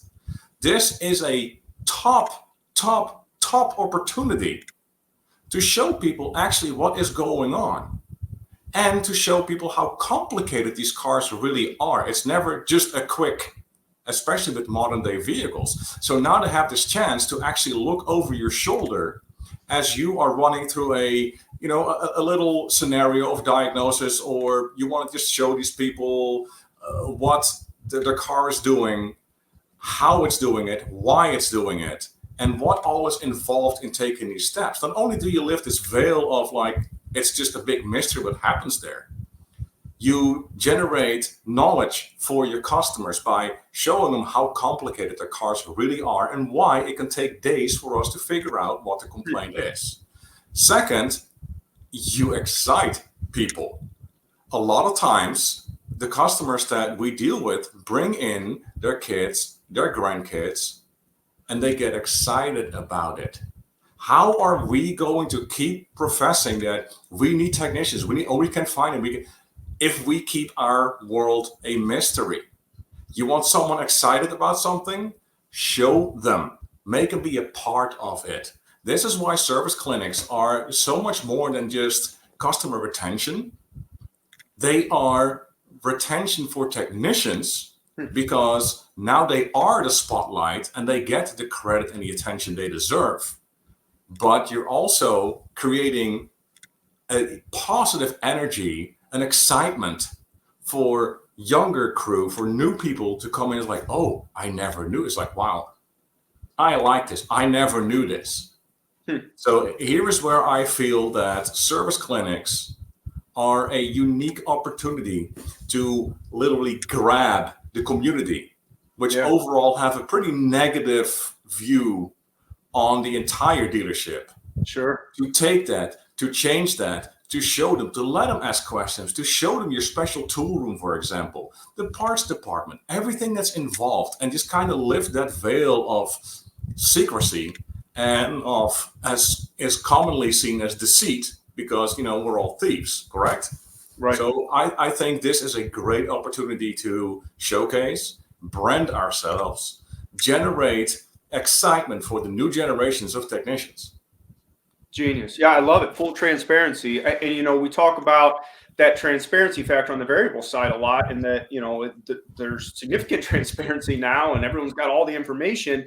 But like you said, there's still that kind of level of distrust within the fixed ops world, within service departments. And when you do, like you said, lift that veil a little bit, it's only going to help the reputation within the community. And that stuff matters significantly. And it really matters for someone who's picking a career and deciding where they're going to go. And now you add that next layer to it of, hey, where was the first place I was when I got really excited about becoming an automotive technician? And now you're attaching a feeling to it. And if this is the career they're going to choose, where do you think they're going to go first? Where do you think their first stop's going to be? It's going to be at your dealership. Love it. Correct. Awesome, man. Awesome. Robert, I want to kick it over to you. And I know this isn't really picking on you, but I'm sorry, Robert Stage. We got two Roberts now. It's going to be rough. It's rough. It's very rough. Robert S. and Robert M. So Robert Stage, I always single you out because of your unique business model. And, you know, I'm sitting here thinking as Marco's talking, and, you know, you can follow up on what Marco said as well, but I'm really intrigued with the mobile shop model. And I think that's a big part of the future of the industry. Being able to take your service to the customer, I think, is just a huge advantage. You know, have you seen that? And again, I don't know within your model if you do a lot of, hey, I need some apprentices, or if you get guys through the pipeline and work them through, or if you need a certain level of competence from day one. But is that something that you've used to your advantage when you're looking at that level of candidate? Certainly is, Joe. To be able to go out and speak to clients and, you know, be right there with them, like Marco was talking about, kind of letting them look over your shoulder. And while you're, you know, scanning the vehicle or you're programming a vehicle, they get a real big insight into what you're actually facing with their vehicle. Sure. It brings it right down, you know, to the ground with them. It takes it, you know, the rubber hits the road right there. And it's really interesting to watch them actually come back at you, you know, 20 minutes later and say, I had no idea that it was going to be that difficult. A short aside, just a short anecdote. I was picking up parts at a supplier day, and you were talking about technician shortage and whatnot. I overheard a guy talking to one of the managers of the store. He was trying to get a service appointment here in Columbus in the local market at a Chevrolet dealership that just was overtaken 3 months ago by a new ownership, large place that owns it. And they told him on the phone, we're going to be 30 days out before we can do an oil change on an Equinox. So I caught him in the parking lot, and I said I couldn't help but, you know, notice that the conversation, and this is something that, you know, we talk about quite often, is days to service, you know, days of service with a loaner, all these different things, you know, in the fixed ops side. And he verified it with me. He said, yeah, he says, I've been servicing there for 4 years. And he says, I leased the vehicle from that dealer. And he said, they told me on the phone that it was literally going to be 30 days before they could do an oil change. Their reasoning was they didn't have enough oil change technicians. Wow. So if it's that bad just with oil change technicians, right, how bad is it going to be with your C level, B level, A level techs down the road, and especially your superstars? No one's cultivating them. People have to cultivate them. And just to go back to growing your own, one of the first things I did when I was a service director at Germain and, you know, Jaguar and Land Rover was I literally went and reached out to the local colleges, the Tolles Technical Center that was closest to me, asked if I could be on their board, you know, their advisors, that type of thing. And they put me on their board. But you have to be able to go into the colleges, into the tech schools, and show people why they should come and work at your brand. Right.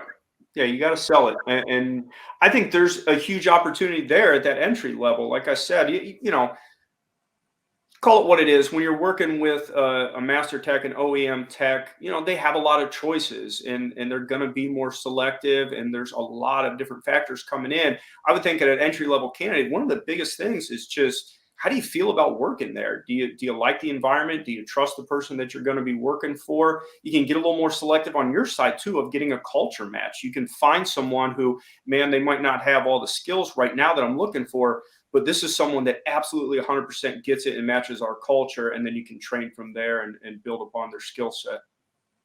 Very true. I recruited a fellow one time out of a heavy truck. So he was going to be working on exotic cars, and he Right. was extremely excited to come. He's a very talented individual. He had tons of training on the diesel side, working on Cummins and working on semis. But, to come in and to be able to transition and want to work on Ferraris and Maseratis, Lamborghinis, he was an excellent technician. And I think that's something that people overlook is we shouldn't go out into these other industries that are stealing people out of our industry. We should be going back into the aerospace and back into all the welding industries and that type of thing, where these people that could fix vehicles, maybe that's just not what they're doing right now, but that could be in their future. I think Sure. we missed that. Sure. Okay. Thanks, Robert. Appreciate it. Robert Migliaccio, I want to come to you, being one of the new members here. I want to get your take on this. And, I mentioned it during the intro there. CMA, just, an awesome reputation in the industry. And I'd love to hear kind of what you guys do to, as Robert put it, grow your own. What are some of the grassroots things that you have done, but not just to grow them, but to develop them? Yeah, absolutely. So we do a big push from our recruiting aspect. We have a corporate recruiter who goes out, hits the local colleges, high school levels, getting engaged with the staff there and growing the relationship for us. Also allowing us to then go in and moderate. I'm actually on one of the boards for one of the local colleges to keep ourselves involved and right up close with the teachers and working with the students. From within, we do an apprentice program that we work out to grow our own. So we bring kids in, we get them set up with our master techs. We have them working with them directly, so that way they are learning and figuring out how to use the operations within our dealership and be a Carter Myers kind of employee as well.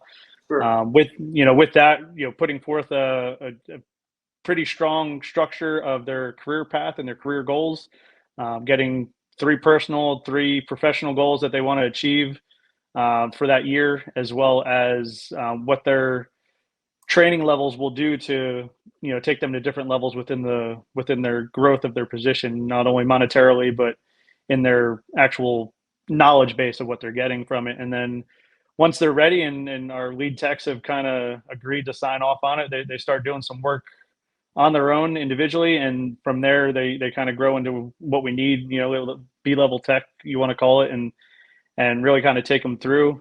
Even in our express world, when we bring guys into our express side, they're worked and mentored with one of our lead technicians within that side as well, so that way they understand the process and what we're doing and how we're going to grow and how they can transition from express into the main shop, into our fleet business area and work in the back section with our fleet business. Nice. And ultimately just kind of keeping the ball rolling and keeping them excited. We do very similar. We have a career day where we bring the students in, let them kind of map out and see the whole aspect of fixed ops, not just the service side, but parts as well.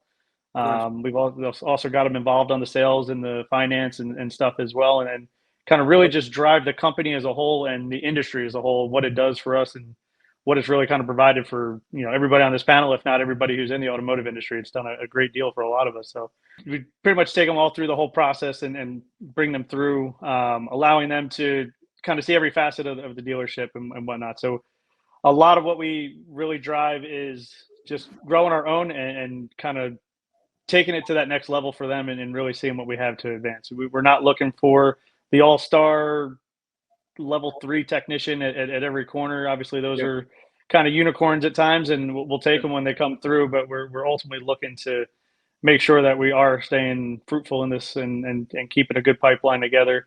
Sure. We also actually, one thing that we've started doing is, even with candidates that don't have automotive background, we're bringing them in the shop for a kind of a shadow day where they sit with the technicians. They kind of actually get to talk to them without me being around, kind of wander around the shop and work in different little groups with them. And then we sit down and kind of collaborate afterwards, talk about what's going on. And then I meet with the staff and kind of get their feel for them as well, to make sure it is a good fit and it's what they want to do. Because ultimately we want to make sure that they have some longevity with us as well. We don't want to see a higher, turn and burn kind of thing. Definitely. Yeah. And I mean, we can close it down now. You just hit every single one of them. So you just talked about, you checked every single box there. No, you brought up a ton of good points. I want to focus on one, the apprentice program. Absolutely. I'm just a huge fan of the apprentice program. I think it's underutilized at times, and Obviously, I hear a lot of clients and former clients say, well, I don't have the guys that want to do that. They just want to turn the wrenches. They want to get their hours and they want to get out. And yeah, but that speaks to a larger problem. If your top guys aren't even willing to assist, we got a whole other set of problems on our hands. So yeah, it starts at the top and having the right people and rewarding them. You pay them for their time as well, and spending time with the entry level guys, and it should just never end. It just keeps perpetuating itself. Absolutely. Awesome, man. I appreciate you sharing. Tully, I'm going to turn it over to you. That was way too long for you to not talk, so I gotta send it your way. Well, thank you. I mean, a lot of it Robert said spot on. So if your shop is full of A/B techs, you have a serious problem coming up. I think that you need to look at a shop and say, how is my shop set up for the future? And that includes having hourly technicians part of that mix. And when we go out and encourage them, because the A techs are not going to knock on your door and say, I want to get hired by you, pay me $4 million. It doesn't happen. It does not happen. The goal is how do you do your homegrown technicians, which are your best employees? So we start at colleges and also at OEM schools. For instance, Porsche, BMW, Volvos have classes that are set up, and we will sponsor and pay for them to go. And when they come out, they're still an apprentice, but they've got a taste of that OEM brand, which makes them really excited.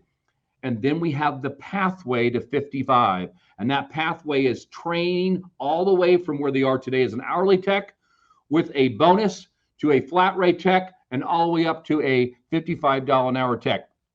We like to do reviews on those technicians every 3 months with all of our technicians, but those are the most important as we help develop that person. Because worst thing you can ever have is a tech come in, he's a quiet guy, and then like 4 years later, where's that guy? Because he already's gone. We want to make sure we don't lose anybody, because it's hard. It's hard field to get people to come in and try it out. Yeah. But when they try it out, they can find out they can make a couple $100,000 a year. It's a great industry. And here's God bless America for every one of these guys. And as they bring people in. So my words of encouragement is your shop loaded for the future? Do you have a plan in place from the apprenticeship all the way to the top dog? Is that in writing so when anybody comes in, they can show it to you? And last but certainly not least, is the culture in your shop a happy culture? The worst thing you can ever do is hire a tech. He walks out the shop, you got a bunch of prima donnas. Guy's not going to last. Right. You got to have a shop. Are you grilling every day? Is the smoker on? Is the pizza oven hot? That is a great culture in a shop. Yeah, you hit on something that I want to talk about. You mentioned the quiet guy, right? And you lost him. We say this all the time with sales recruiting, but it's true at the entry-level tech position as well. He might hang out for a month or two. You lost him on the first day. And I swear we're going to do one of these panels is going to be just onboarding. And I know it sounds silly and it sounds tedious. It's so important. That first day and that first week are massive, where again, they may go through the motions for a month or two, but he's checked out. He or she knew first day, first week, I'm not staying here. I can't stand these guys.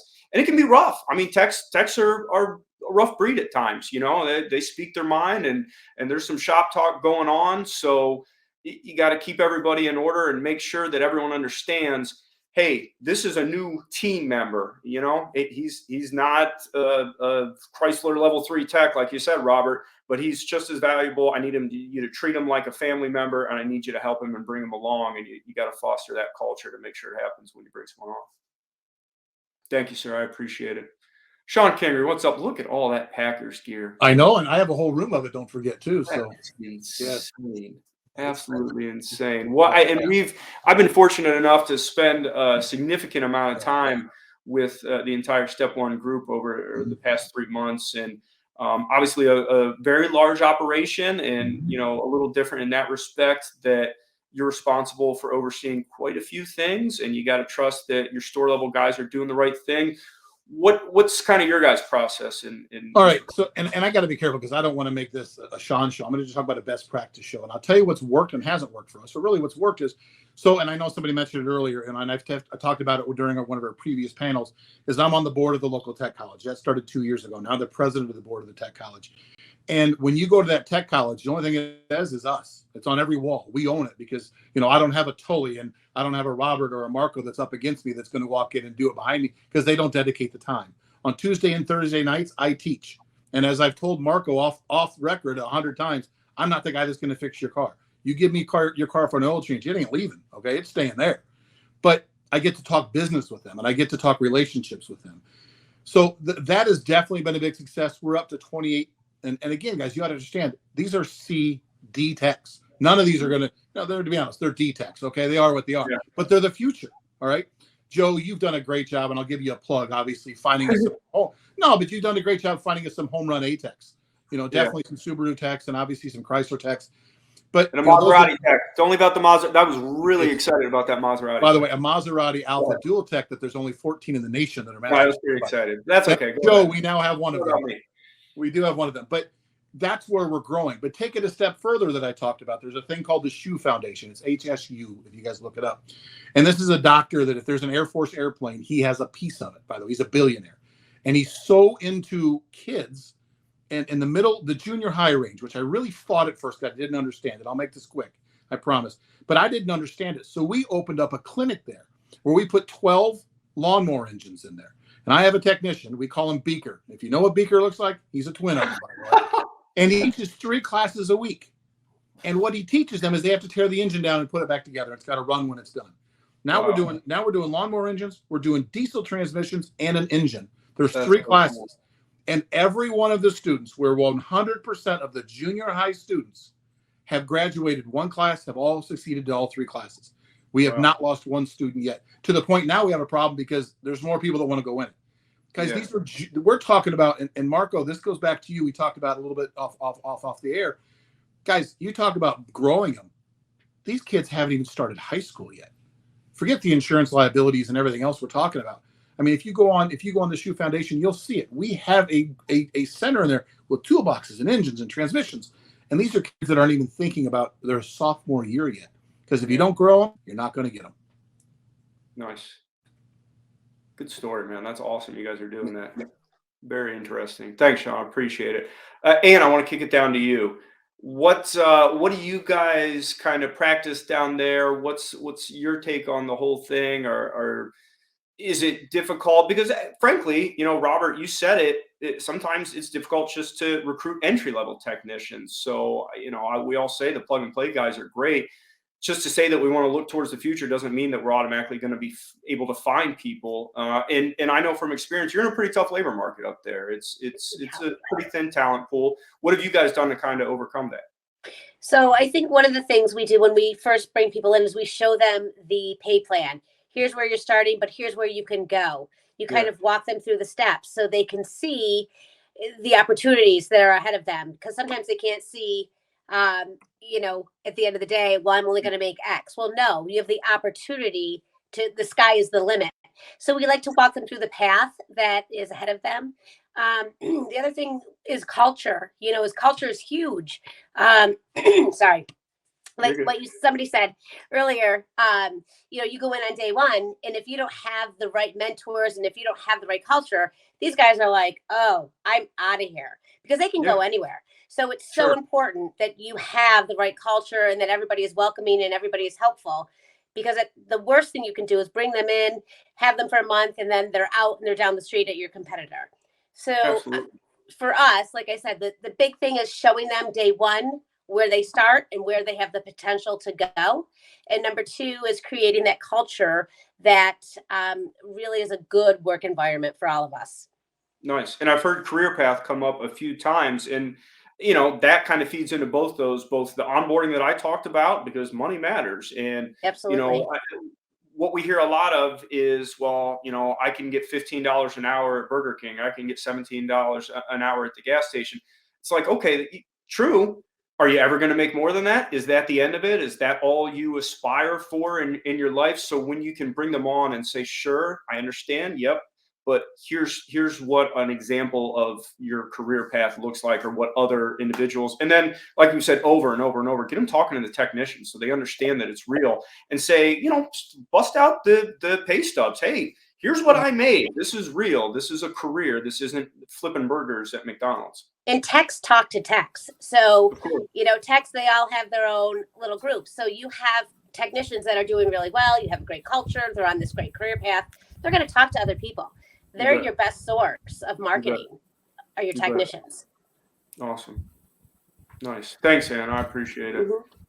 And Mike, just a quick note there on what you said there, Joe. Sorry to jump in, guys, but go. Making you $13, $15 an hour and that's it.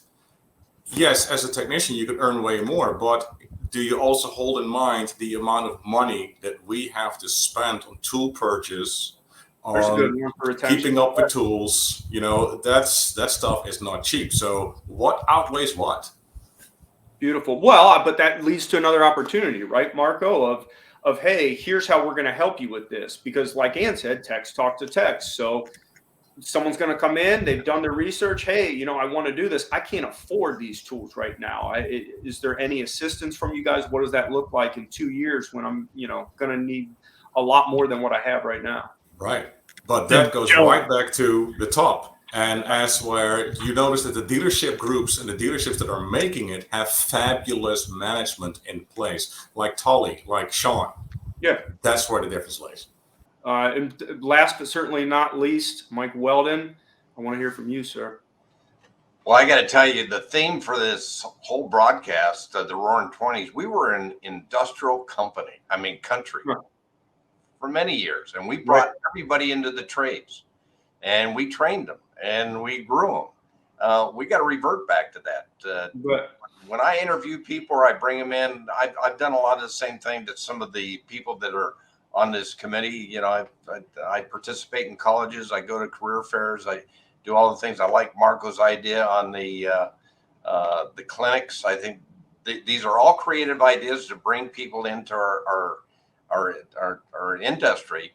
But when I interview people, I interview people to tell them about our business. I don't tell them about the job any longer.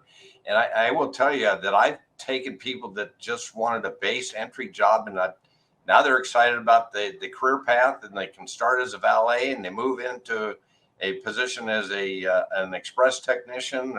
I had a young lady that came in just a week ago that was applying for an administrative job. She's now changing oil. Wow. My preference is I'd rather change oil. Wow. My boyfriend is a mechanic at an independent, and I said, well, I'll give you that chance. If you want that opportunity, I'll give you that. I'll give anybody the chance. And that's where I think we have to change our mindset, because finding those A and B techs, and then to Tully's point, if your average technician's age is 52 to 53 years age, you're in deep trouble. Yeah, it's going to be ugly. Got to start bringing people up that are a younger generation as these technicians cycle out. And as the industry changes, we haven't talked about EV, but that's going to expand our business, and it's going to give us even more opportunities. And we need to start now. I just think it's an exciting time in the industry for us if we get excited about it. Right. And, I real quick want to mention something, because schools keep coming up in colleges and in high schools, because you can only do so much at the dealership level, right? I mean, you can't even see them first if nobody at all is excited about it, and we're not making it an appealing industry. What are you guys seeing from the trade schools? Is there still value there? Is it, hey, forget everything you learned and we're starting fresh here? Is there still value with learning a trade at a trade school before jumping into this career? I'll take that real quick if you don't mind, Joe. I can tell you that the trade school that I'm involved in, and this is not the Shawn show again, but the trade school I'm involved in, the curriculum today is not the curriculum they were teaching 2 years ago. They were teaching carburetors 2 years ago. Okay, guys, we're not doing carburetors. I want them to tear a transmission down, maybe to show them how a transmission works. They don't need to know how to rebuild it, because once again, by the time they get to the point they're going to do it, the transmissions are going to be done and changed anyway. Sure. You have to be intimately involved in the trade school and what they're teaching, or it doesn't work, because otherwise they're teaching stuff. How many times a kid graduates from trade school that's never changed oil? Or back to what Mark and I have talked about 100 times. I bring a technician with me to the trade school at least 3 or 4 times throughout the year. They don't teach flat rate. These guys have no clue how they're going to get. Never heard of it. Wow. They've never heard of it. You Wow. have to teach that from the get-go. You have to be part of the trade school, which is Right. why I teach 2 nights a week, to be very honest with you. It's And- not and about it's- fixing cars. Right. And I know we got to wrap up here, but Yeah. and these could go on for 3 hours, but that's kind of what we've talked about before, that it's really more of a collaborative effort. And we talked about the OEM part of it when we talked about pay plans. You could talk about trade schools. I mean, it's a complicated puzzle. We can do as much as we can on our side, but there's certainly other factors involved here. You know, one thing on that, what Shawn said is spot on. When I go speak at trade schools, I don't talk about education. I talk about the future at a dealership and how they get paid. There you go. And they're like, oh, and how if brake job takes you this, you get paid this. If you make a mistake, it costs you. They need to know that. Yeah. And then you can get excited about, I have them get their calculators out or their phones out. Okay, 13 times 40 is, 55 times 80 is. Can you imagine making that, my good friends? That's gets me excited. I didn't talk about education.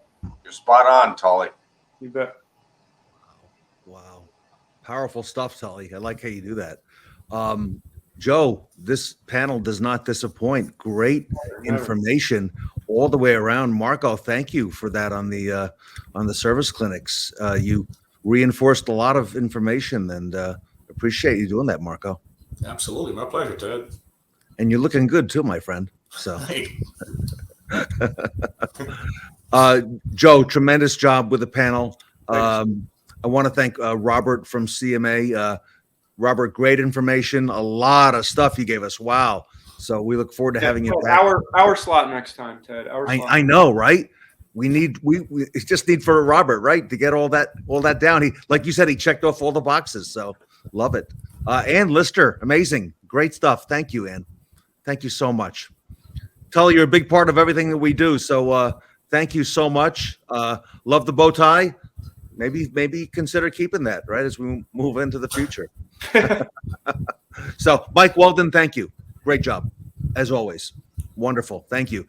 Robert Stage, a lot of great information, and you tie mobile into a big part of it. So congratulations to you, and keep up the great work, Robert. A lot of people have reached out to me and, talked to me about you, and, you're on the right track with this thing. So love it. I appreciate you having me back on the panel, Ted.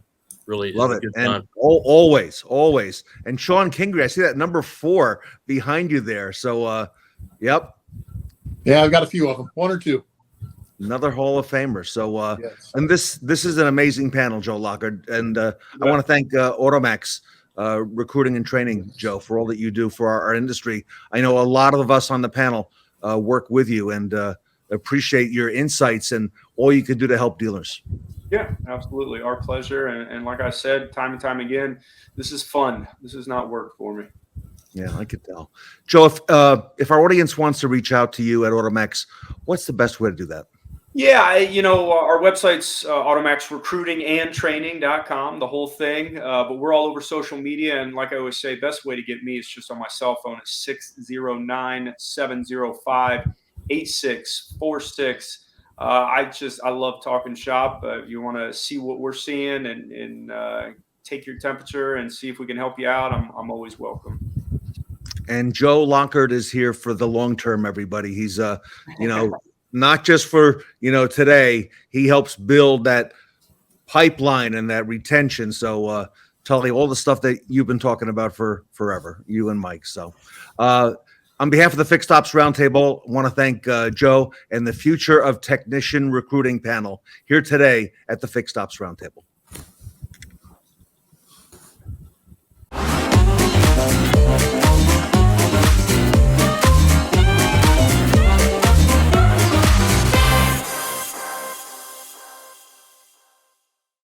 What an incredible 3 days this has been. Thank you all for taking part in the Roaring 20s. We know you're all looking forward to seeing who won the Best Practice Awards, but you'll have to wait a little longer because we're announcing the Best Practice Awards live on Monday night during the Fixed Ops Roundtable After Dark show. And stay tuned for our next event. Trust me, You won't want to miss what we will unmask during the next Fixed Ops Roundtable Dare to Dream on November 15th, 16th, and 17th. We'll see you there.